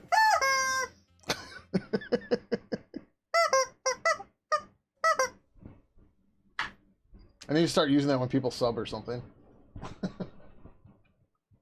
So, actually, I should probably get this guy painted at some point. Or I should paint it. So, Formlabs is a 3D printing company. They've got offices all over the place. We had a hackathon that was hosted there, and one of their people, I got them to model a pigeon and print it. So this is SLA, not SLA. It's not SLR, whatever. It's in there, whatever printers. This guy is fucking heavy. It's like 2-3 pounds at least, because he's solid. Laser whatever, something. Laser sintering something, whatever. But yeah, it needs to be painted. I was trying to see if I could print it on my printers, and it's a pain in the ass to try to like print it in color. And there's lots of overhangs and stuff, and yeah. Although maybe I could try it, but we'll see. But SWK, I have the files for this if you want to try this on any of your crazy stuff. It's a pigeon trophy. Yay! I gotta find it, but I've got it somewhere. Alright, where were we? Oh, we had to fix the unit test. Not fix, but we had to write the unit test for this. Test conversation.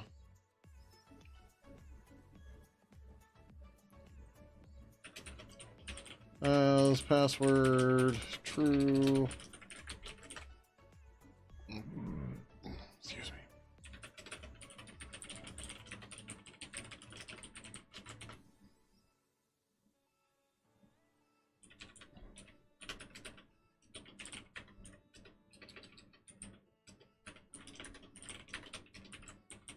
Oh, but yeah, so the iBuddies on eBay, they're only in Canada. There's one person that has them, and they're just in Canada. Unless somebody else is posting them now. Selling them, posting them, whatever. Canada, Canada, Canada. I bought 2 of these, the 32 ones. But yeah, $26.67 for delivery, or 20. It's like, Jesus, man. But yeah. So if anybody sees any of them anywhere, let me know. Because I would be interested in them if shipping them is not a ton of money. Because, like, I need one for my dev instance, for my normal instance, for my stream instance. Yeah. Oh, I just realized chat is not working. And nobody called it out. It's fine, but usually someone's like, is chat broken?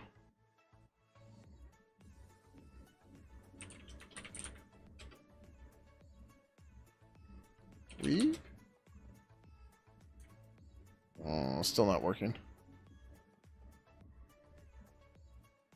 I wonder if my OAuth token expired.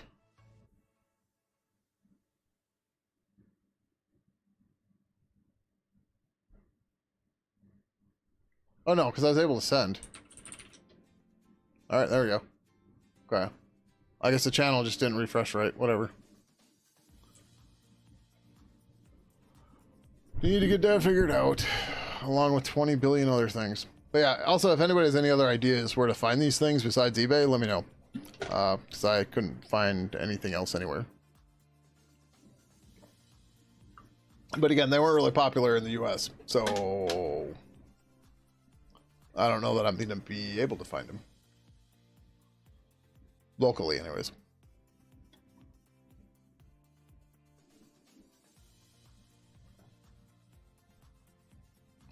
Alright, we were building unit test, has password.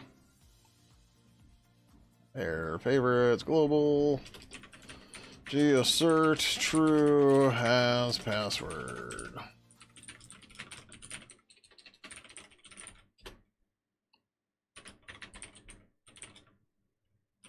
Valgrind Rapperino. Ninja Turtles. Oh, there is a bug for this, isn't there? I believe there is. Also, does anybody here speak Polish fluently?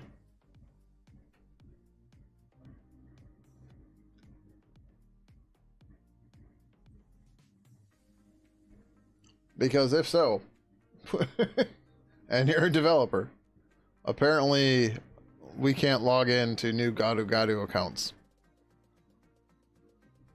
And I haven't looked yet, but I have a feeling that the error message, if any we are getting, is probably in Polish. I suppose I can just throw it in Google Translate.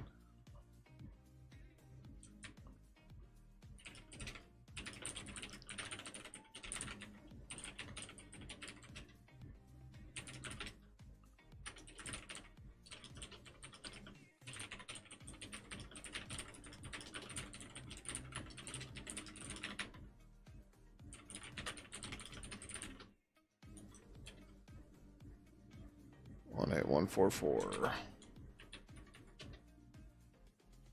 Oh, I missed the depends on. Damn. It's okay. 4759.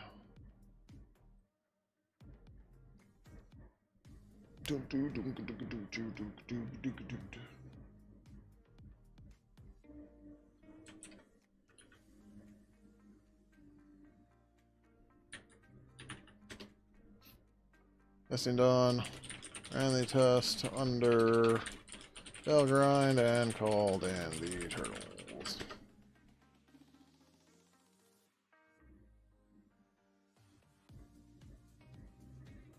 Easy peasy.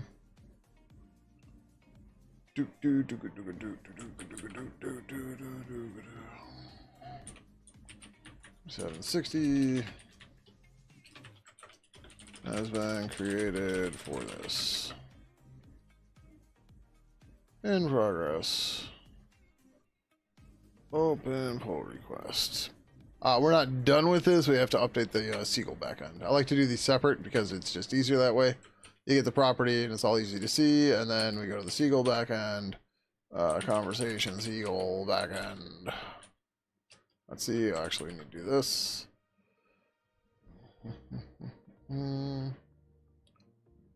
Data, not data. Resources. Conversation manager, Seagull backend, migrations. 10. Add the has password property. Column has password. Is there a bool?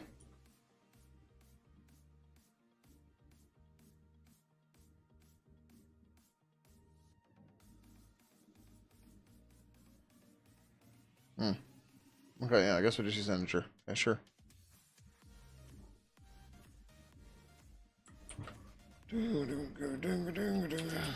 Done. Password. SQL. We're gonna do this right away this time. I forgot it in the last one. And Ivanhoe approved it, and I was like, I went to merge it, and I'm like, oh, damn.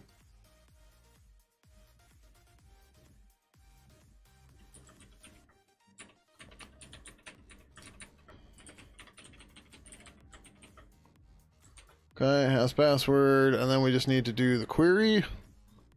Oh no, not even query, because query should be fine. Query properties. Oh no, we do have to do it here too. Yeah. As password. As conf has password. And then insert properties.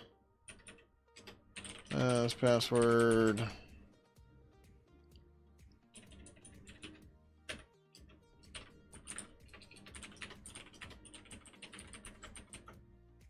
We might not need that whole setup, but it's fine. Oh.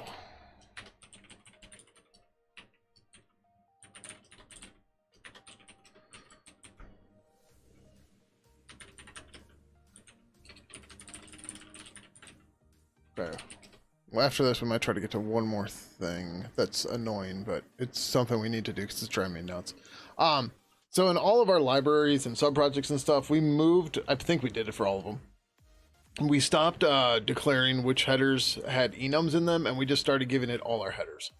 For whatever reason, in Purple and Pidgin, that causes the tool to infinitely loop somehow. And we need to figure out why, because it's driving me nuts. Because I keep trying to add these error domains, and then I forget, like, and then it doesn't work, and I forget that it's because the enum or the errors aren't marked as enums, and it's annoying and it's tedious, and I just want it to go away. And yeah, is that all I need to do? I think that's all I need to do, right? And then just the unit test. That's all this had too, right? It was the same deal. It was update the SQL, so add the migration, add the query and insert, update the resources for the migration, add that to the add the migration to the C file, and then add the property into the unit test. Yeah, okay. Like, this is actually really easy, but, you know, just keeping it separate makes it easier to review.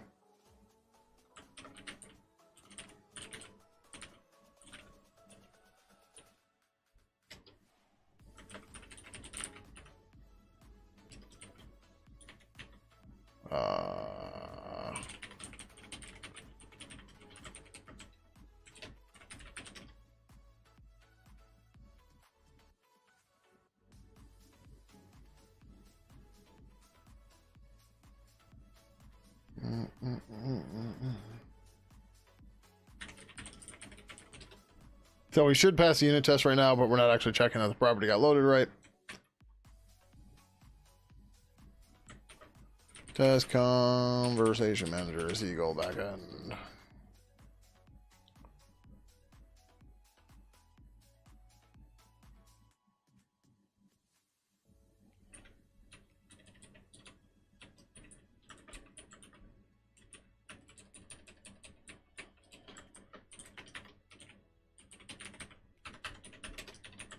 So right now that's going to pass because it's false, which we can verify. I should just ran it separately, but whatever.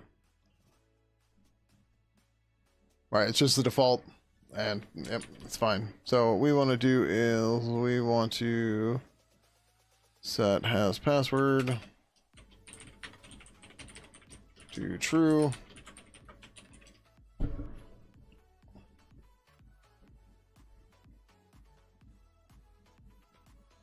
All right, and just to make sure that it was right, we're going to come back up here.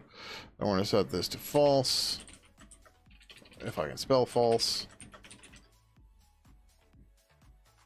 Now we should fail that test. Cool, yep. It's back to true. That's it, we're done. We just added the migration, everything to the database. Woohoo! Good to go. Oh, my weekly update for Jira, thanks. Yeah, still dropping. 89.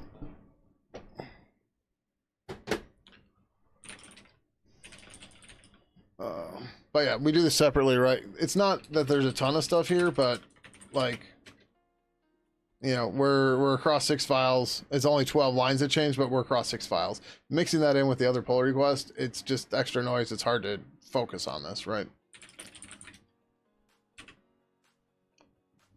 Conversation has password Seagull backend.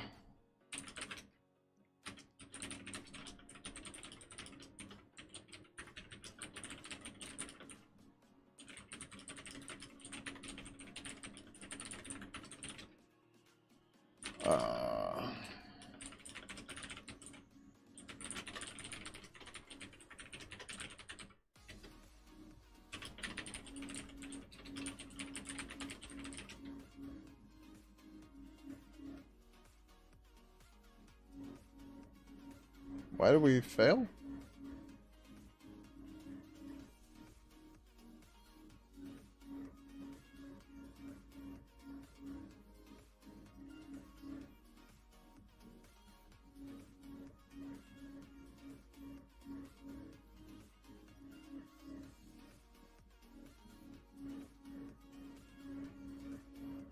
Like, we didn't definitely lose anything, but...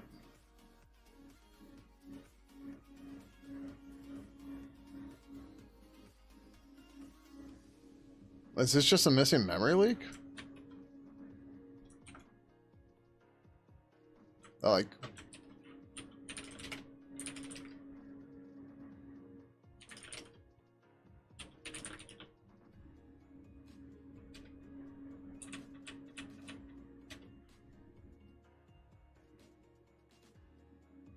Okay, so memory leak is unrelated. Or memory errors are unrelated. So we're going to push that, fix this separately, and yeah.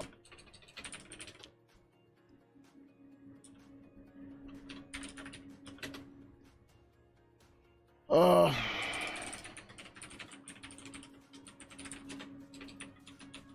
181.44, right? Yep. Depends on not 4752. 4760.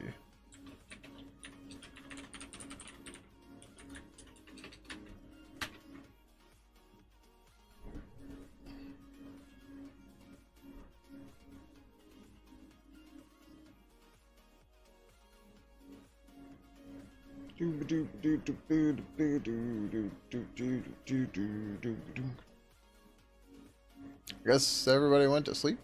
Nobody's talking anymore. It is midnight, 5 a.m. UTC. 4761.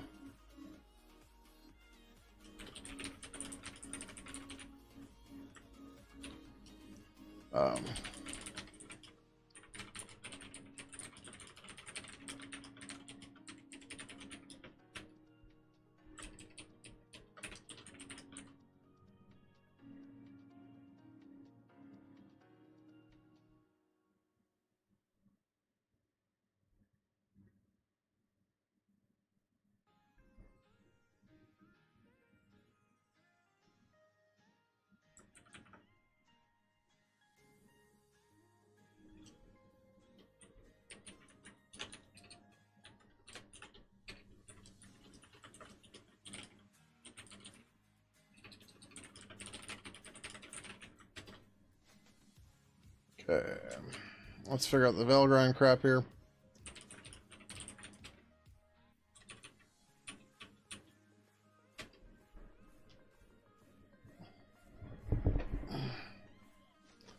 So, Sequel A3 step, blah blah blah, B tree, on from migrations 160. Oh, no, it's not what we want.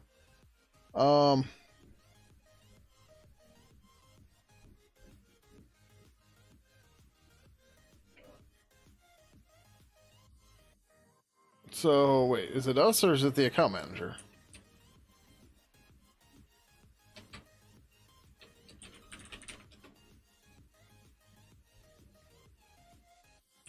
It's us somehow.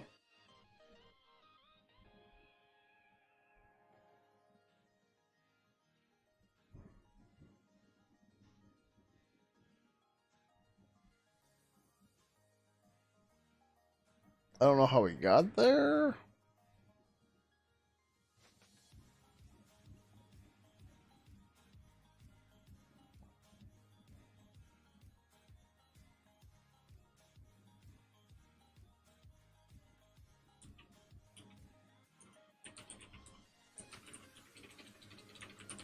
I thought we were already doing leak check full.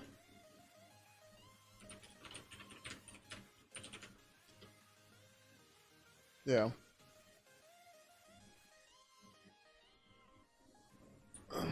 No, apparently we do this sometimes. Yeah, it doesn't work.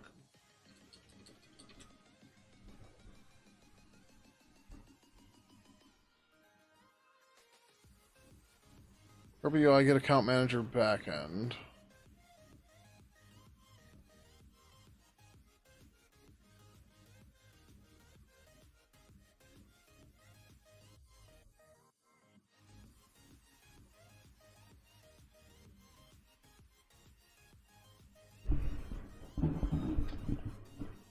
Do we have any other logs going on? What the fuck? Ugh.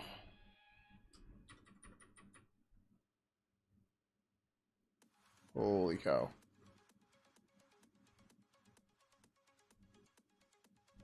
Wow, let's look at this. Account manager Seagull backend.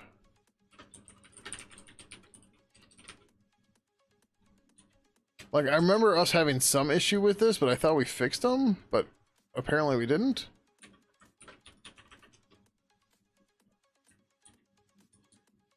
We just not clearing these? No, we have to be.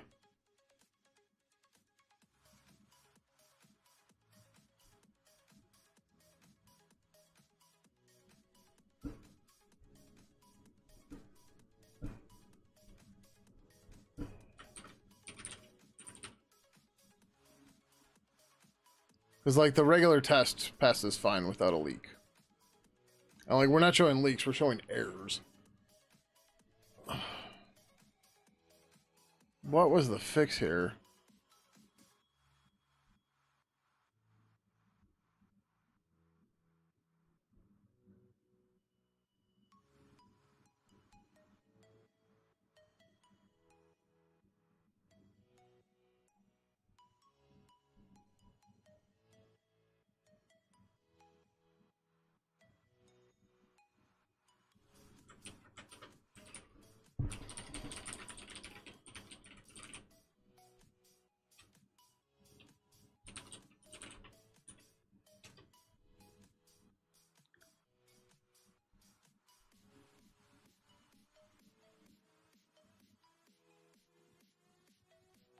Oh, did I maybe... So we started a pull request for the members?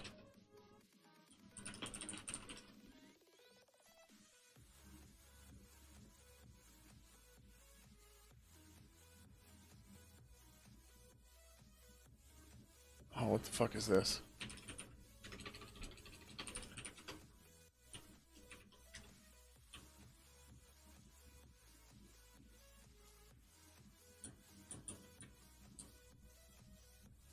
Okay, I don't know why I didn't finish that one, but okay. These are separate.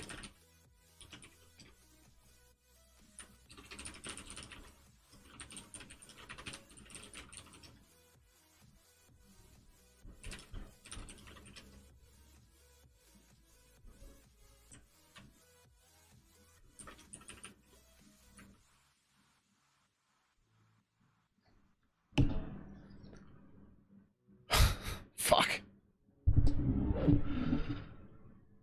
Ugh.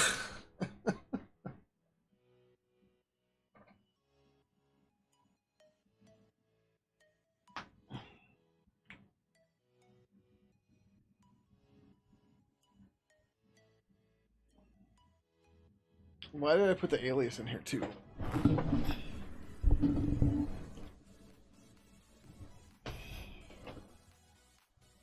I missed you.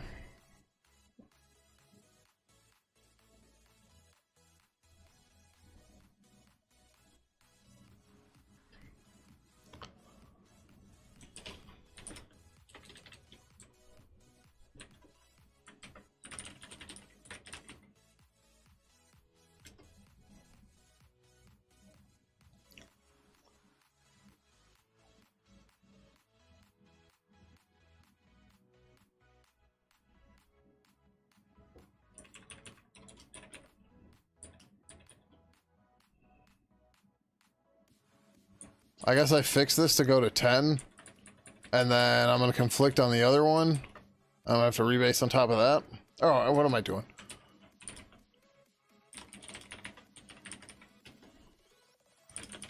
I'll just rebase on top of that one.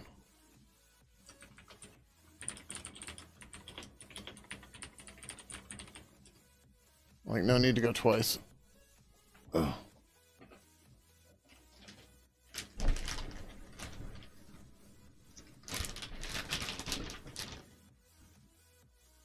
There you go, mister.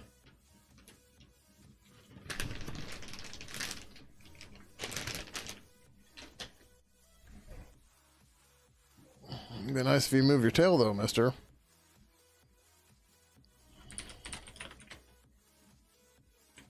Okay.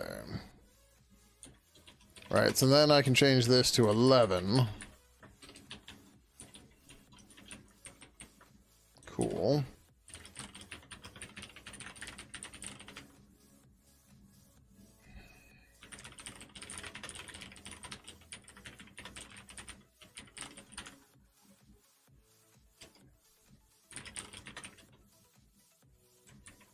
And then I still have to rename that file, but that's okay.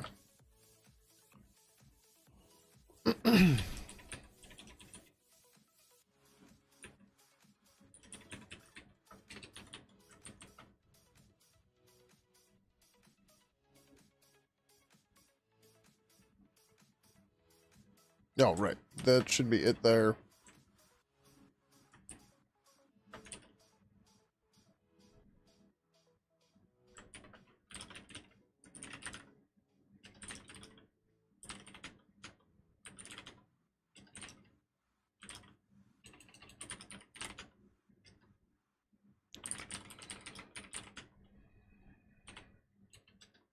I just fucked myself, didn't I?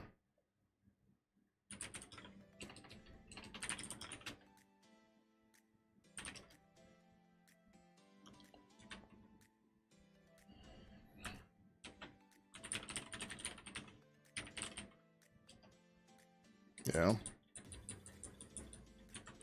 It's fine. What is it? It's 11.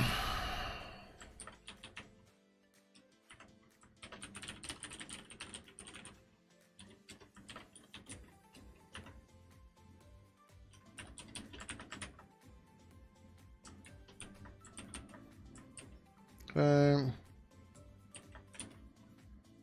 I was trying to remove the ORIG file and clearly failed.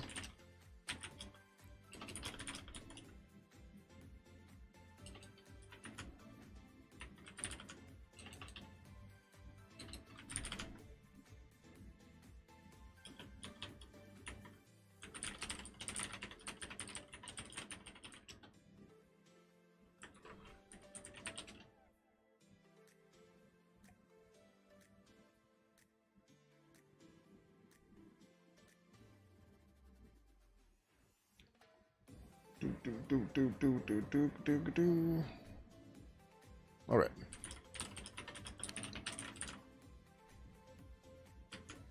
I don't remember what the file was.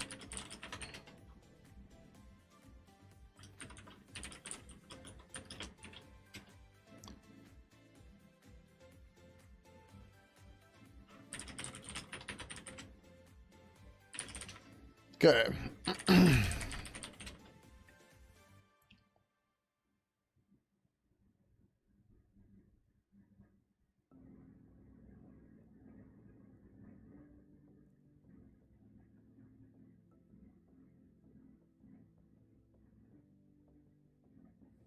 Joy, why did all this fail? Why did UI normal fail?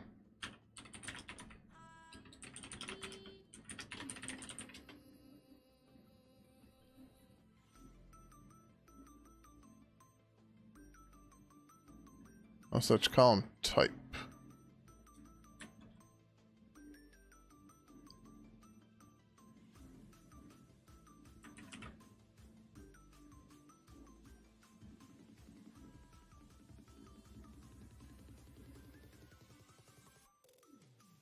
Contact conversation.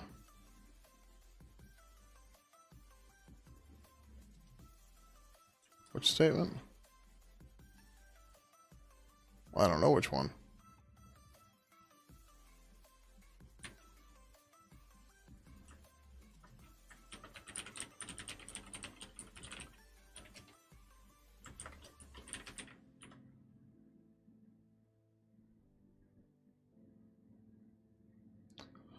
What do we do for these?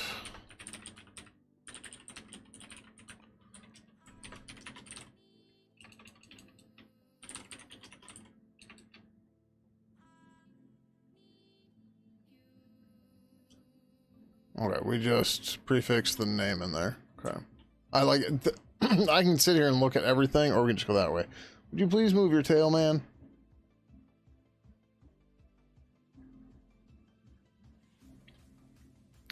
Just absolutely ridiculous.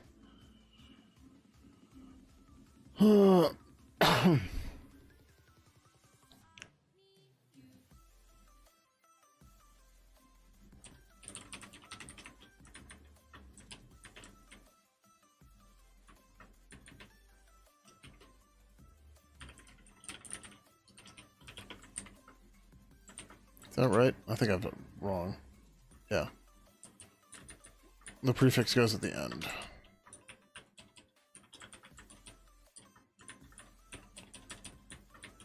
You are really testing my patience today.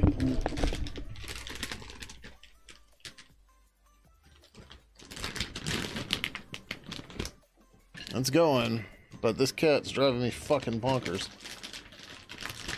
But how are you, Dan? Hope you're doing well.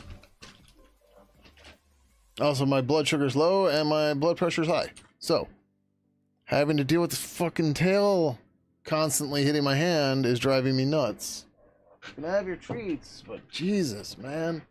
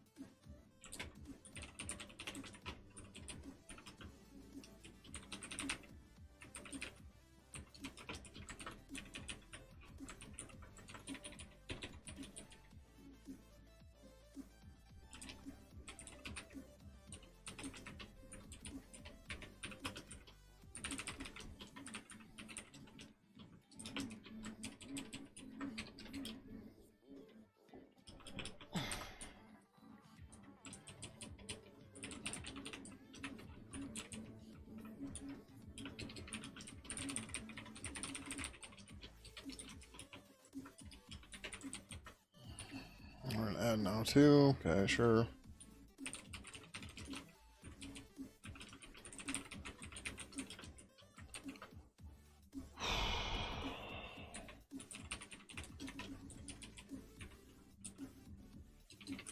I'm getting sick feeling again too.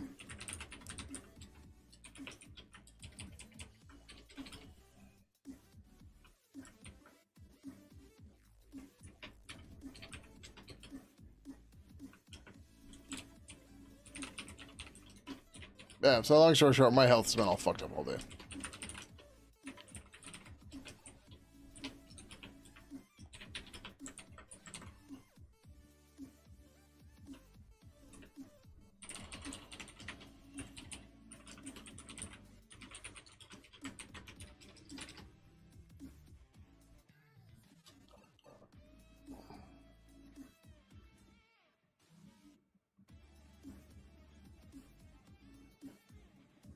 Delete tags.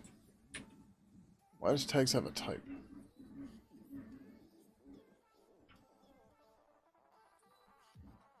Probably because I've got the wrong thing in here.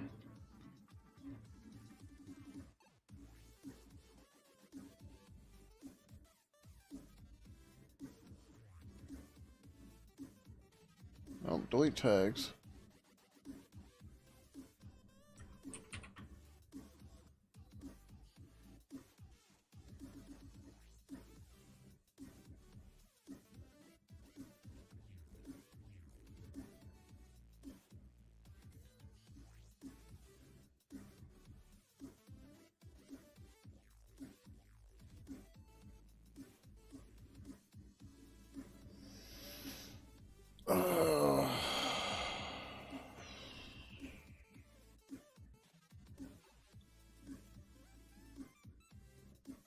Supposed to be conversation type. I don't know how this got broke here. This should have...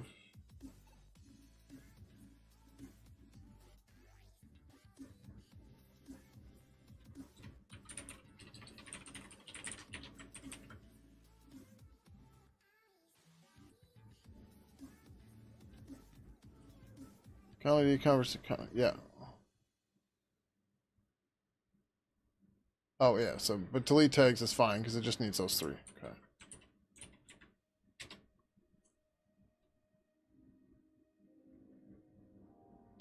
Insert member properties does not exist.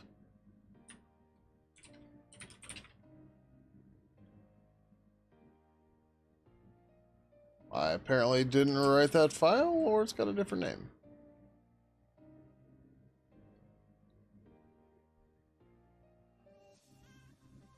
Or I didn't put it in the resource file.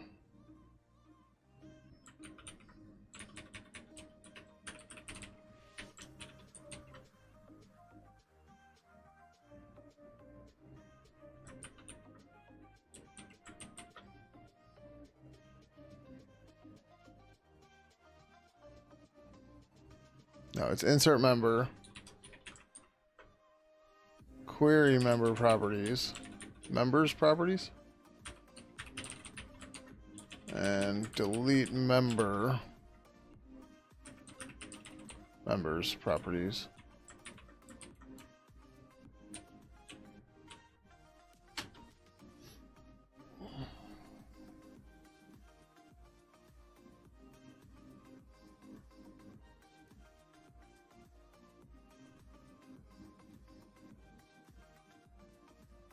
Insert member properties is also wrong. I guess I changed this after the fact, which is fine, but just missed it, apparently.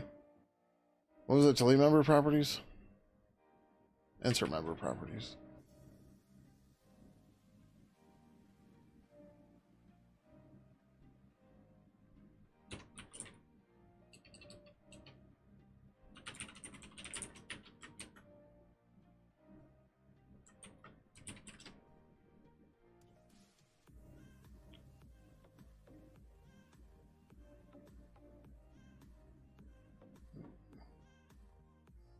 Oh, like, wait, how do we get to this again? We were trying to clean up the air.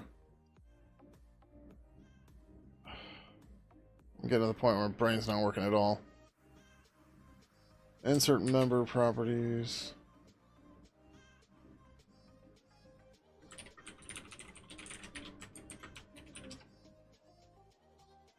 Okay.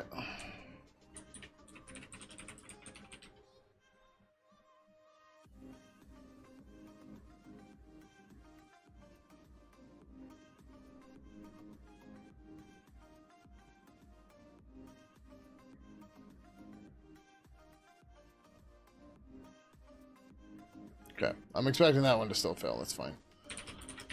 All right.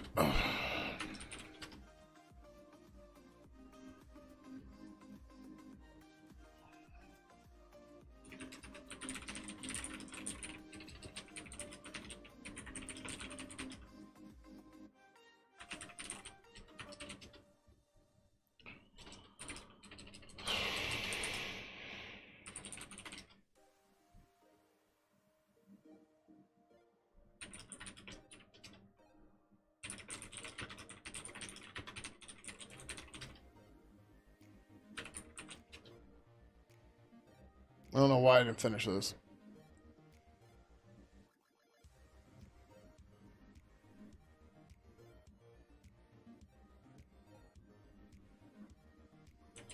Just to make sure.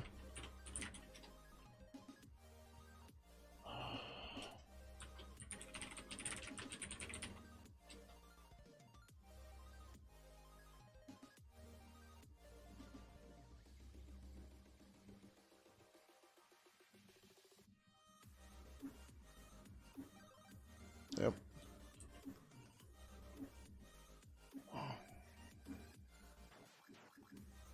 Missing parameter name undocumentable?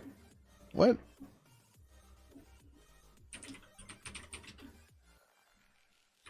Oh. This is as far as I got. Lovely.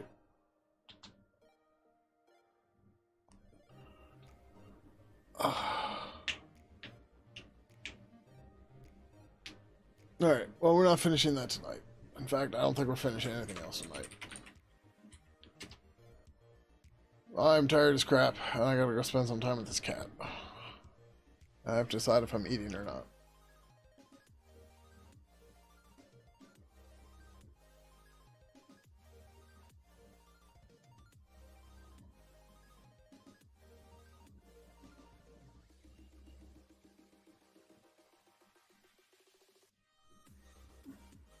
Um, um, um, um, um, um, um, um.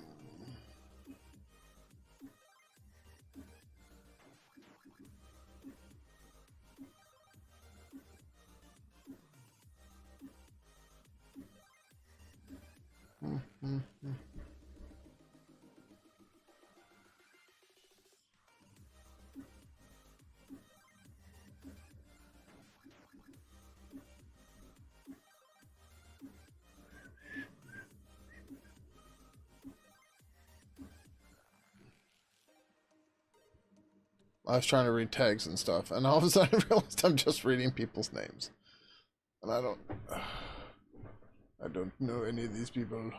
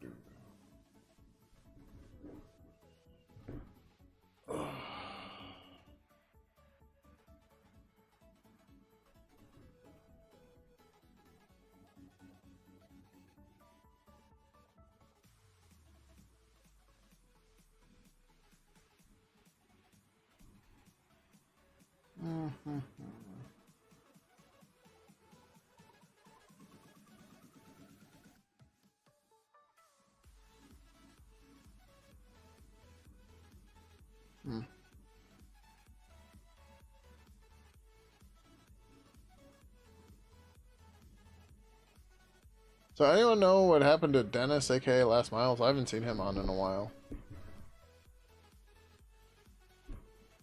He get banned again or something? Or did he move off doing something else?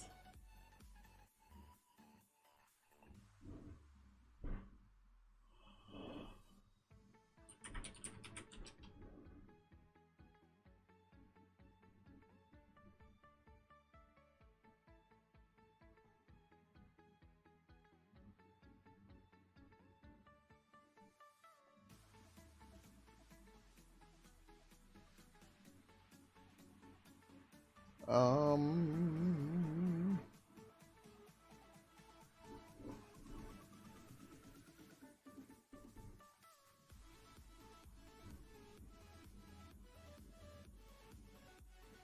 we're gonna go raid Team Bash. We've raided them before, but just most people don't talk when we go and do that, so I was kind of avoiding it, but whatever, it's fine. If you don't enjoy the raid, you can go ahead and cancel off the chat, otherwise there's nothing else you need to do. In the meantime, I do have a YouTube. YouTube, this is where we're going. I don't know if they're streaming live or not, so here's the Twitch channel where we're going. But if you don't enjoy the raid, you can go ahead and cancel up above. Otherwise, you can find links to my social media right over here. I do post on my Mastodon when I'm going live. So if you're somewhere on the Fediverse, you can find a link to that there. You can also join us on the official Pidgin Zulip server right over here. Zulip is an open source chat network.